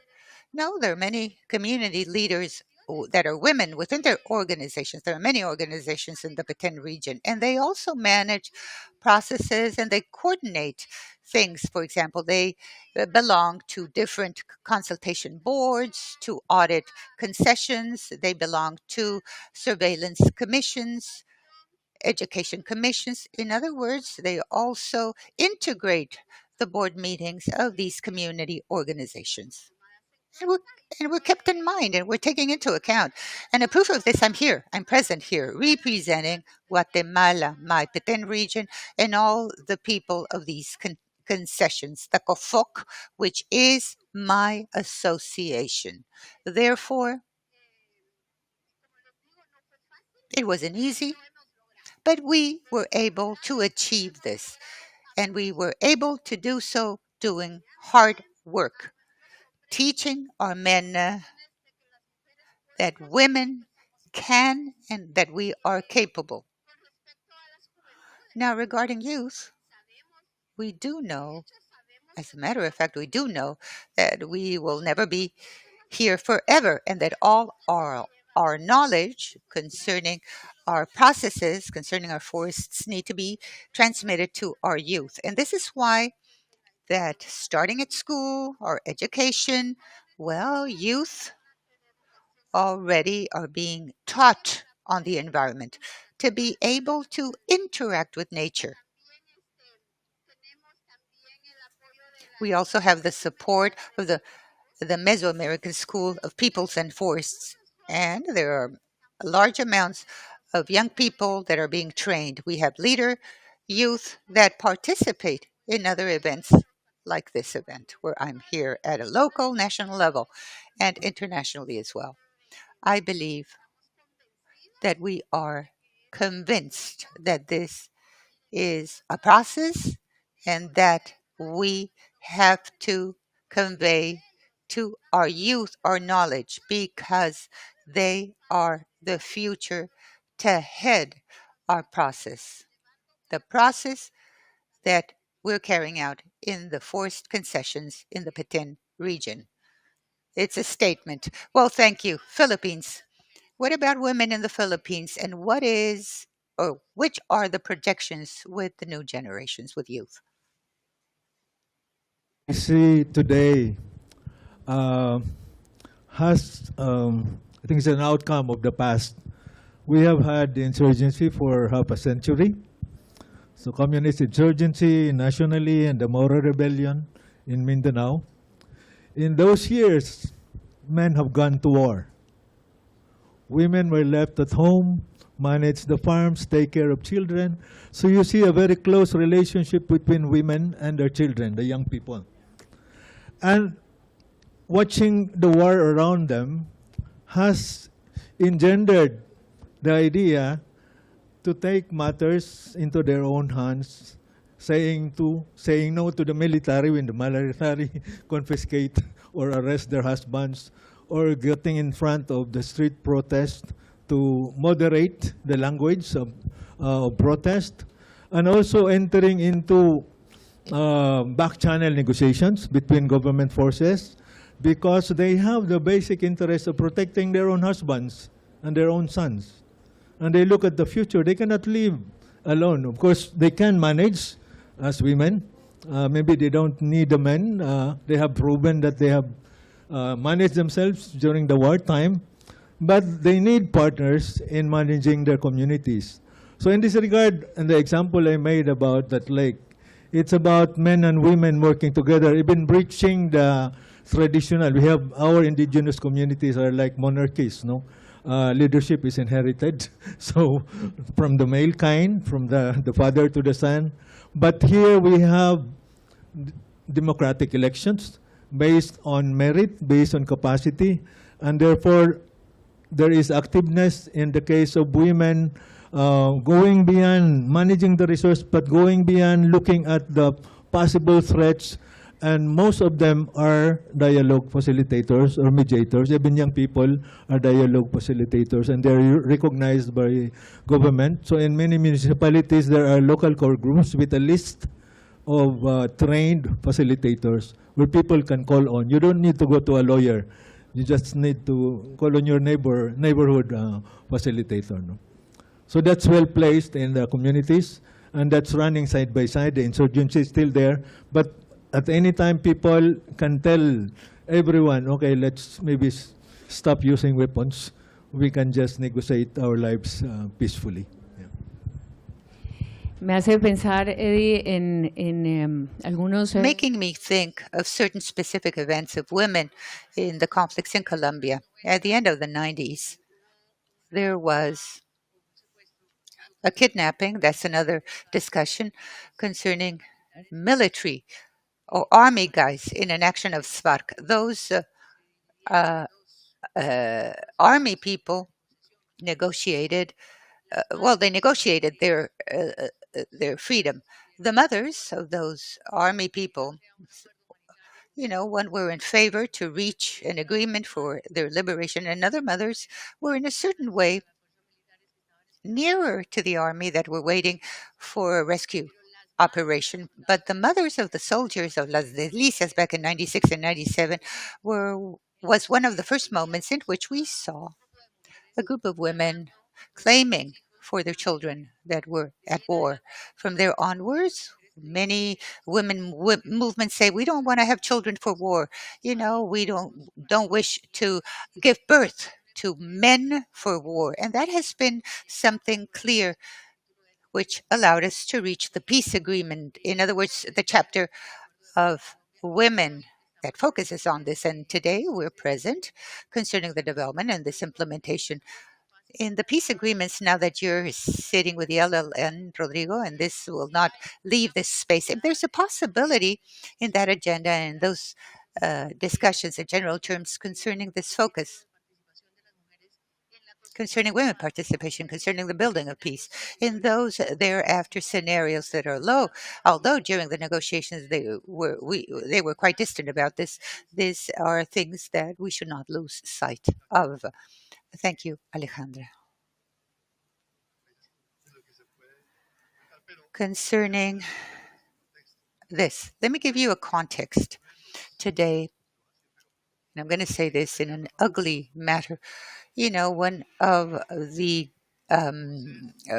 gifts of war are youth. What is happening in one of the conflict areas, not only with the LLN, but with the different groups as well? The booties, the spoils. We do not have rural areas where we see youth because their families wish to protect them. We wish to protect their youth. There's a migratory process. They escape, in other words. And this on the one hand side. And on the other, when we see the economic crises and conflicts, we're seeing broad areas in the rural area and conflict area where there's no baton release. And they're definitely vulnerable concerning this dynamic, concerning conflict. Hay claridad de que si no se involucra de manera... What I can say is that if those new generation groups are not included, let's say immediately, other ways of conflict and illegal economies are going to take advantage of this.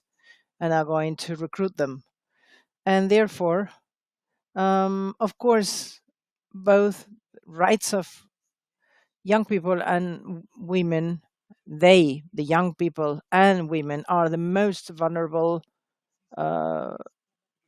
sectors, and therefore we need to, or populations, and therefore we need to prioritize sectors. And this is one of the good things about this negotiation and policy model is early action. And today, this plan has a priority on women and young people, and it can be implemented right now. I don't know if the audience knows this, but in Colombia we have so many problems with the land certification or titles, that the armed people do it faster than us with the cadastre. And one of the most direct ways to recover or recuperate populations, and specifically women, is the land rights for women. And we need to be very creative, because we, in this meeting, we have a historical struggle in order to get anything recognized in terms of land. And we need to be very imaginative and in our negotiation on how to prioritize rights for women and young people, that being or not in this territory, being in the territories, they should be the main axis, populational axis, for this change of into a peace process. Without this prioritization, the agreements would have a very unsustainable basis. Okay, we are going to give the floor to the audience right now, and by taking Rodrigo's words, we need to, in this implementation of the agreement by a sector in Colombia, we need to have this right competition, in the sense of those that are appointed clearly in the agreement, and those that are receiving well-deserved benefits, because when in the agreement the territorial peace was mentioned, well, it was already a very good thing for this, but we need to see how society is going to implement everything. And then there is a lack of capacity by the state in terms of recruiting young people, the armed groups that go and look for the young people. And we have many young people that go back to armed groups. And for example, according to statistics, we were having 2,000, now we have 5,000. Where did we get these 3,000 difference from? Well, from armed conflicts. There are thousands and thousands and thousands of young people that have been feeding this conflict in generations and generations of young people over many years.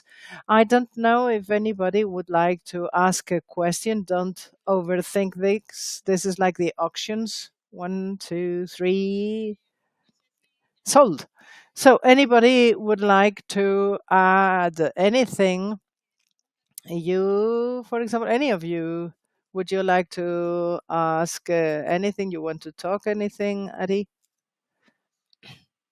I would say,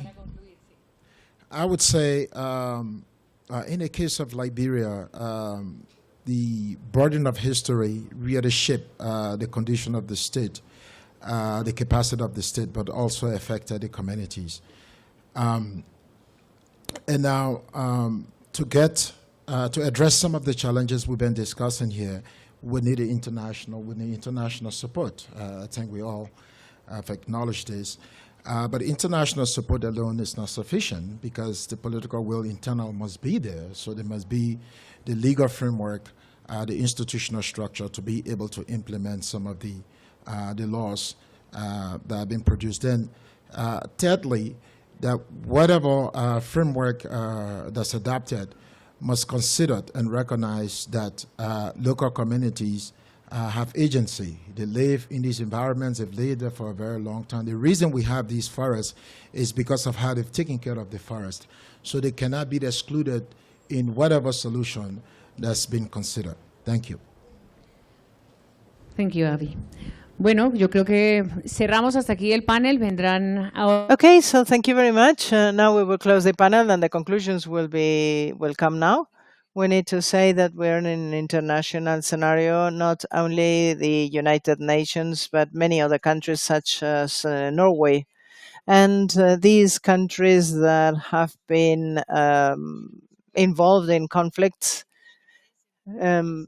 thank this faith and this enthusiasm that is still alive in the international community. And the UN Verification Commission has been key to this agreement, because this is a very important roadmap for this country, so that the future agreements that will complement some way that sometime in life, I hope we will see this country in peace. Well, thank you very much. And thank you for your participation to all of you. Thank you. Thank you very much, Maria Alejandra. We are going to continue with the conclusions by Alessandro Preti of the Verification Mission and Ms. Susan Gardner, who is the Director of the Ecosystems Division of the PNUMA. Could you please come to the fore to address your words? The UNEP, the PNUMA, yes. The UNEP, sorry, in English. Apologies.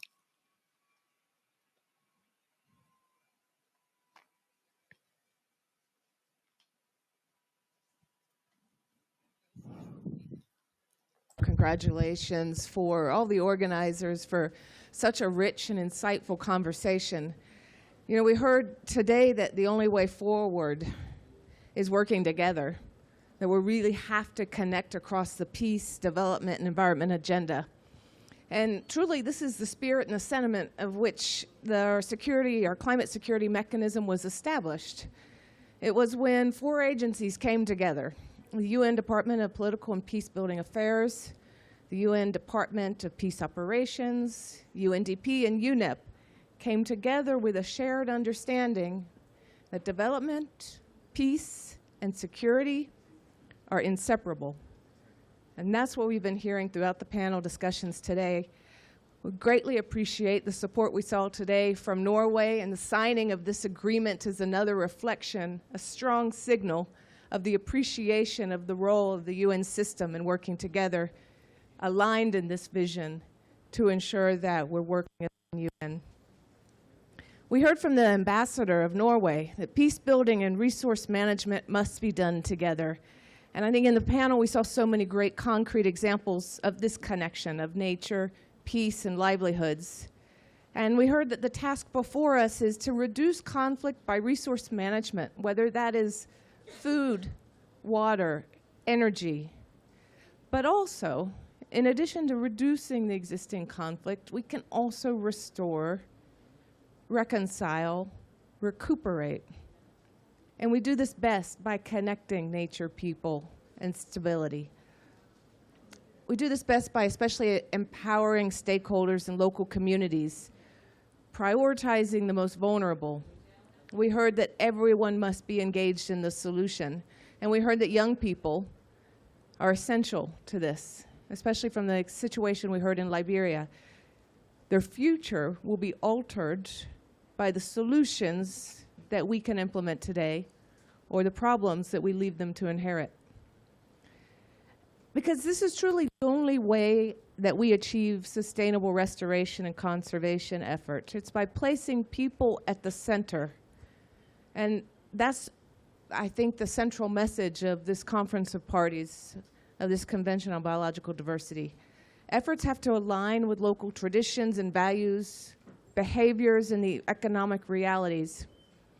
If our actions fail to address the immediate concrete needs of communities, then it's not sustained, it won't last. If people, including the most vulnerable and marginalized, don't experience the benefits, why would they support it? So we can't separate human well-being from ecosystem health. That's the message of this COP here. Indigenous peoples and their traditional wisdom are essential to efforts in biodiversity conservation and land management, as they have long been successful stewards of some of the world's most biodiverse ecosystems. And their leadership and knowledge must be respected and integrated in all of the decision-making processes. This we heard loud and clear. We heard the story from the Philippines, where it was understood that land is about rights and responsibilities. And we must harness the leadership and knowledge of women as the leaders, particularly women peace builders and human rights defenders who often represent communities most affected by environmental degradation. You made that case so well and so passionately. But we also heard that overall, it's not all about doom and loss. Restoration and conservation can stabilize communities and foster peace. It can create new economic opportunities. We know that nature-based solutions can generate an additional 20 million new jobs, good jobs, worldwide, improving livelihoods, improving people's prospects. And nature-based solutions are appropriate and real in fragile and conflict-affected settings. They've helped reduce the risk of violent conflict. We've seen and we heard they've built more stable, resilient communities and societies. So in closing what I heard from this session, this really insightful session, consistent with the themes of this COP16, a war on nature is a war on people and peace, and we have to recognize that sustainable development is only possible with nature.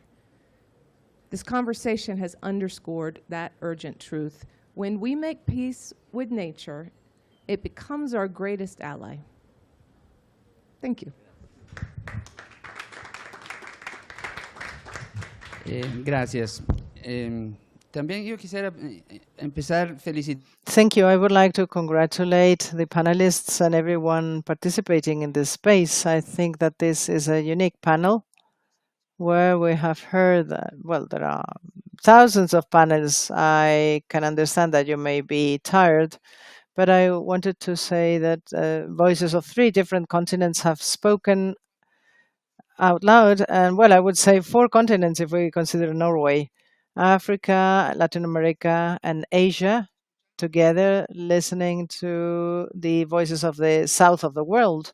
And I hope that these voices will not only be heard here, but in the COP, in the general COP, with more controversial topics such as funding, among others.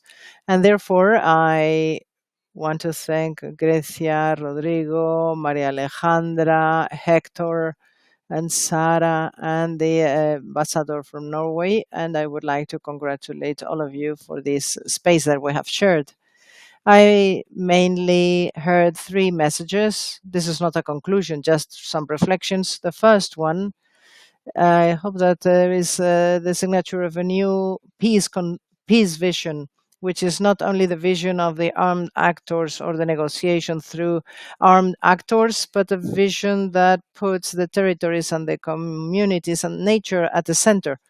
But nature not as only as the victim of the conflict, but as part of the solution. This is why the nature-based solutions are mentioned. And I would like to thank Roberto Vidal for his words on this restorative justice and environmental justice. The 4 countries that have been speaking, Liberia, Guatemala, Liberia, and the Philippines, have had very important conflicts, but also signed peace agreements where the environment is at the center of these agreements. The other message I want to convey is that there might be a complementarity message between the land use and the peace construction. We heard about the Amazon, but other parts of the world, complementarity instead of conflicts between this integral rural reform and the defense of the environment. we ratify this, and in our vision we saw how peasants, ex-fighters or ethnic groups transform and become defenders and champions and guardians of the environment. We've heard 4 very specific examples. In Colombia, we heard how the forestry development nuclei or groups that are in the peace process or a peace agreement can be models, as well as the community liberalism network in the Amazon that we will present later. Also, the sustainable handling measures by Petén and the Mindanao Forest Reserve with the 405,000 hectares, and the role played by women, which was so interesting between the focus of young people and elderly. And the third message is that we need to learn how to listen to the civil society. And all of you are civil society. We're in the South, yes, but we were listening to the civil society. And according to the UN Charter, in the preamble, it says, we, the peoples of the UN, not the governments of the UN. We need to listen to the civil society, but very particularly, or especially peasants, women, among others. And I think there will be a launch by the UICN, and the role played by civil society in this big citizen mobilization to change the way we live and protect the planet is one of the key messages. As it has been said, the mountains cannot speak, the rivers cannot speak either, but let's listen to the communities that defend the territories. In this sense, I would like to underline what the General Secretary said. Peace with nature is the definitive and most important task of the 21st century. Thank you very much. Thank you very much, Alejandro and Susan. We would like to invite our panelists and you to take a group picture of this important space. All of you, please. Sarah, too. Thank you. And with this, we conclude this space.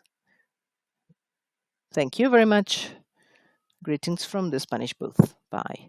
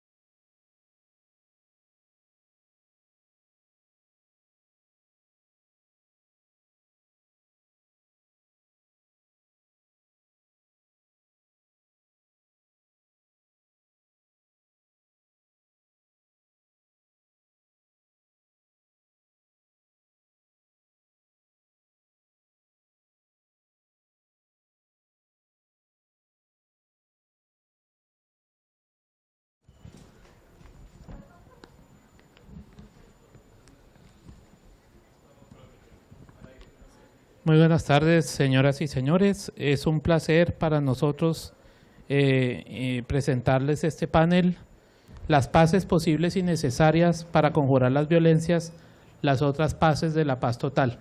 Saludamos a toda la audiencia que se encuentra vía streaming y a los que se encuentran acá presentes en la zona azul de la COP16.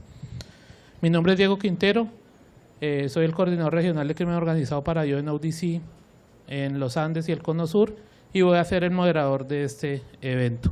Un saludo a nuestros panelistas, al doctor Álvaro Jiménez Millán, quien es asesor del consejero comisionado de paz, Oti Patiño. Álvaro es el coordinador de los representantes del Gobierno Nacional designado por el Presidente de la República en el espacio de conversación sociojurídico con las autodefensas gaitanistas de Colombia, AGC, Clan del Golfo. Álvaro es politólogo, analista del conflicto armado y de los procesos de negociación en Colombia. Fue coordinador de la campaña colombiana contra minas y fue miembro de la mesa de gobierno de la campaña internacional para la prohibición de las minas antipersona. Es miembro fundador de la Red de Seguridad Humana para América Latina y el Caribe, un grupo de trabajo sobre seguridad humana en Latinoamérica y el Caribe. Álvaro fue vocero del movimiento M19 en las negociaciones de paz entre esta guerrilla y el gobierno del presidente Belisario Betancur en 1984. También es fundador de Crudo Transparente, entidad que da seguimiento al impacto social y político de la industria del petróleo en Colombia y cofundador del Centro de Análisis de Riesgo Político Colombia, Risk Analysis. También nos acompaña Óscar Mauricio Silva Osorio. Óscar es asesor del consejero comisionado de paz Oti Patiño, designado por el Presidente de la República en el espacio de conversación sociojurídico entre el Gobierno Nacional y las autodefensas conquistadoras de la Sierra Nevada. Óscar es analista e investigador experto en temas políticos, culturales, sociales y de conflicto y violencia. Y por último nos acompaña Isabel Cristina Zuleta.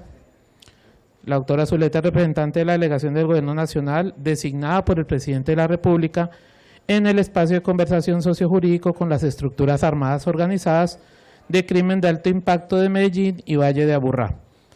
Isabel Cristina es ambientalista, activista y defensora de los derechos humanos y ambientales de las comunidades. Es senadora de la República de Colombia por la coalición Pacto Histórico, miembro de la Comisión Quinta Constitucional Permanente del Senado. Estudió Sociología e Historia en la Universidad de Antioquia. Es la directora del movimiento Ríos Vivos y pertenece a la Asociación de Mujeres en Defensa por el Agua y la Vida. En 2020 fue aceptada como becaria en el Fellowship de Resiliencia de la Iniciativa Global en contra del Crimen Organizado para la construcción de una plataforma de colaboración intersectorial, global e interdisciplinaria para contrarrestar los efectos del crimen organizado.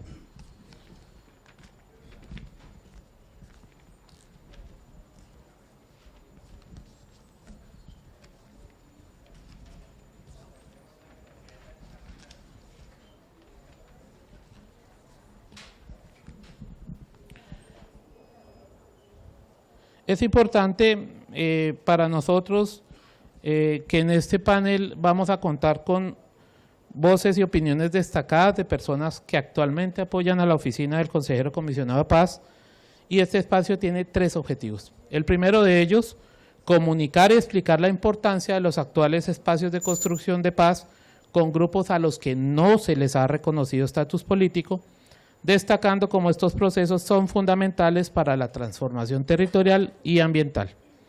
Segundo, poner en contexto los retos específicos que enfrentan estos procesos, tales como la construcción de confianza entre el gobierno y los actores armados, la implementación de proyectos de desarrollo territorial inclusivo y la incorporación de demandas sociales y ambientales en las conversaciones. Actualmente, el Gobierno de Colombia lidera 5 espacios de conversación sociojurídica con grupos que no tienen reconocimiento político o grupos no rebeldes, denominados según la Ley 2272 de 2022, estructuras armadas organizadas de crimen de alto impacto. Estos 5 espacios se adelantan con las siguientes estructuras: Autodefensas Gaitanistas de Colombia o Clan del Golfo, Autodefensas Conquistadoras de la Sierra Nevada de Santa Marta, Estructuras Armadas Organizadas de Crimen de Alto Impacto de Medellín y el Valle de Aburrá, Estructuras Armadas Organizadas de Alto Impacto de Buenaventura y Estructuras Armadas Organizadas de Alto Impacto de Quibdó. Estos espacios de conversación cuentan con representantes del Gobierno Nacional y voceros de las estructuras. En este sentido, quiero expresar mi más sincero agradecimiento a nuestros 3 panelistas que hacen parte de las representaciones del Gobierno en 3 de estos 5 espacios.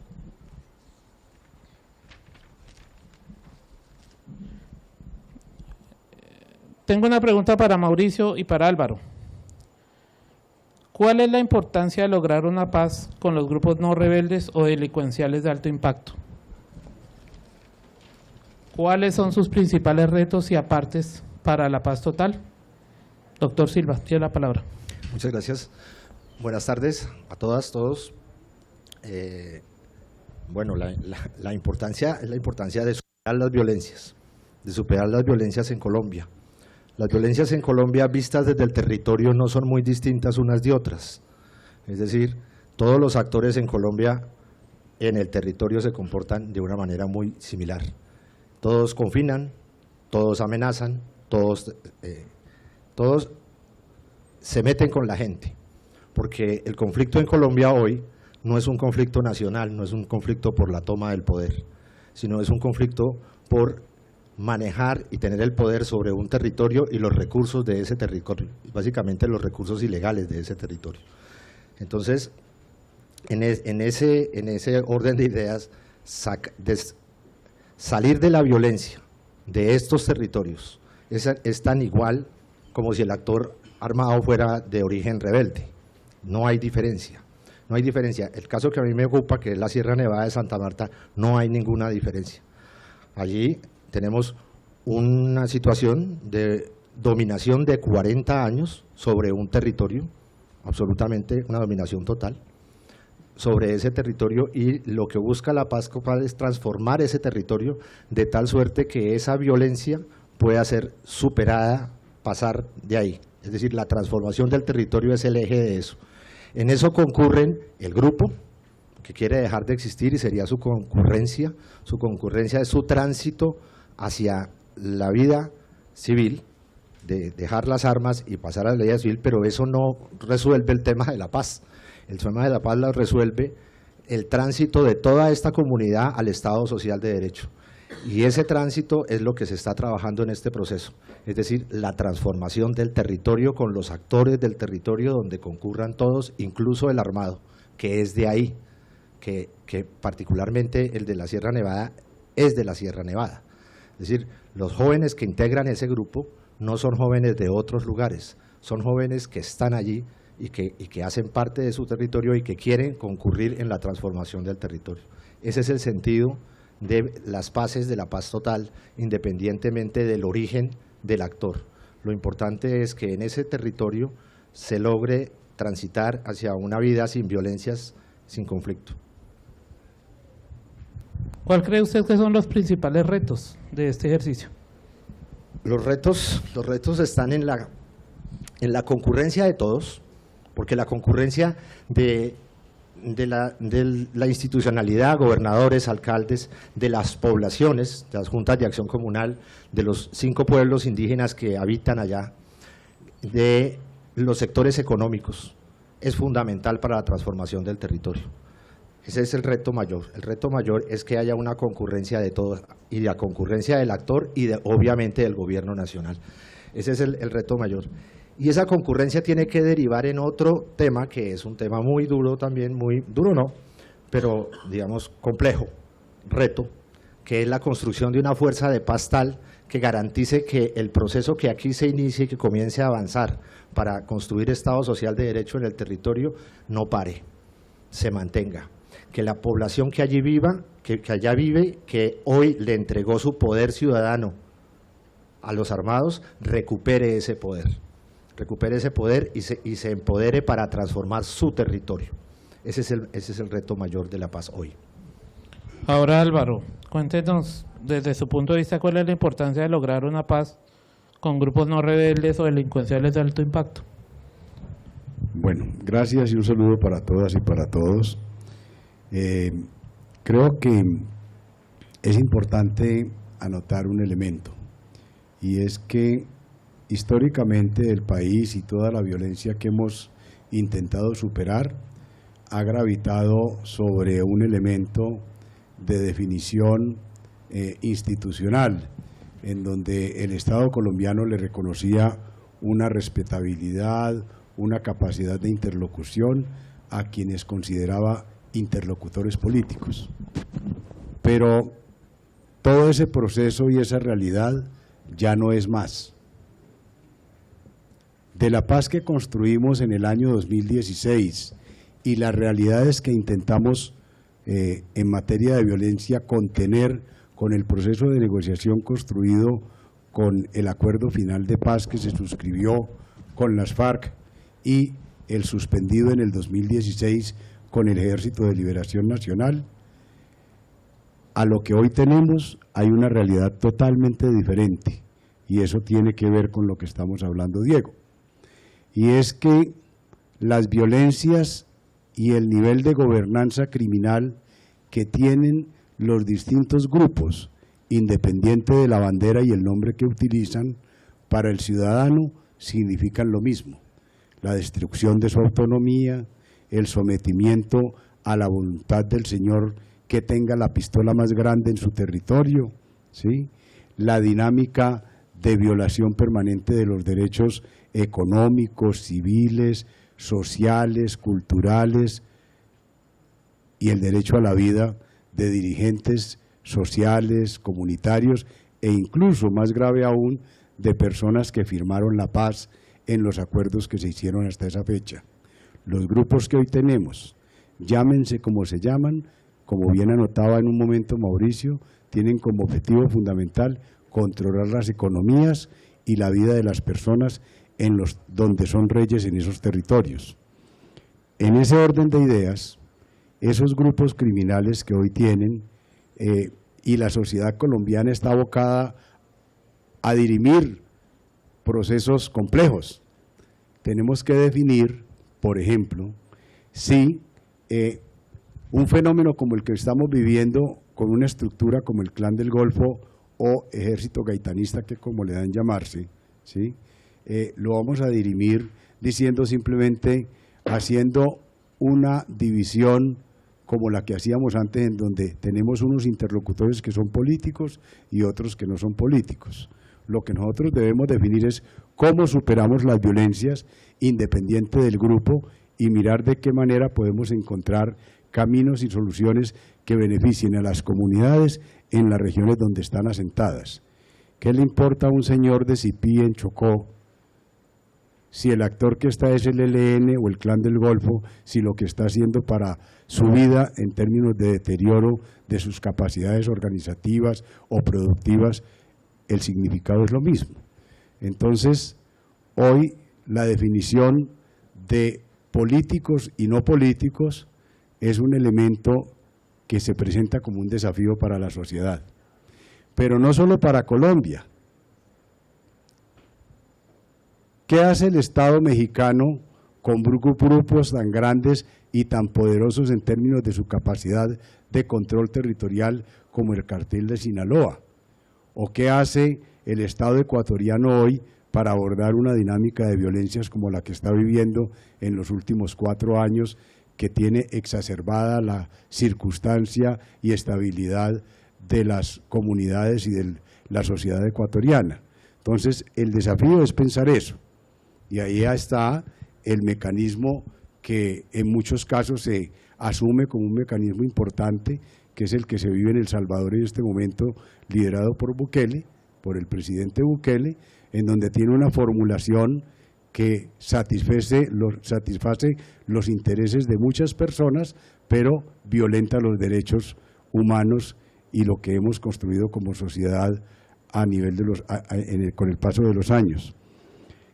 Entonces, el tipo de violencia y gobernanza criminal que está enfrentando la sociedad hoy requiere de una observación mucho más detenida de cuáles son las características de las violencias en los territorios y encontrar, en el marco de la ley, respetando la normatividad constitucional que tenemos, ¿sí?, encontrar caminos de solución que busquen disminuir las violencias, que busquen el tránsito de esos grupos armados a una condición de Estado de Derecho y de vida en un Estado de Derecho. Y un tercer elemento que para nosotros es muy significativo y que tiene que ver con la capacidad de transformar las economías ilegales, porque son las economías ilegales del narcotráfico, la de la explotación de los yacimientos mineros, la de la captura de las rentas estatales, la que permite y fortalece esos órdenes criminales, esos estados primitivos que podríamos denominar que existen en grandes zonas del país, en el Guaviare, en zonas del Chocó, del Caquetá, ¿sí?, en el Pacífico colombiano. Por tanto, lo que nosotros observamos es que este primer paso que ha dado el gobierno de decidir que vamos a conversar con esos sectores, que vamos a abrir espacios de conversaciones que permitan entender cómo de manera conjunta entre la sociedad que viven en el marco de la institucionalidad y con las dinámicas de ilegalidad y las comunidades que están en esos territorios, podemos transformar esa realidad y construir un Estado social de derecho. Yo diría que los desafíos son de ese orden, enormes, y plantearía dos aspectos finales. El primero, uno que tiene que ver con la justicia, y aprovecho para saludar al doctor Juan Carlos Arias, director del área de justicia transicional de la Fiscalía, que nos acompaña en esta conversación, porque quiero destacar que el rol de los instrumentos de justicia dentro de estas regiones son fundamentales si queremos estabilizar paz. Y en igual sentido, si queremos desarrollar y profundizar un instrumento social de derecho como Estado en esas regiones, requerimos adoptar una nueva visión sobre la seguridad que incorpore los elementos de justicia y seguridad, pero que incorpore también la comprensión de las dinámicas de las poblaciones en esas comunidades. Bueno, muchas gracias. Muchas gracias a nuestros panelistas por el contexto que nos han dado. Ahora quisiera hacerle una pregunta a todos para los próximos 30 minutos y que podamos debatir en este espacio. Quisiera que comenzara la senadora Isabel Zuleta. ¿Cuál es el rol de un grupo no rebelde y las comunidades locales en la construcción de paz y en el desarrollo de las transformaciones territoriales? Por favor, cuéntenme, relacionado con el espacio en el que ustedes participan, ¿cuál es ese rol de los grupos y de las poblaciones en la transformación territorial? Bueno, buenas tardes. Me tocó la más fácil. No, me tocaba el contexto también. Me disculpo, estoy un poquito disfónica. Entrar y salir al frío y al calor, se me está yendo la voz. Yo creo que desde lo que estamos haciendo en Medellín, que no es nuevo, Medellín tiene una historia de procesos larga, difícil, a veces con aciertos, con desaciertos. Creo que el rol que han tenido las estructuras del crimen organizado de alto impacto ha sido determinante en la vida cotidiana de las ciudades. Y eso antes queremos superarlo, queremos que nos sigan incidiendo en la vida cotidiana, liberar la cotidianidad de esa fuerza que se impone.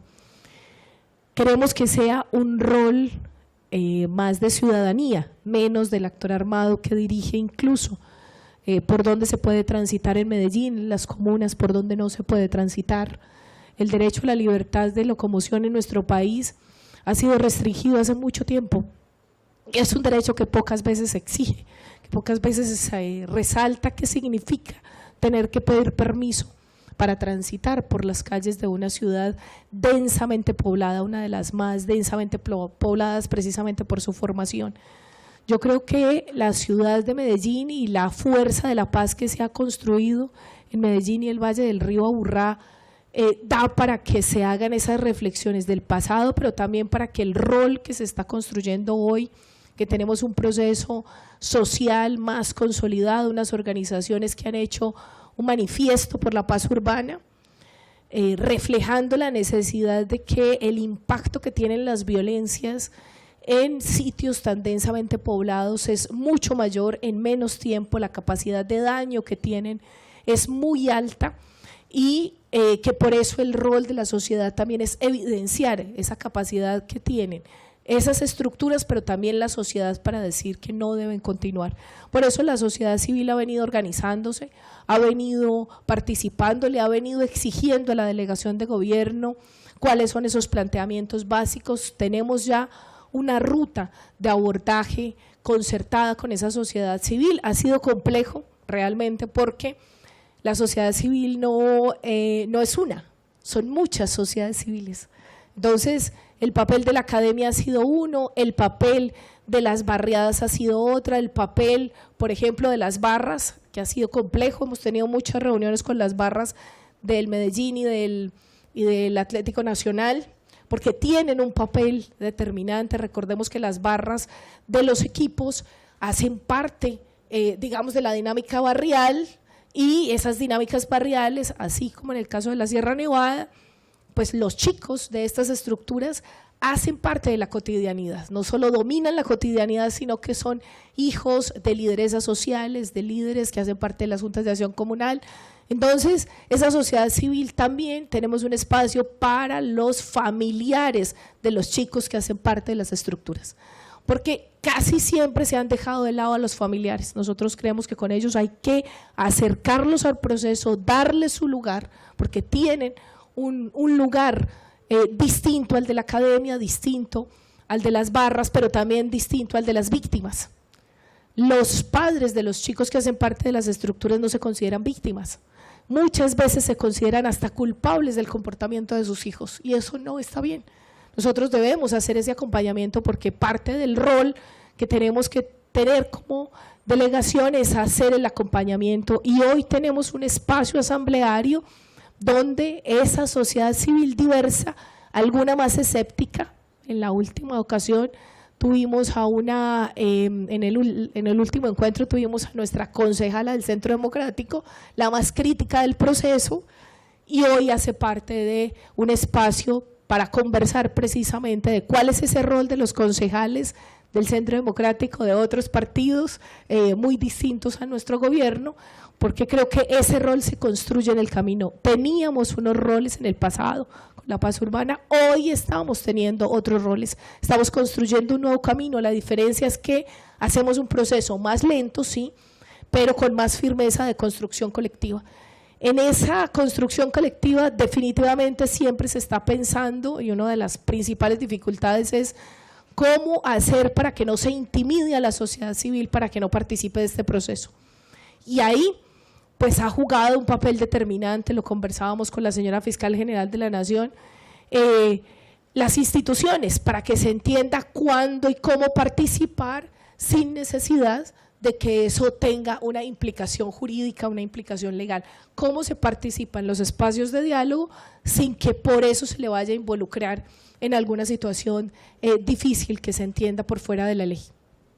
Bueno, senadora, usted tocó el tema de las familias, el tema de los espacios de participación política formales con los concejales, y tocó también el tema de las barras y de la vida del barrio. En su opinión, ¿cuál es esa potencialidad que tienen esos territorios en el espacio de diálogo de Medellín y del Valle de Aburrá? ¿Cuáles son las potencialidades sociales que encontramos? Bueno, son inmensas, al punto de que hoy nosotros hemos llegado a acuerdos sencillos pero cumplibles con las estructuras.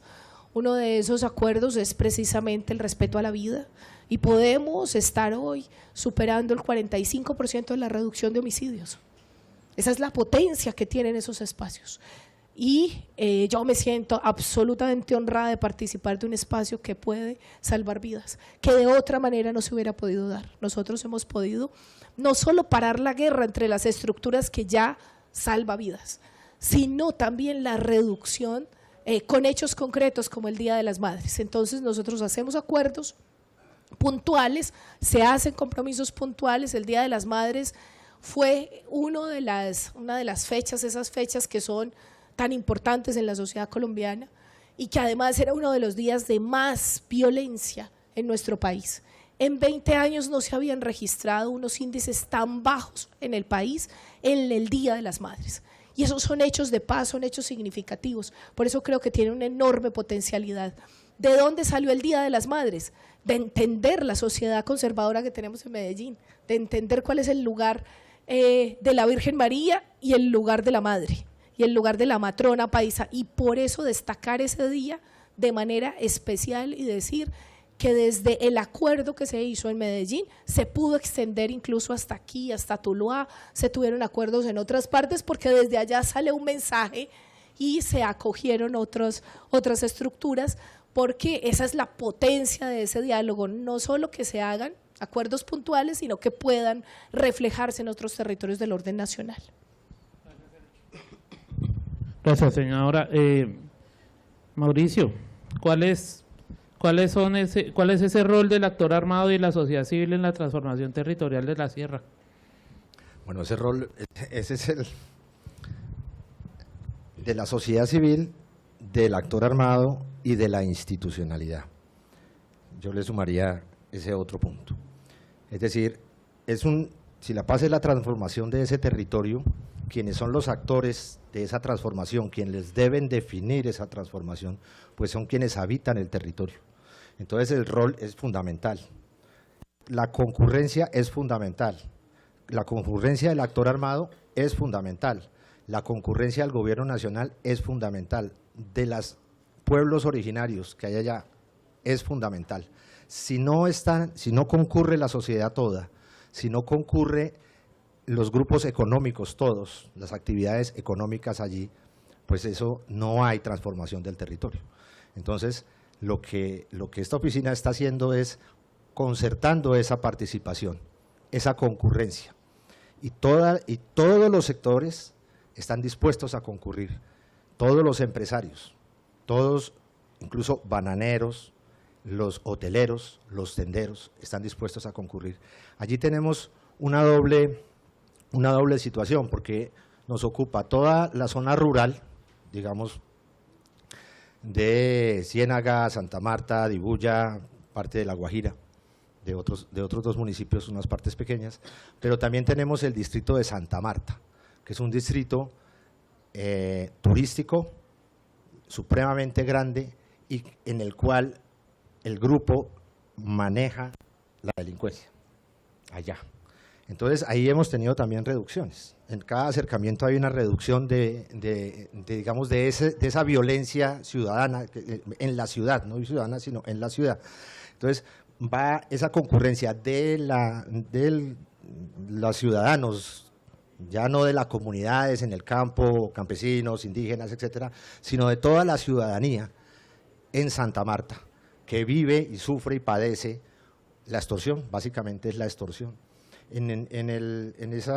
Hoy en la violencia en Colombia la extorsión es, digamos, la enfermedad más grande, que más crece, que más se acelera.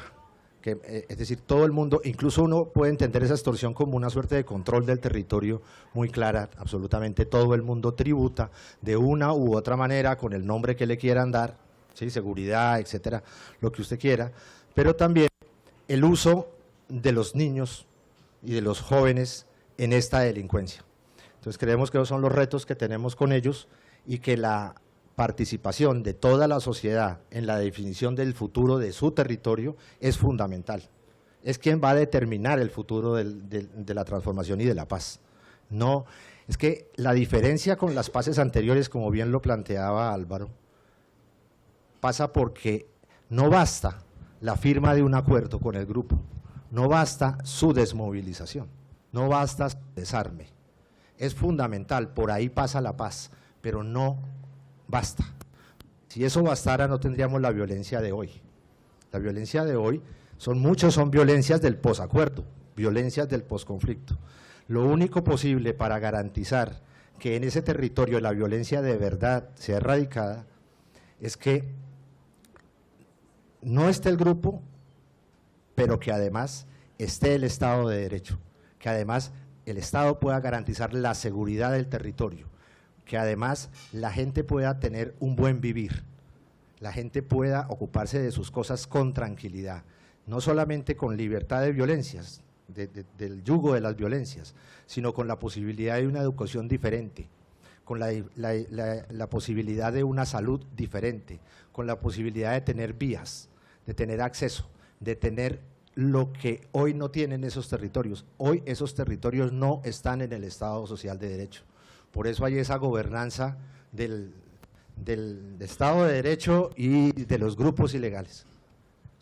Gobiernan, son dueños y tienen razón de hacerlo, es decir, en el sentido de que son 40 años, para el caso de la Sierra, son 40 años de dominación. No creo que haya una sola junta de acción comunal sin contaminarse. ¿Y cómo puede uno vivir en una junta de acción comunal sin contaminarse cuando el ejercicio diario durante 40 años, es decir, heredado, es de un actor ilegal? Pues yo tengo que vivir y tengo que estar allí. Entonces la transformación y en lo que está concurriendo el actor es a que esa práctica no esté más y que la ciudadanía sea libre de emprender sus caminos y sus desarrollos, los que debe tener. Álvaro, ¿cuál es el papel de los actores armados y de las comunidades en la transformación territorial? Bueno, yo creo que aquí se han planteado cosas, digamos, significativas, pero yo quiero llamar la atención sobre un elemento, es decir, el Estado que tenemos es un Estado que se caracteriza en las zonas donde están los grupos armados, y esto no es nada novedoso para conocer en Colombia, son zonas en las que ese Estado no ha logrado desarrollarse. La Constitución del 91 no gobierna ya. Gobierna la Constitución del grupo armado y cambia dependiendo de la bandera que tenga. El segundo elemento es que el Estado colombiano, el de la Constitución del 91, ha incumplido repetidamente compromisos a las comunidades en esas y en otras de las zonas del territorio nacional. Y el incumplimiento es un elemento central de la desconfianza de esas comunidades, de esos liderazgos sobre la capacidad del Estado de satisfacer sus demandas. ¿Qué están haciendo los actores armados hoy? Están construyendo vías, están entregando ambulancias, están construyendo puentes, están desarrollando actividades comunitarias, construyendo colegios. Ahora bien, ¿están resolviendo los problemas de las comunidades? No, pero están haciendo eso. Y como no llega un actor institucional a desarrollar esa vía, a construir ese colegio, a llevar la lancha, ambulancia, pues el estado primitivo que ellos tienen satisface a esas comunidades. ¿Cómo logramos trasladar a esa sociedad, a esas comunidades y a ese grupo armado a una condición distinta? Es el desafío mayor que tenemos hoy. Este gobierno ha dicho, estamos listos, voy a usar el término que utilizó el presidente frente al Clan del Golfo, si ustedes quieren dejar de traquetear, en serio, vamos a avanzar en una negociación. ¿No les gustó? ¿No les pareció que era adecuado que les dijera? Pero expresaron su voluntad y su disposición a que se haga esa transformación. Nosotros podemos creer o no, pero lo que sí es nuestra obligación es avanzar en el desarrollo. En las etapas de construcción de confianza, por ejemplo, que empezaron en diciembre con el Clan del Golfo, uno podría decir qué resultados hemos obtenido hoy. Entonces voy a mencionar uno. El paro minero que se realizó en Colombia el año anterior fue el que llevó a la ruptura del cese al fuego que estaba establecido. Y entonces dijimos, cuando ustedes se incorporan a participar con su fuerza y con sus decisiones arbitrarias en un debate que tiene la sociedad colombiana y que tiene que dirimir con los instrumentos democráticos, como es el desarrollo de la industria minera artesanal y la normativa nacional y los intereses de otros actores, ese es un debate que la sociedad debe hacer con los mineros artesanales, pero no con el influjo del grupo armado. ¿Sí? Y ese debate llevó a que el grupo sacara un comunicado diciendo no vamos a respaldar el paro minero, pero está planteando el debate, ¿qué van a hacer con los mineros del Chocó? porque no es que el Clan del Golfo tenga 100 mineros metidos en una mina, es que las comunidades del Chocó, del Bajo Cauca, del nordeste antioqueño, llevan décadas viviendo del oro, en Zaragoza, en Nechí, en Caucasia, en Buenaventura, en Quibdó, en Andagoya, toda la vida eso ha sido de esa manera. Y este Estado le está planteando unos desafíos a ese grupo de personas que viven en esas regiones sometidas no al control y a la jurisdicción institucional del Estado, sino que viven bajo la lógica de un grupo armado. Le está diciendo, ojo con el mercurio, ojo con la maquinaria amarilla, ojo con las dinámicas laborales de los mineros, pero imponer esa dinámica moderna, ambientalista, biodiversa, exige que el Estado satisfaga intereses de las comunidades. Y ese debate es el que estamos planteando en el marco de la COP20, con otros nombres, con otros discursos. Pero cuando le decimos, abstráigase usted como actor armado de movilizar de forzar la movilización ciudadana contra las disposiciones mineras, entonces estamos avanzando. Y todavía no hemos hecho los acuerdos, pero ahí hay un avance. Como hay un avance cuando se dice que se reducen, cuando se reducen el número de asesinatos, ¿sí? Eso puede ser un esperpento. ¿Cómo así que yo acuerdo con un grupo armado que disminuya cuántas personas mata más o menos? Eso es nuevo en Colombia. Pablo Escobar reducía el número de muertos dependiendo del alcalde, porque así se volvió usted el mejor alcalde de Colombia. Y aquí en Cali, ¿sí? La policía, Miguel Rodríguez, ¿sí? Utilizaba los instrumentos de poder que tenía como cartel de Cali para controlar, como controlaron en Chicago en otra época en Estados Unidos, quienes vendían licor. Es decir, la criminalidad no es un fenómeno absolutamente extraordinario en la sociedad colombiana y particular, es un fenómeno que las sociedades debemos tratar.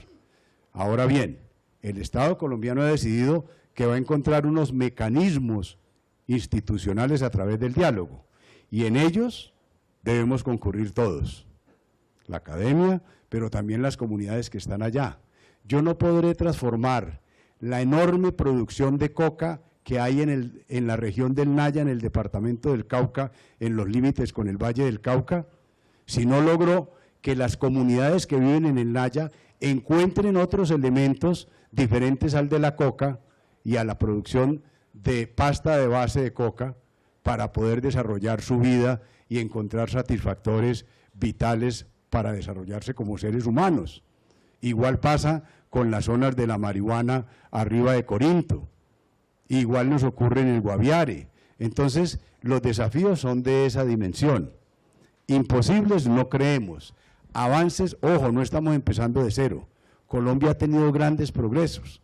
Y si uno mira a la luz, por ejemplo, de los acuerdos que se hicieron en el 2016, hay regiones donde hay campesinos que vivieron unas condiciones de guerra en el Tolima, en la zona de Planadas, que hoy están produciendo café de muy buena manera y con unos desarrollos importantes y significativos.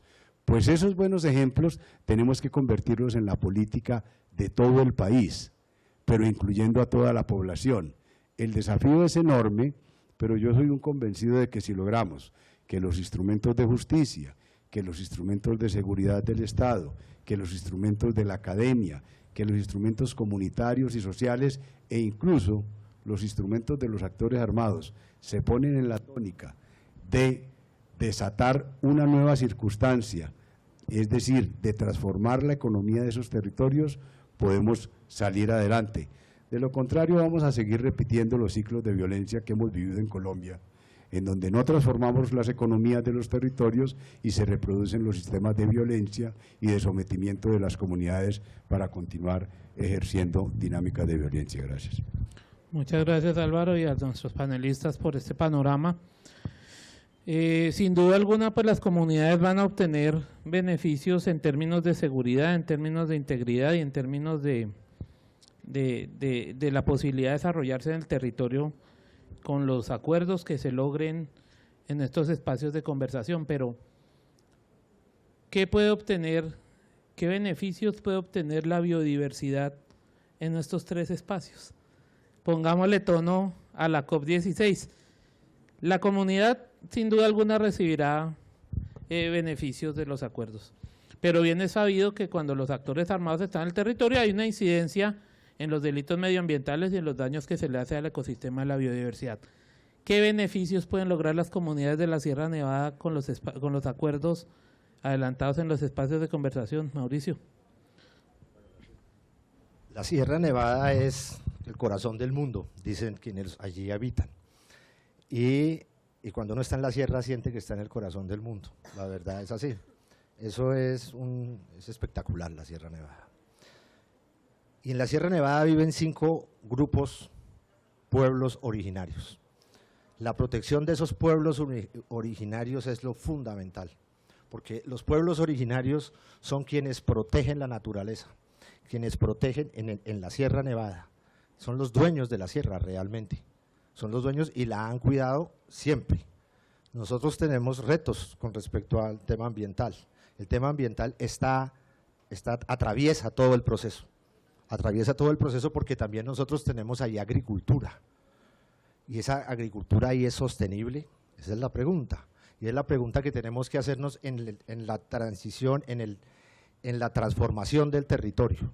Esa es la pregunta. La pregunta es, nosotros podemos tener una gran sostenibilidad económica con el tema turístico sin cuidar el medio ambiente. Eso es hoy imposible. Como es imposible hacerlo sin agua, que Santa Marta no tiene agua y Santa Marta no tiene servicios públicos básicamente. Santa Marta no tiene petar, la contaminación llega directa al mar. Digamos, ¿es posible transformar ese territorio hacia la paz así? Entonces, esas son las preguntas son el agua, la pregunta es la seguridad de la gente, la pregunta es la protección de los pueblos originarios, porque si queremos proteger la Sierra Nevada tenemos que empezar a proteger a los wiwas, a los cogi, a los aruacos, a los cancuamos. Digamos, esa tierra, ese mundo, digamos, ese mundo, el tema de la biodiversidad, el tema medioambiental, atraviesa absolutamente toda la transformación del territorio y atraviesa absolutamente todo el proceso, digamos, y es un tema que está en la conversación. Entonces, pues la esperanza es que ese corazón del mundo tenga paz, viva sin violencias, pueda proteger lo que hoy protege la Sierra de los huracanes a toda Colombia, lo siga haciendo y siga, digamos, manteniendo con una vida mejor para todo el mundo, porque lo importante es que la gente viva bien, la gente no vive bien, que viva bien, que pueda tener riqueza y que pueda vivir armónicamente con el paraíso que allí está. Senadora. Bueno, en el cañón del río Aburrá, como yo le digo, porque no es un valle, realmente es un cañón, uno de los conflictos ambientales más difíciles de gestionar es la contaminación atmosférica. El cañón hace que 2 veces al año estemos en crisis atmosférica, porque no circula el viento. Y en alguna de las conversaciones con las estructuras surge la idea de más los temas ambientales como una salida cuando se les pregunta qué quisieran ustedes hacer, qué les gustaría hacer. Y muchos de ellos lo que dicen es, me gustaría que los chicos, no ellos, están condenados a muchos años, la mayoría, a muchos años de cárcel. Me gustaría que los chicos se dedicaran a temas ambientales. ¿Cómo hacer para que no respiremos tan mal en Medellín?, preguntan. Entonces, más que un asunto propiamente de biodiversidad, sí es un interés que surge en todos los actores, incluidas las personas privadas de la libertad. Hay un interés genuino por los asuntos ambientales y creo que eso está llegando al corazón de muchos espacios, de muchos procesos, incluso con la posibilidad de que se dediquen a la siembra de árboles, de que ellos mismos gestionen acciones ambientales en territorios como el Valle de la Aburrá. Pero también otro asunto que es trascendental en el proceso y es que la mayoría de los barrios informales del Valle de la Aburrá, la mayoría de los barrios irregulares de Medellín, de Bello, de Itagüí menos, poco menos, están controlados por las estructuras. Y son esos barrios los que no tienen acceso al alcantarillado, no tienen acceso al agua potable, los que no tienen vías, los que no tienen manejo de basuras. Son esos barrios que son controlados por las estructuras los que están cada vez ampliando la frontera urbana. Y van más allá en esa zona que debería dejarse para conservación, que está básicamente en los límites que tiene ya la zona del Valle de la Urrá, en La Estrella, en Copacabana, porque se está expandiendo la ciudad. Nosotros no tenemos hacia dónde crecer por ser un cañón, y ese control que se tiene de las periferias pues ha hecho que no se expanda la ciudad. El papel de las estructuras armadas también es la contención de la expansión de la ciudad. Y eso es poderosísimo, porque es con lo que hemos luchado muchos ambientalistas. La expansión de la ciudad se está comiendo los bosques que pueden refrescar el aire que nos está ahogando en las ciudades, y es un papel de protección de esa biodiversidad, de protección de corredores ecológicos. Yo creo que hay una tarea enorme por hacer, hay un diálogo todavía difícil de establecer, de dejar corredores ecológicos al interior de las ciudades, de establecer esos corredores, y así como protegemos ese libre tránsito de la ciudadanía, pues también protejamos el libre tránsito de la biodiversidad. Esos corredores ecológicos para los que se ha dado muchísimo dinero no se han podido conservar por no tener acuerdos claros con esas estructuras que llegan, y no hay ambientalista que se le pueda amarrar a un árbol en Medellín, pues si de frente está la amenaza de las estructuras. Si no tuviésemos esa amenaza, por supuesto que podríamos hacer una tarea más potente los activistas ambientales de proteger esos corredores urbanos tan difíciles, porque no solo tenemos que enfrentar las estructuras, sino sobre todo a las grandes cementeras, tenemos que enfrentar a las grandes constructoras. Las estructuras y las constructoras son las dos amenazas más grandes que tenemos en las ciudades para defender la biodiversidad. Senadora, muchas gracias. Y pues se acaba de unir Fabio Ariel Cardoso Montealegre, bienvenido. Fabio es el coordinador de los representantes del Gobierno Nacional designado por el presidente en el espacio de conversación sociojurídico con las estructuras de crimen de alto impacto de Buenaventura. Fabio es abogado, tiene estudios en Derecho Administrativo y Constitucional, Criminología y altos estudios jurídicos, Derecho Internacional Humanitario y Resolución de Conflictos. Fue concejal de Cali, también gestor de Paz y Convivencia del Valle del Cauca, entidad que se transformó en la Alta Consejería para la Paz y los Derechos Humanos, que actualmente es la Secretaría de Paz Territorial y Reconciliación. Ha dedicado su vida al estudio, la investigación, la promoción y la defensa de los derechos humanos y el derecho internacional humanitario. Álvaro. Bueno, muy breve, porque quiero que escuchemos la situación de Buenaventura y aprovechar la llegada de Fabio. Pero yo quiero anotar lo siguiente, miren, el Centro de Investigaciones y Educación Popular, que es el CINEP, ha acabado de publicitar un estudio sobre la afectación generada por la presencia del Clan del Golfo y la minería en la destrucción del río Atrato. Pero igualmente uno podría decir lo mismo del río Quito, que es un río bellísimo en otra época y que hoy está totalmente destruido por la explotación aurífera. Pero podría también hablar de Andagoya, ¿sí?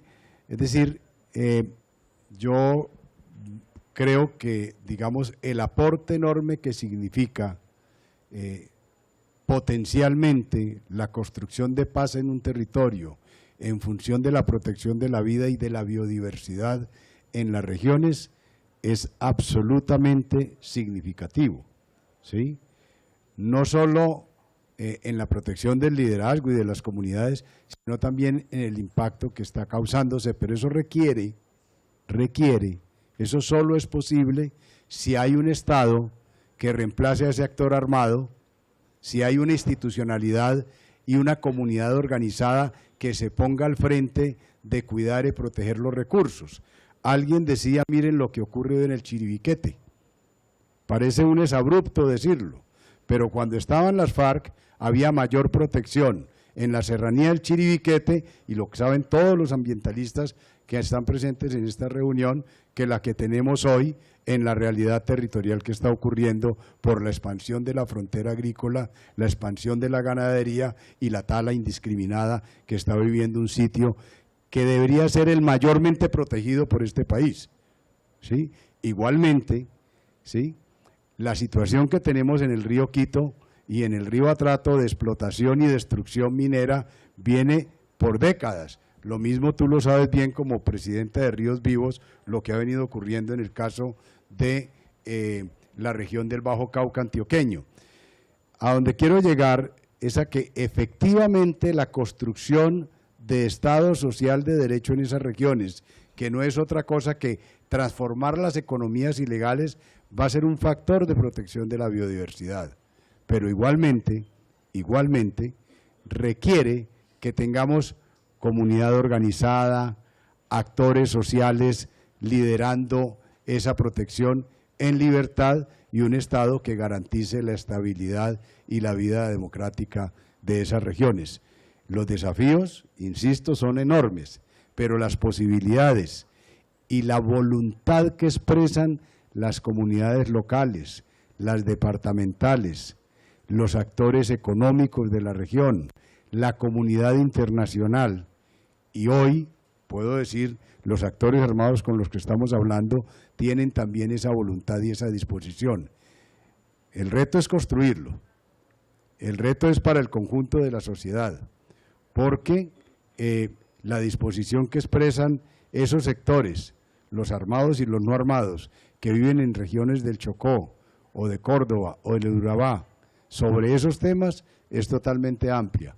Nos están poniendo el planteamiento y nosotros tenemos que decidir como país, como sociedad, como instrumentos estatales, si avanzamos en esa dirección o no, y el desafío es de esa dimensión y los retos nos plantean la necesidad de mucha imaginación, pero también de mucha responsabilidad con la situación del liderazgo social, pero también de la biodiversidad y de la construcción de institucionalidad democrática. Entonces, no sé si… Bueno, Fabio, ¿qué papel juegan los actores armados y la comunidad en la transformación territorial de tu espacio? ¿Cuáles son las potencialidades de ellos? Y por último, ¿qué gana la biodiversidad con los espacios? Buenas tardes. Excusas por la tardanza, pero se conjugaron un poco de factores. Después le explico al jefe. Yo creo que la mayor tensión que existe, no solamente en Buenaventura, sino en todos los esfuerzos de paz que estamos haciendo en Colombia, es que hay unos actores armados, unos actores criminales que le apuestan a moler el Estado, a debilitar mucho más el Estado. No son ni antisubversivos ni antiestatales, son unos actores que florecen, se fortalecen en medio de la confusión, de la dificultad y de la ausencia de instituciones que le ofrezcan y que le otorguen derechos a las comunidades. Hay un Estado que no es capaz de ofrecer seguridad, de ofrecer bienes públicos a las comunidades, y estos actores pretenden hacerlo a través de acciones criminales. Estamos en esa tensión. En la medida que se establezcan procesos conjuntamente con las comunidades, en la medida que nosotros podamos enrutar Buenaventura en un proceso de paz urbana, en esa medida estamos nosotros fortaleciendo también las instituciones. No es posible hacer paz si no se hace desde la institucionalidad. De consumo, por supuesto, con las comunidades. Entonces, estamos en esa tensión en Buenaventura. Por eso estamos proponiendo a la sociedad de Buenaventura que empecemos a construir una urdimbre de acuerdos en procura de concretar un gran acuerdo regional y nacional por la paz de Buenaventura. Esto significa que una agenda que estamos nosotros construyendo en la mesa de diálogo, una agenda que apunta sobre todo a la reducción de las violencias existentes en Buenaventura, o por lo menos a unas violencias que nosotros hemos priorizado, que son las violencias que más causan dolor a esas comunidades. Estamos hablando del uso y utilización de menores en el conflicto, estamos hablando de la extorsión, que es un delito extendido, que afecta las condiciones económicas de la sociedad en su conjunto, porque no solamente la extorsión opera en los barrios de Buenaventura, sino también en el sector comercial. Estamos también insistiendo en la importancia de la reducción de los homicidios, pero a partir de la definición de una política de seguridad que atienda esta etapa de transición y no solamente a través del acuerdo que existe entre las estructuras para reducir los homicidios. Pero también estamos nosotros promoviendo una cultura de paz y de no violencia en Buenaventura. Este acuerdo, esta agenda que tenemos nosotros y que estamos construyendo desde la mesa, solamente es posible concretarla si el conjunto de la sociedad de Buenaventura la asume como propia, si la impulsa, si la promueve en los territorios. Ahora mismo, por ejemplo, estamos nosotros intentando que cada uno de esos puntos de la agenda nuestra sea asumida por sectores sociales en Buenaventura y se convierta en una agenda de transformación. Por supuesto que en toda esta realidad subyace una realidad socioeconómica en Buenaventura muy dura. Este es un pueblo que se concreta a partir de procesos migratorios esclavistas, en donde los dueños de la tierra estaban ausentes, vivían en Popayán, vivían en Cali, y así fue creciendo comunidades que llegaron de las cuencas de los ríos y se instalaron en el territorio, y fueron reproduciendo muchas de las costumbres rurales en el casco urbano, y a partir de allí se construye una cultura sincrética con influencia de chinos, extranjeros, alemanes que llegaron a Buenaventura, y posteriormente ocurre el tema de la construcción del puerto.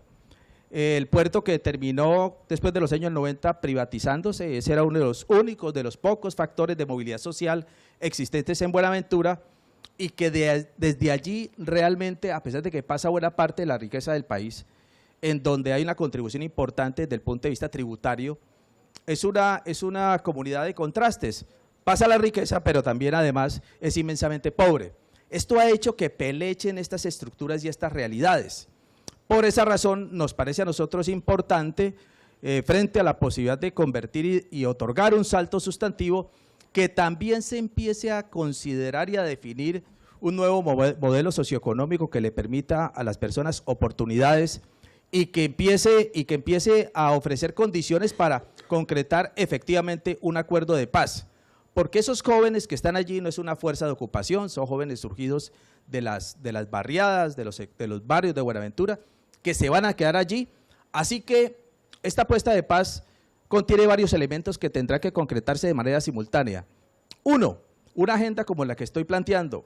Dos, un proceso de transformación territorial a partir de la actividad, de la intervención del Estado, de las instituciones, de consumo con las comunidades, en donde podamos nosotros impactar algunos territorios que tenga estos efectos expansivos, que la paz sea realmente la bandera, que sea el derrotero, que sea el relato que todos podamos acompañar y seguir, y sobre todo que podamos nosotros dar el tránsito hacia una sociedad de derechos. De los elementos importantes para terminar, y me perdonan un poco el desorden, es nosotros lograr que en Buenaventura se levante el confinamiento, que castiga a las comunidades, que permite que estas comunidades tengan como horizonte tan solo la cuadra, que no tengan derecho a la movilidad, a la ciudad, por la existencia del control territorial por parte de las bandas. Es decir, ahí estamos nosotros intentando, conjuntamente con los distintos sectores, estamos asociados con Jóvenes en Paz, para que estos Jóvenes en Paz, a propósito de este pabellón, sea una especie de cascos azules, en donde puedan trasegar por el conjunto de la comunidad sin que tengan ningún tipo de restricción. Vamos a derrotar esas fronteras invisibles, haciéndolas visibles y sobre todo tomando la decisión de ganar el derecho a la ciudad. Esto, por supuesto, como resultado de un gran acuerdo y de un proceso que sea alentado con las voluntades distintas de los sectores sociales que conforman el mosaico social en Buenaventura. Gracias. Fabio, muchas gracias. Entonces, características, derechos de las comunidades, Estado de Derecho, institucionalidad. y garantizar la integridad de la población. Beneficios que traen estos espacios. Se extendió la charla, hubiéramos podido charlar mucho más tiempo, el tiempo es corto en estos espacios. Le agradecemos a toda la comunidad que nos siguió vía streaming y a los asistentes de acá, muchas gracias.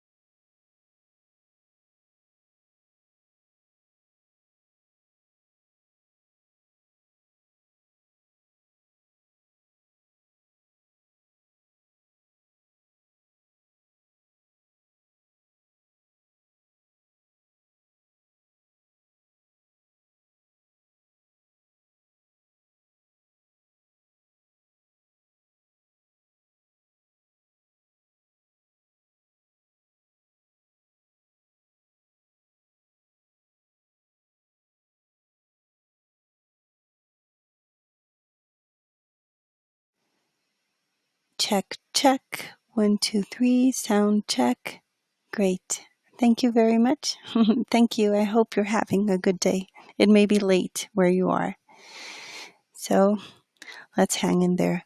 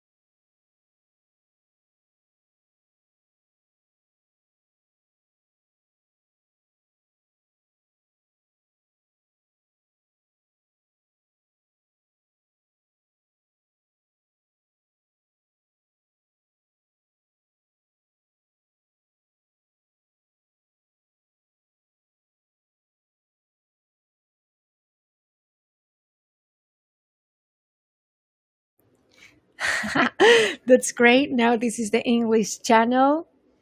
1, 2, 3, 4.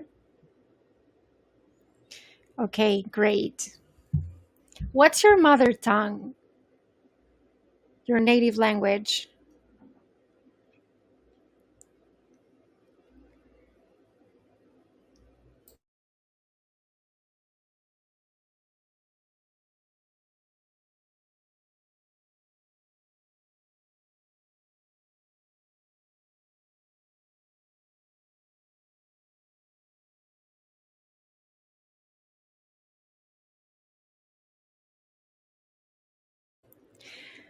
Привет, Janice. Как дела?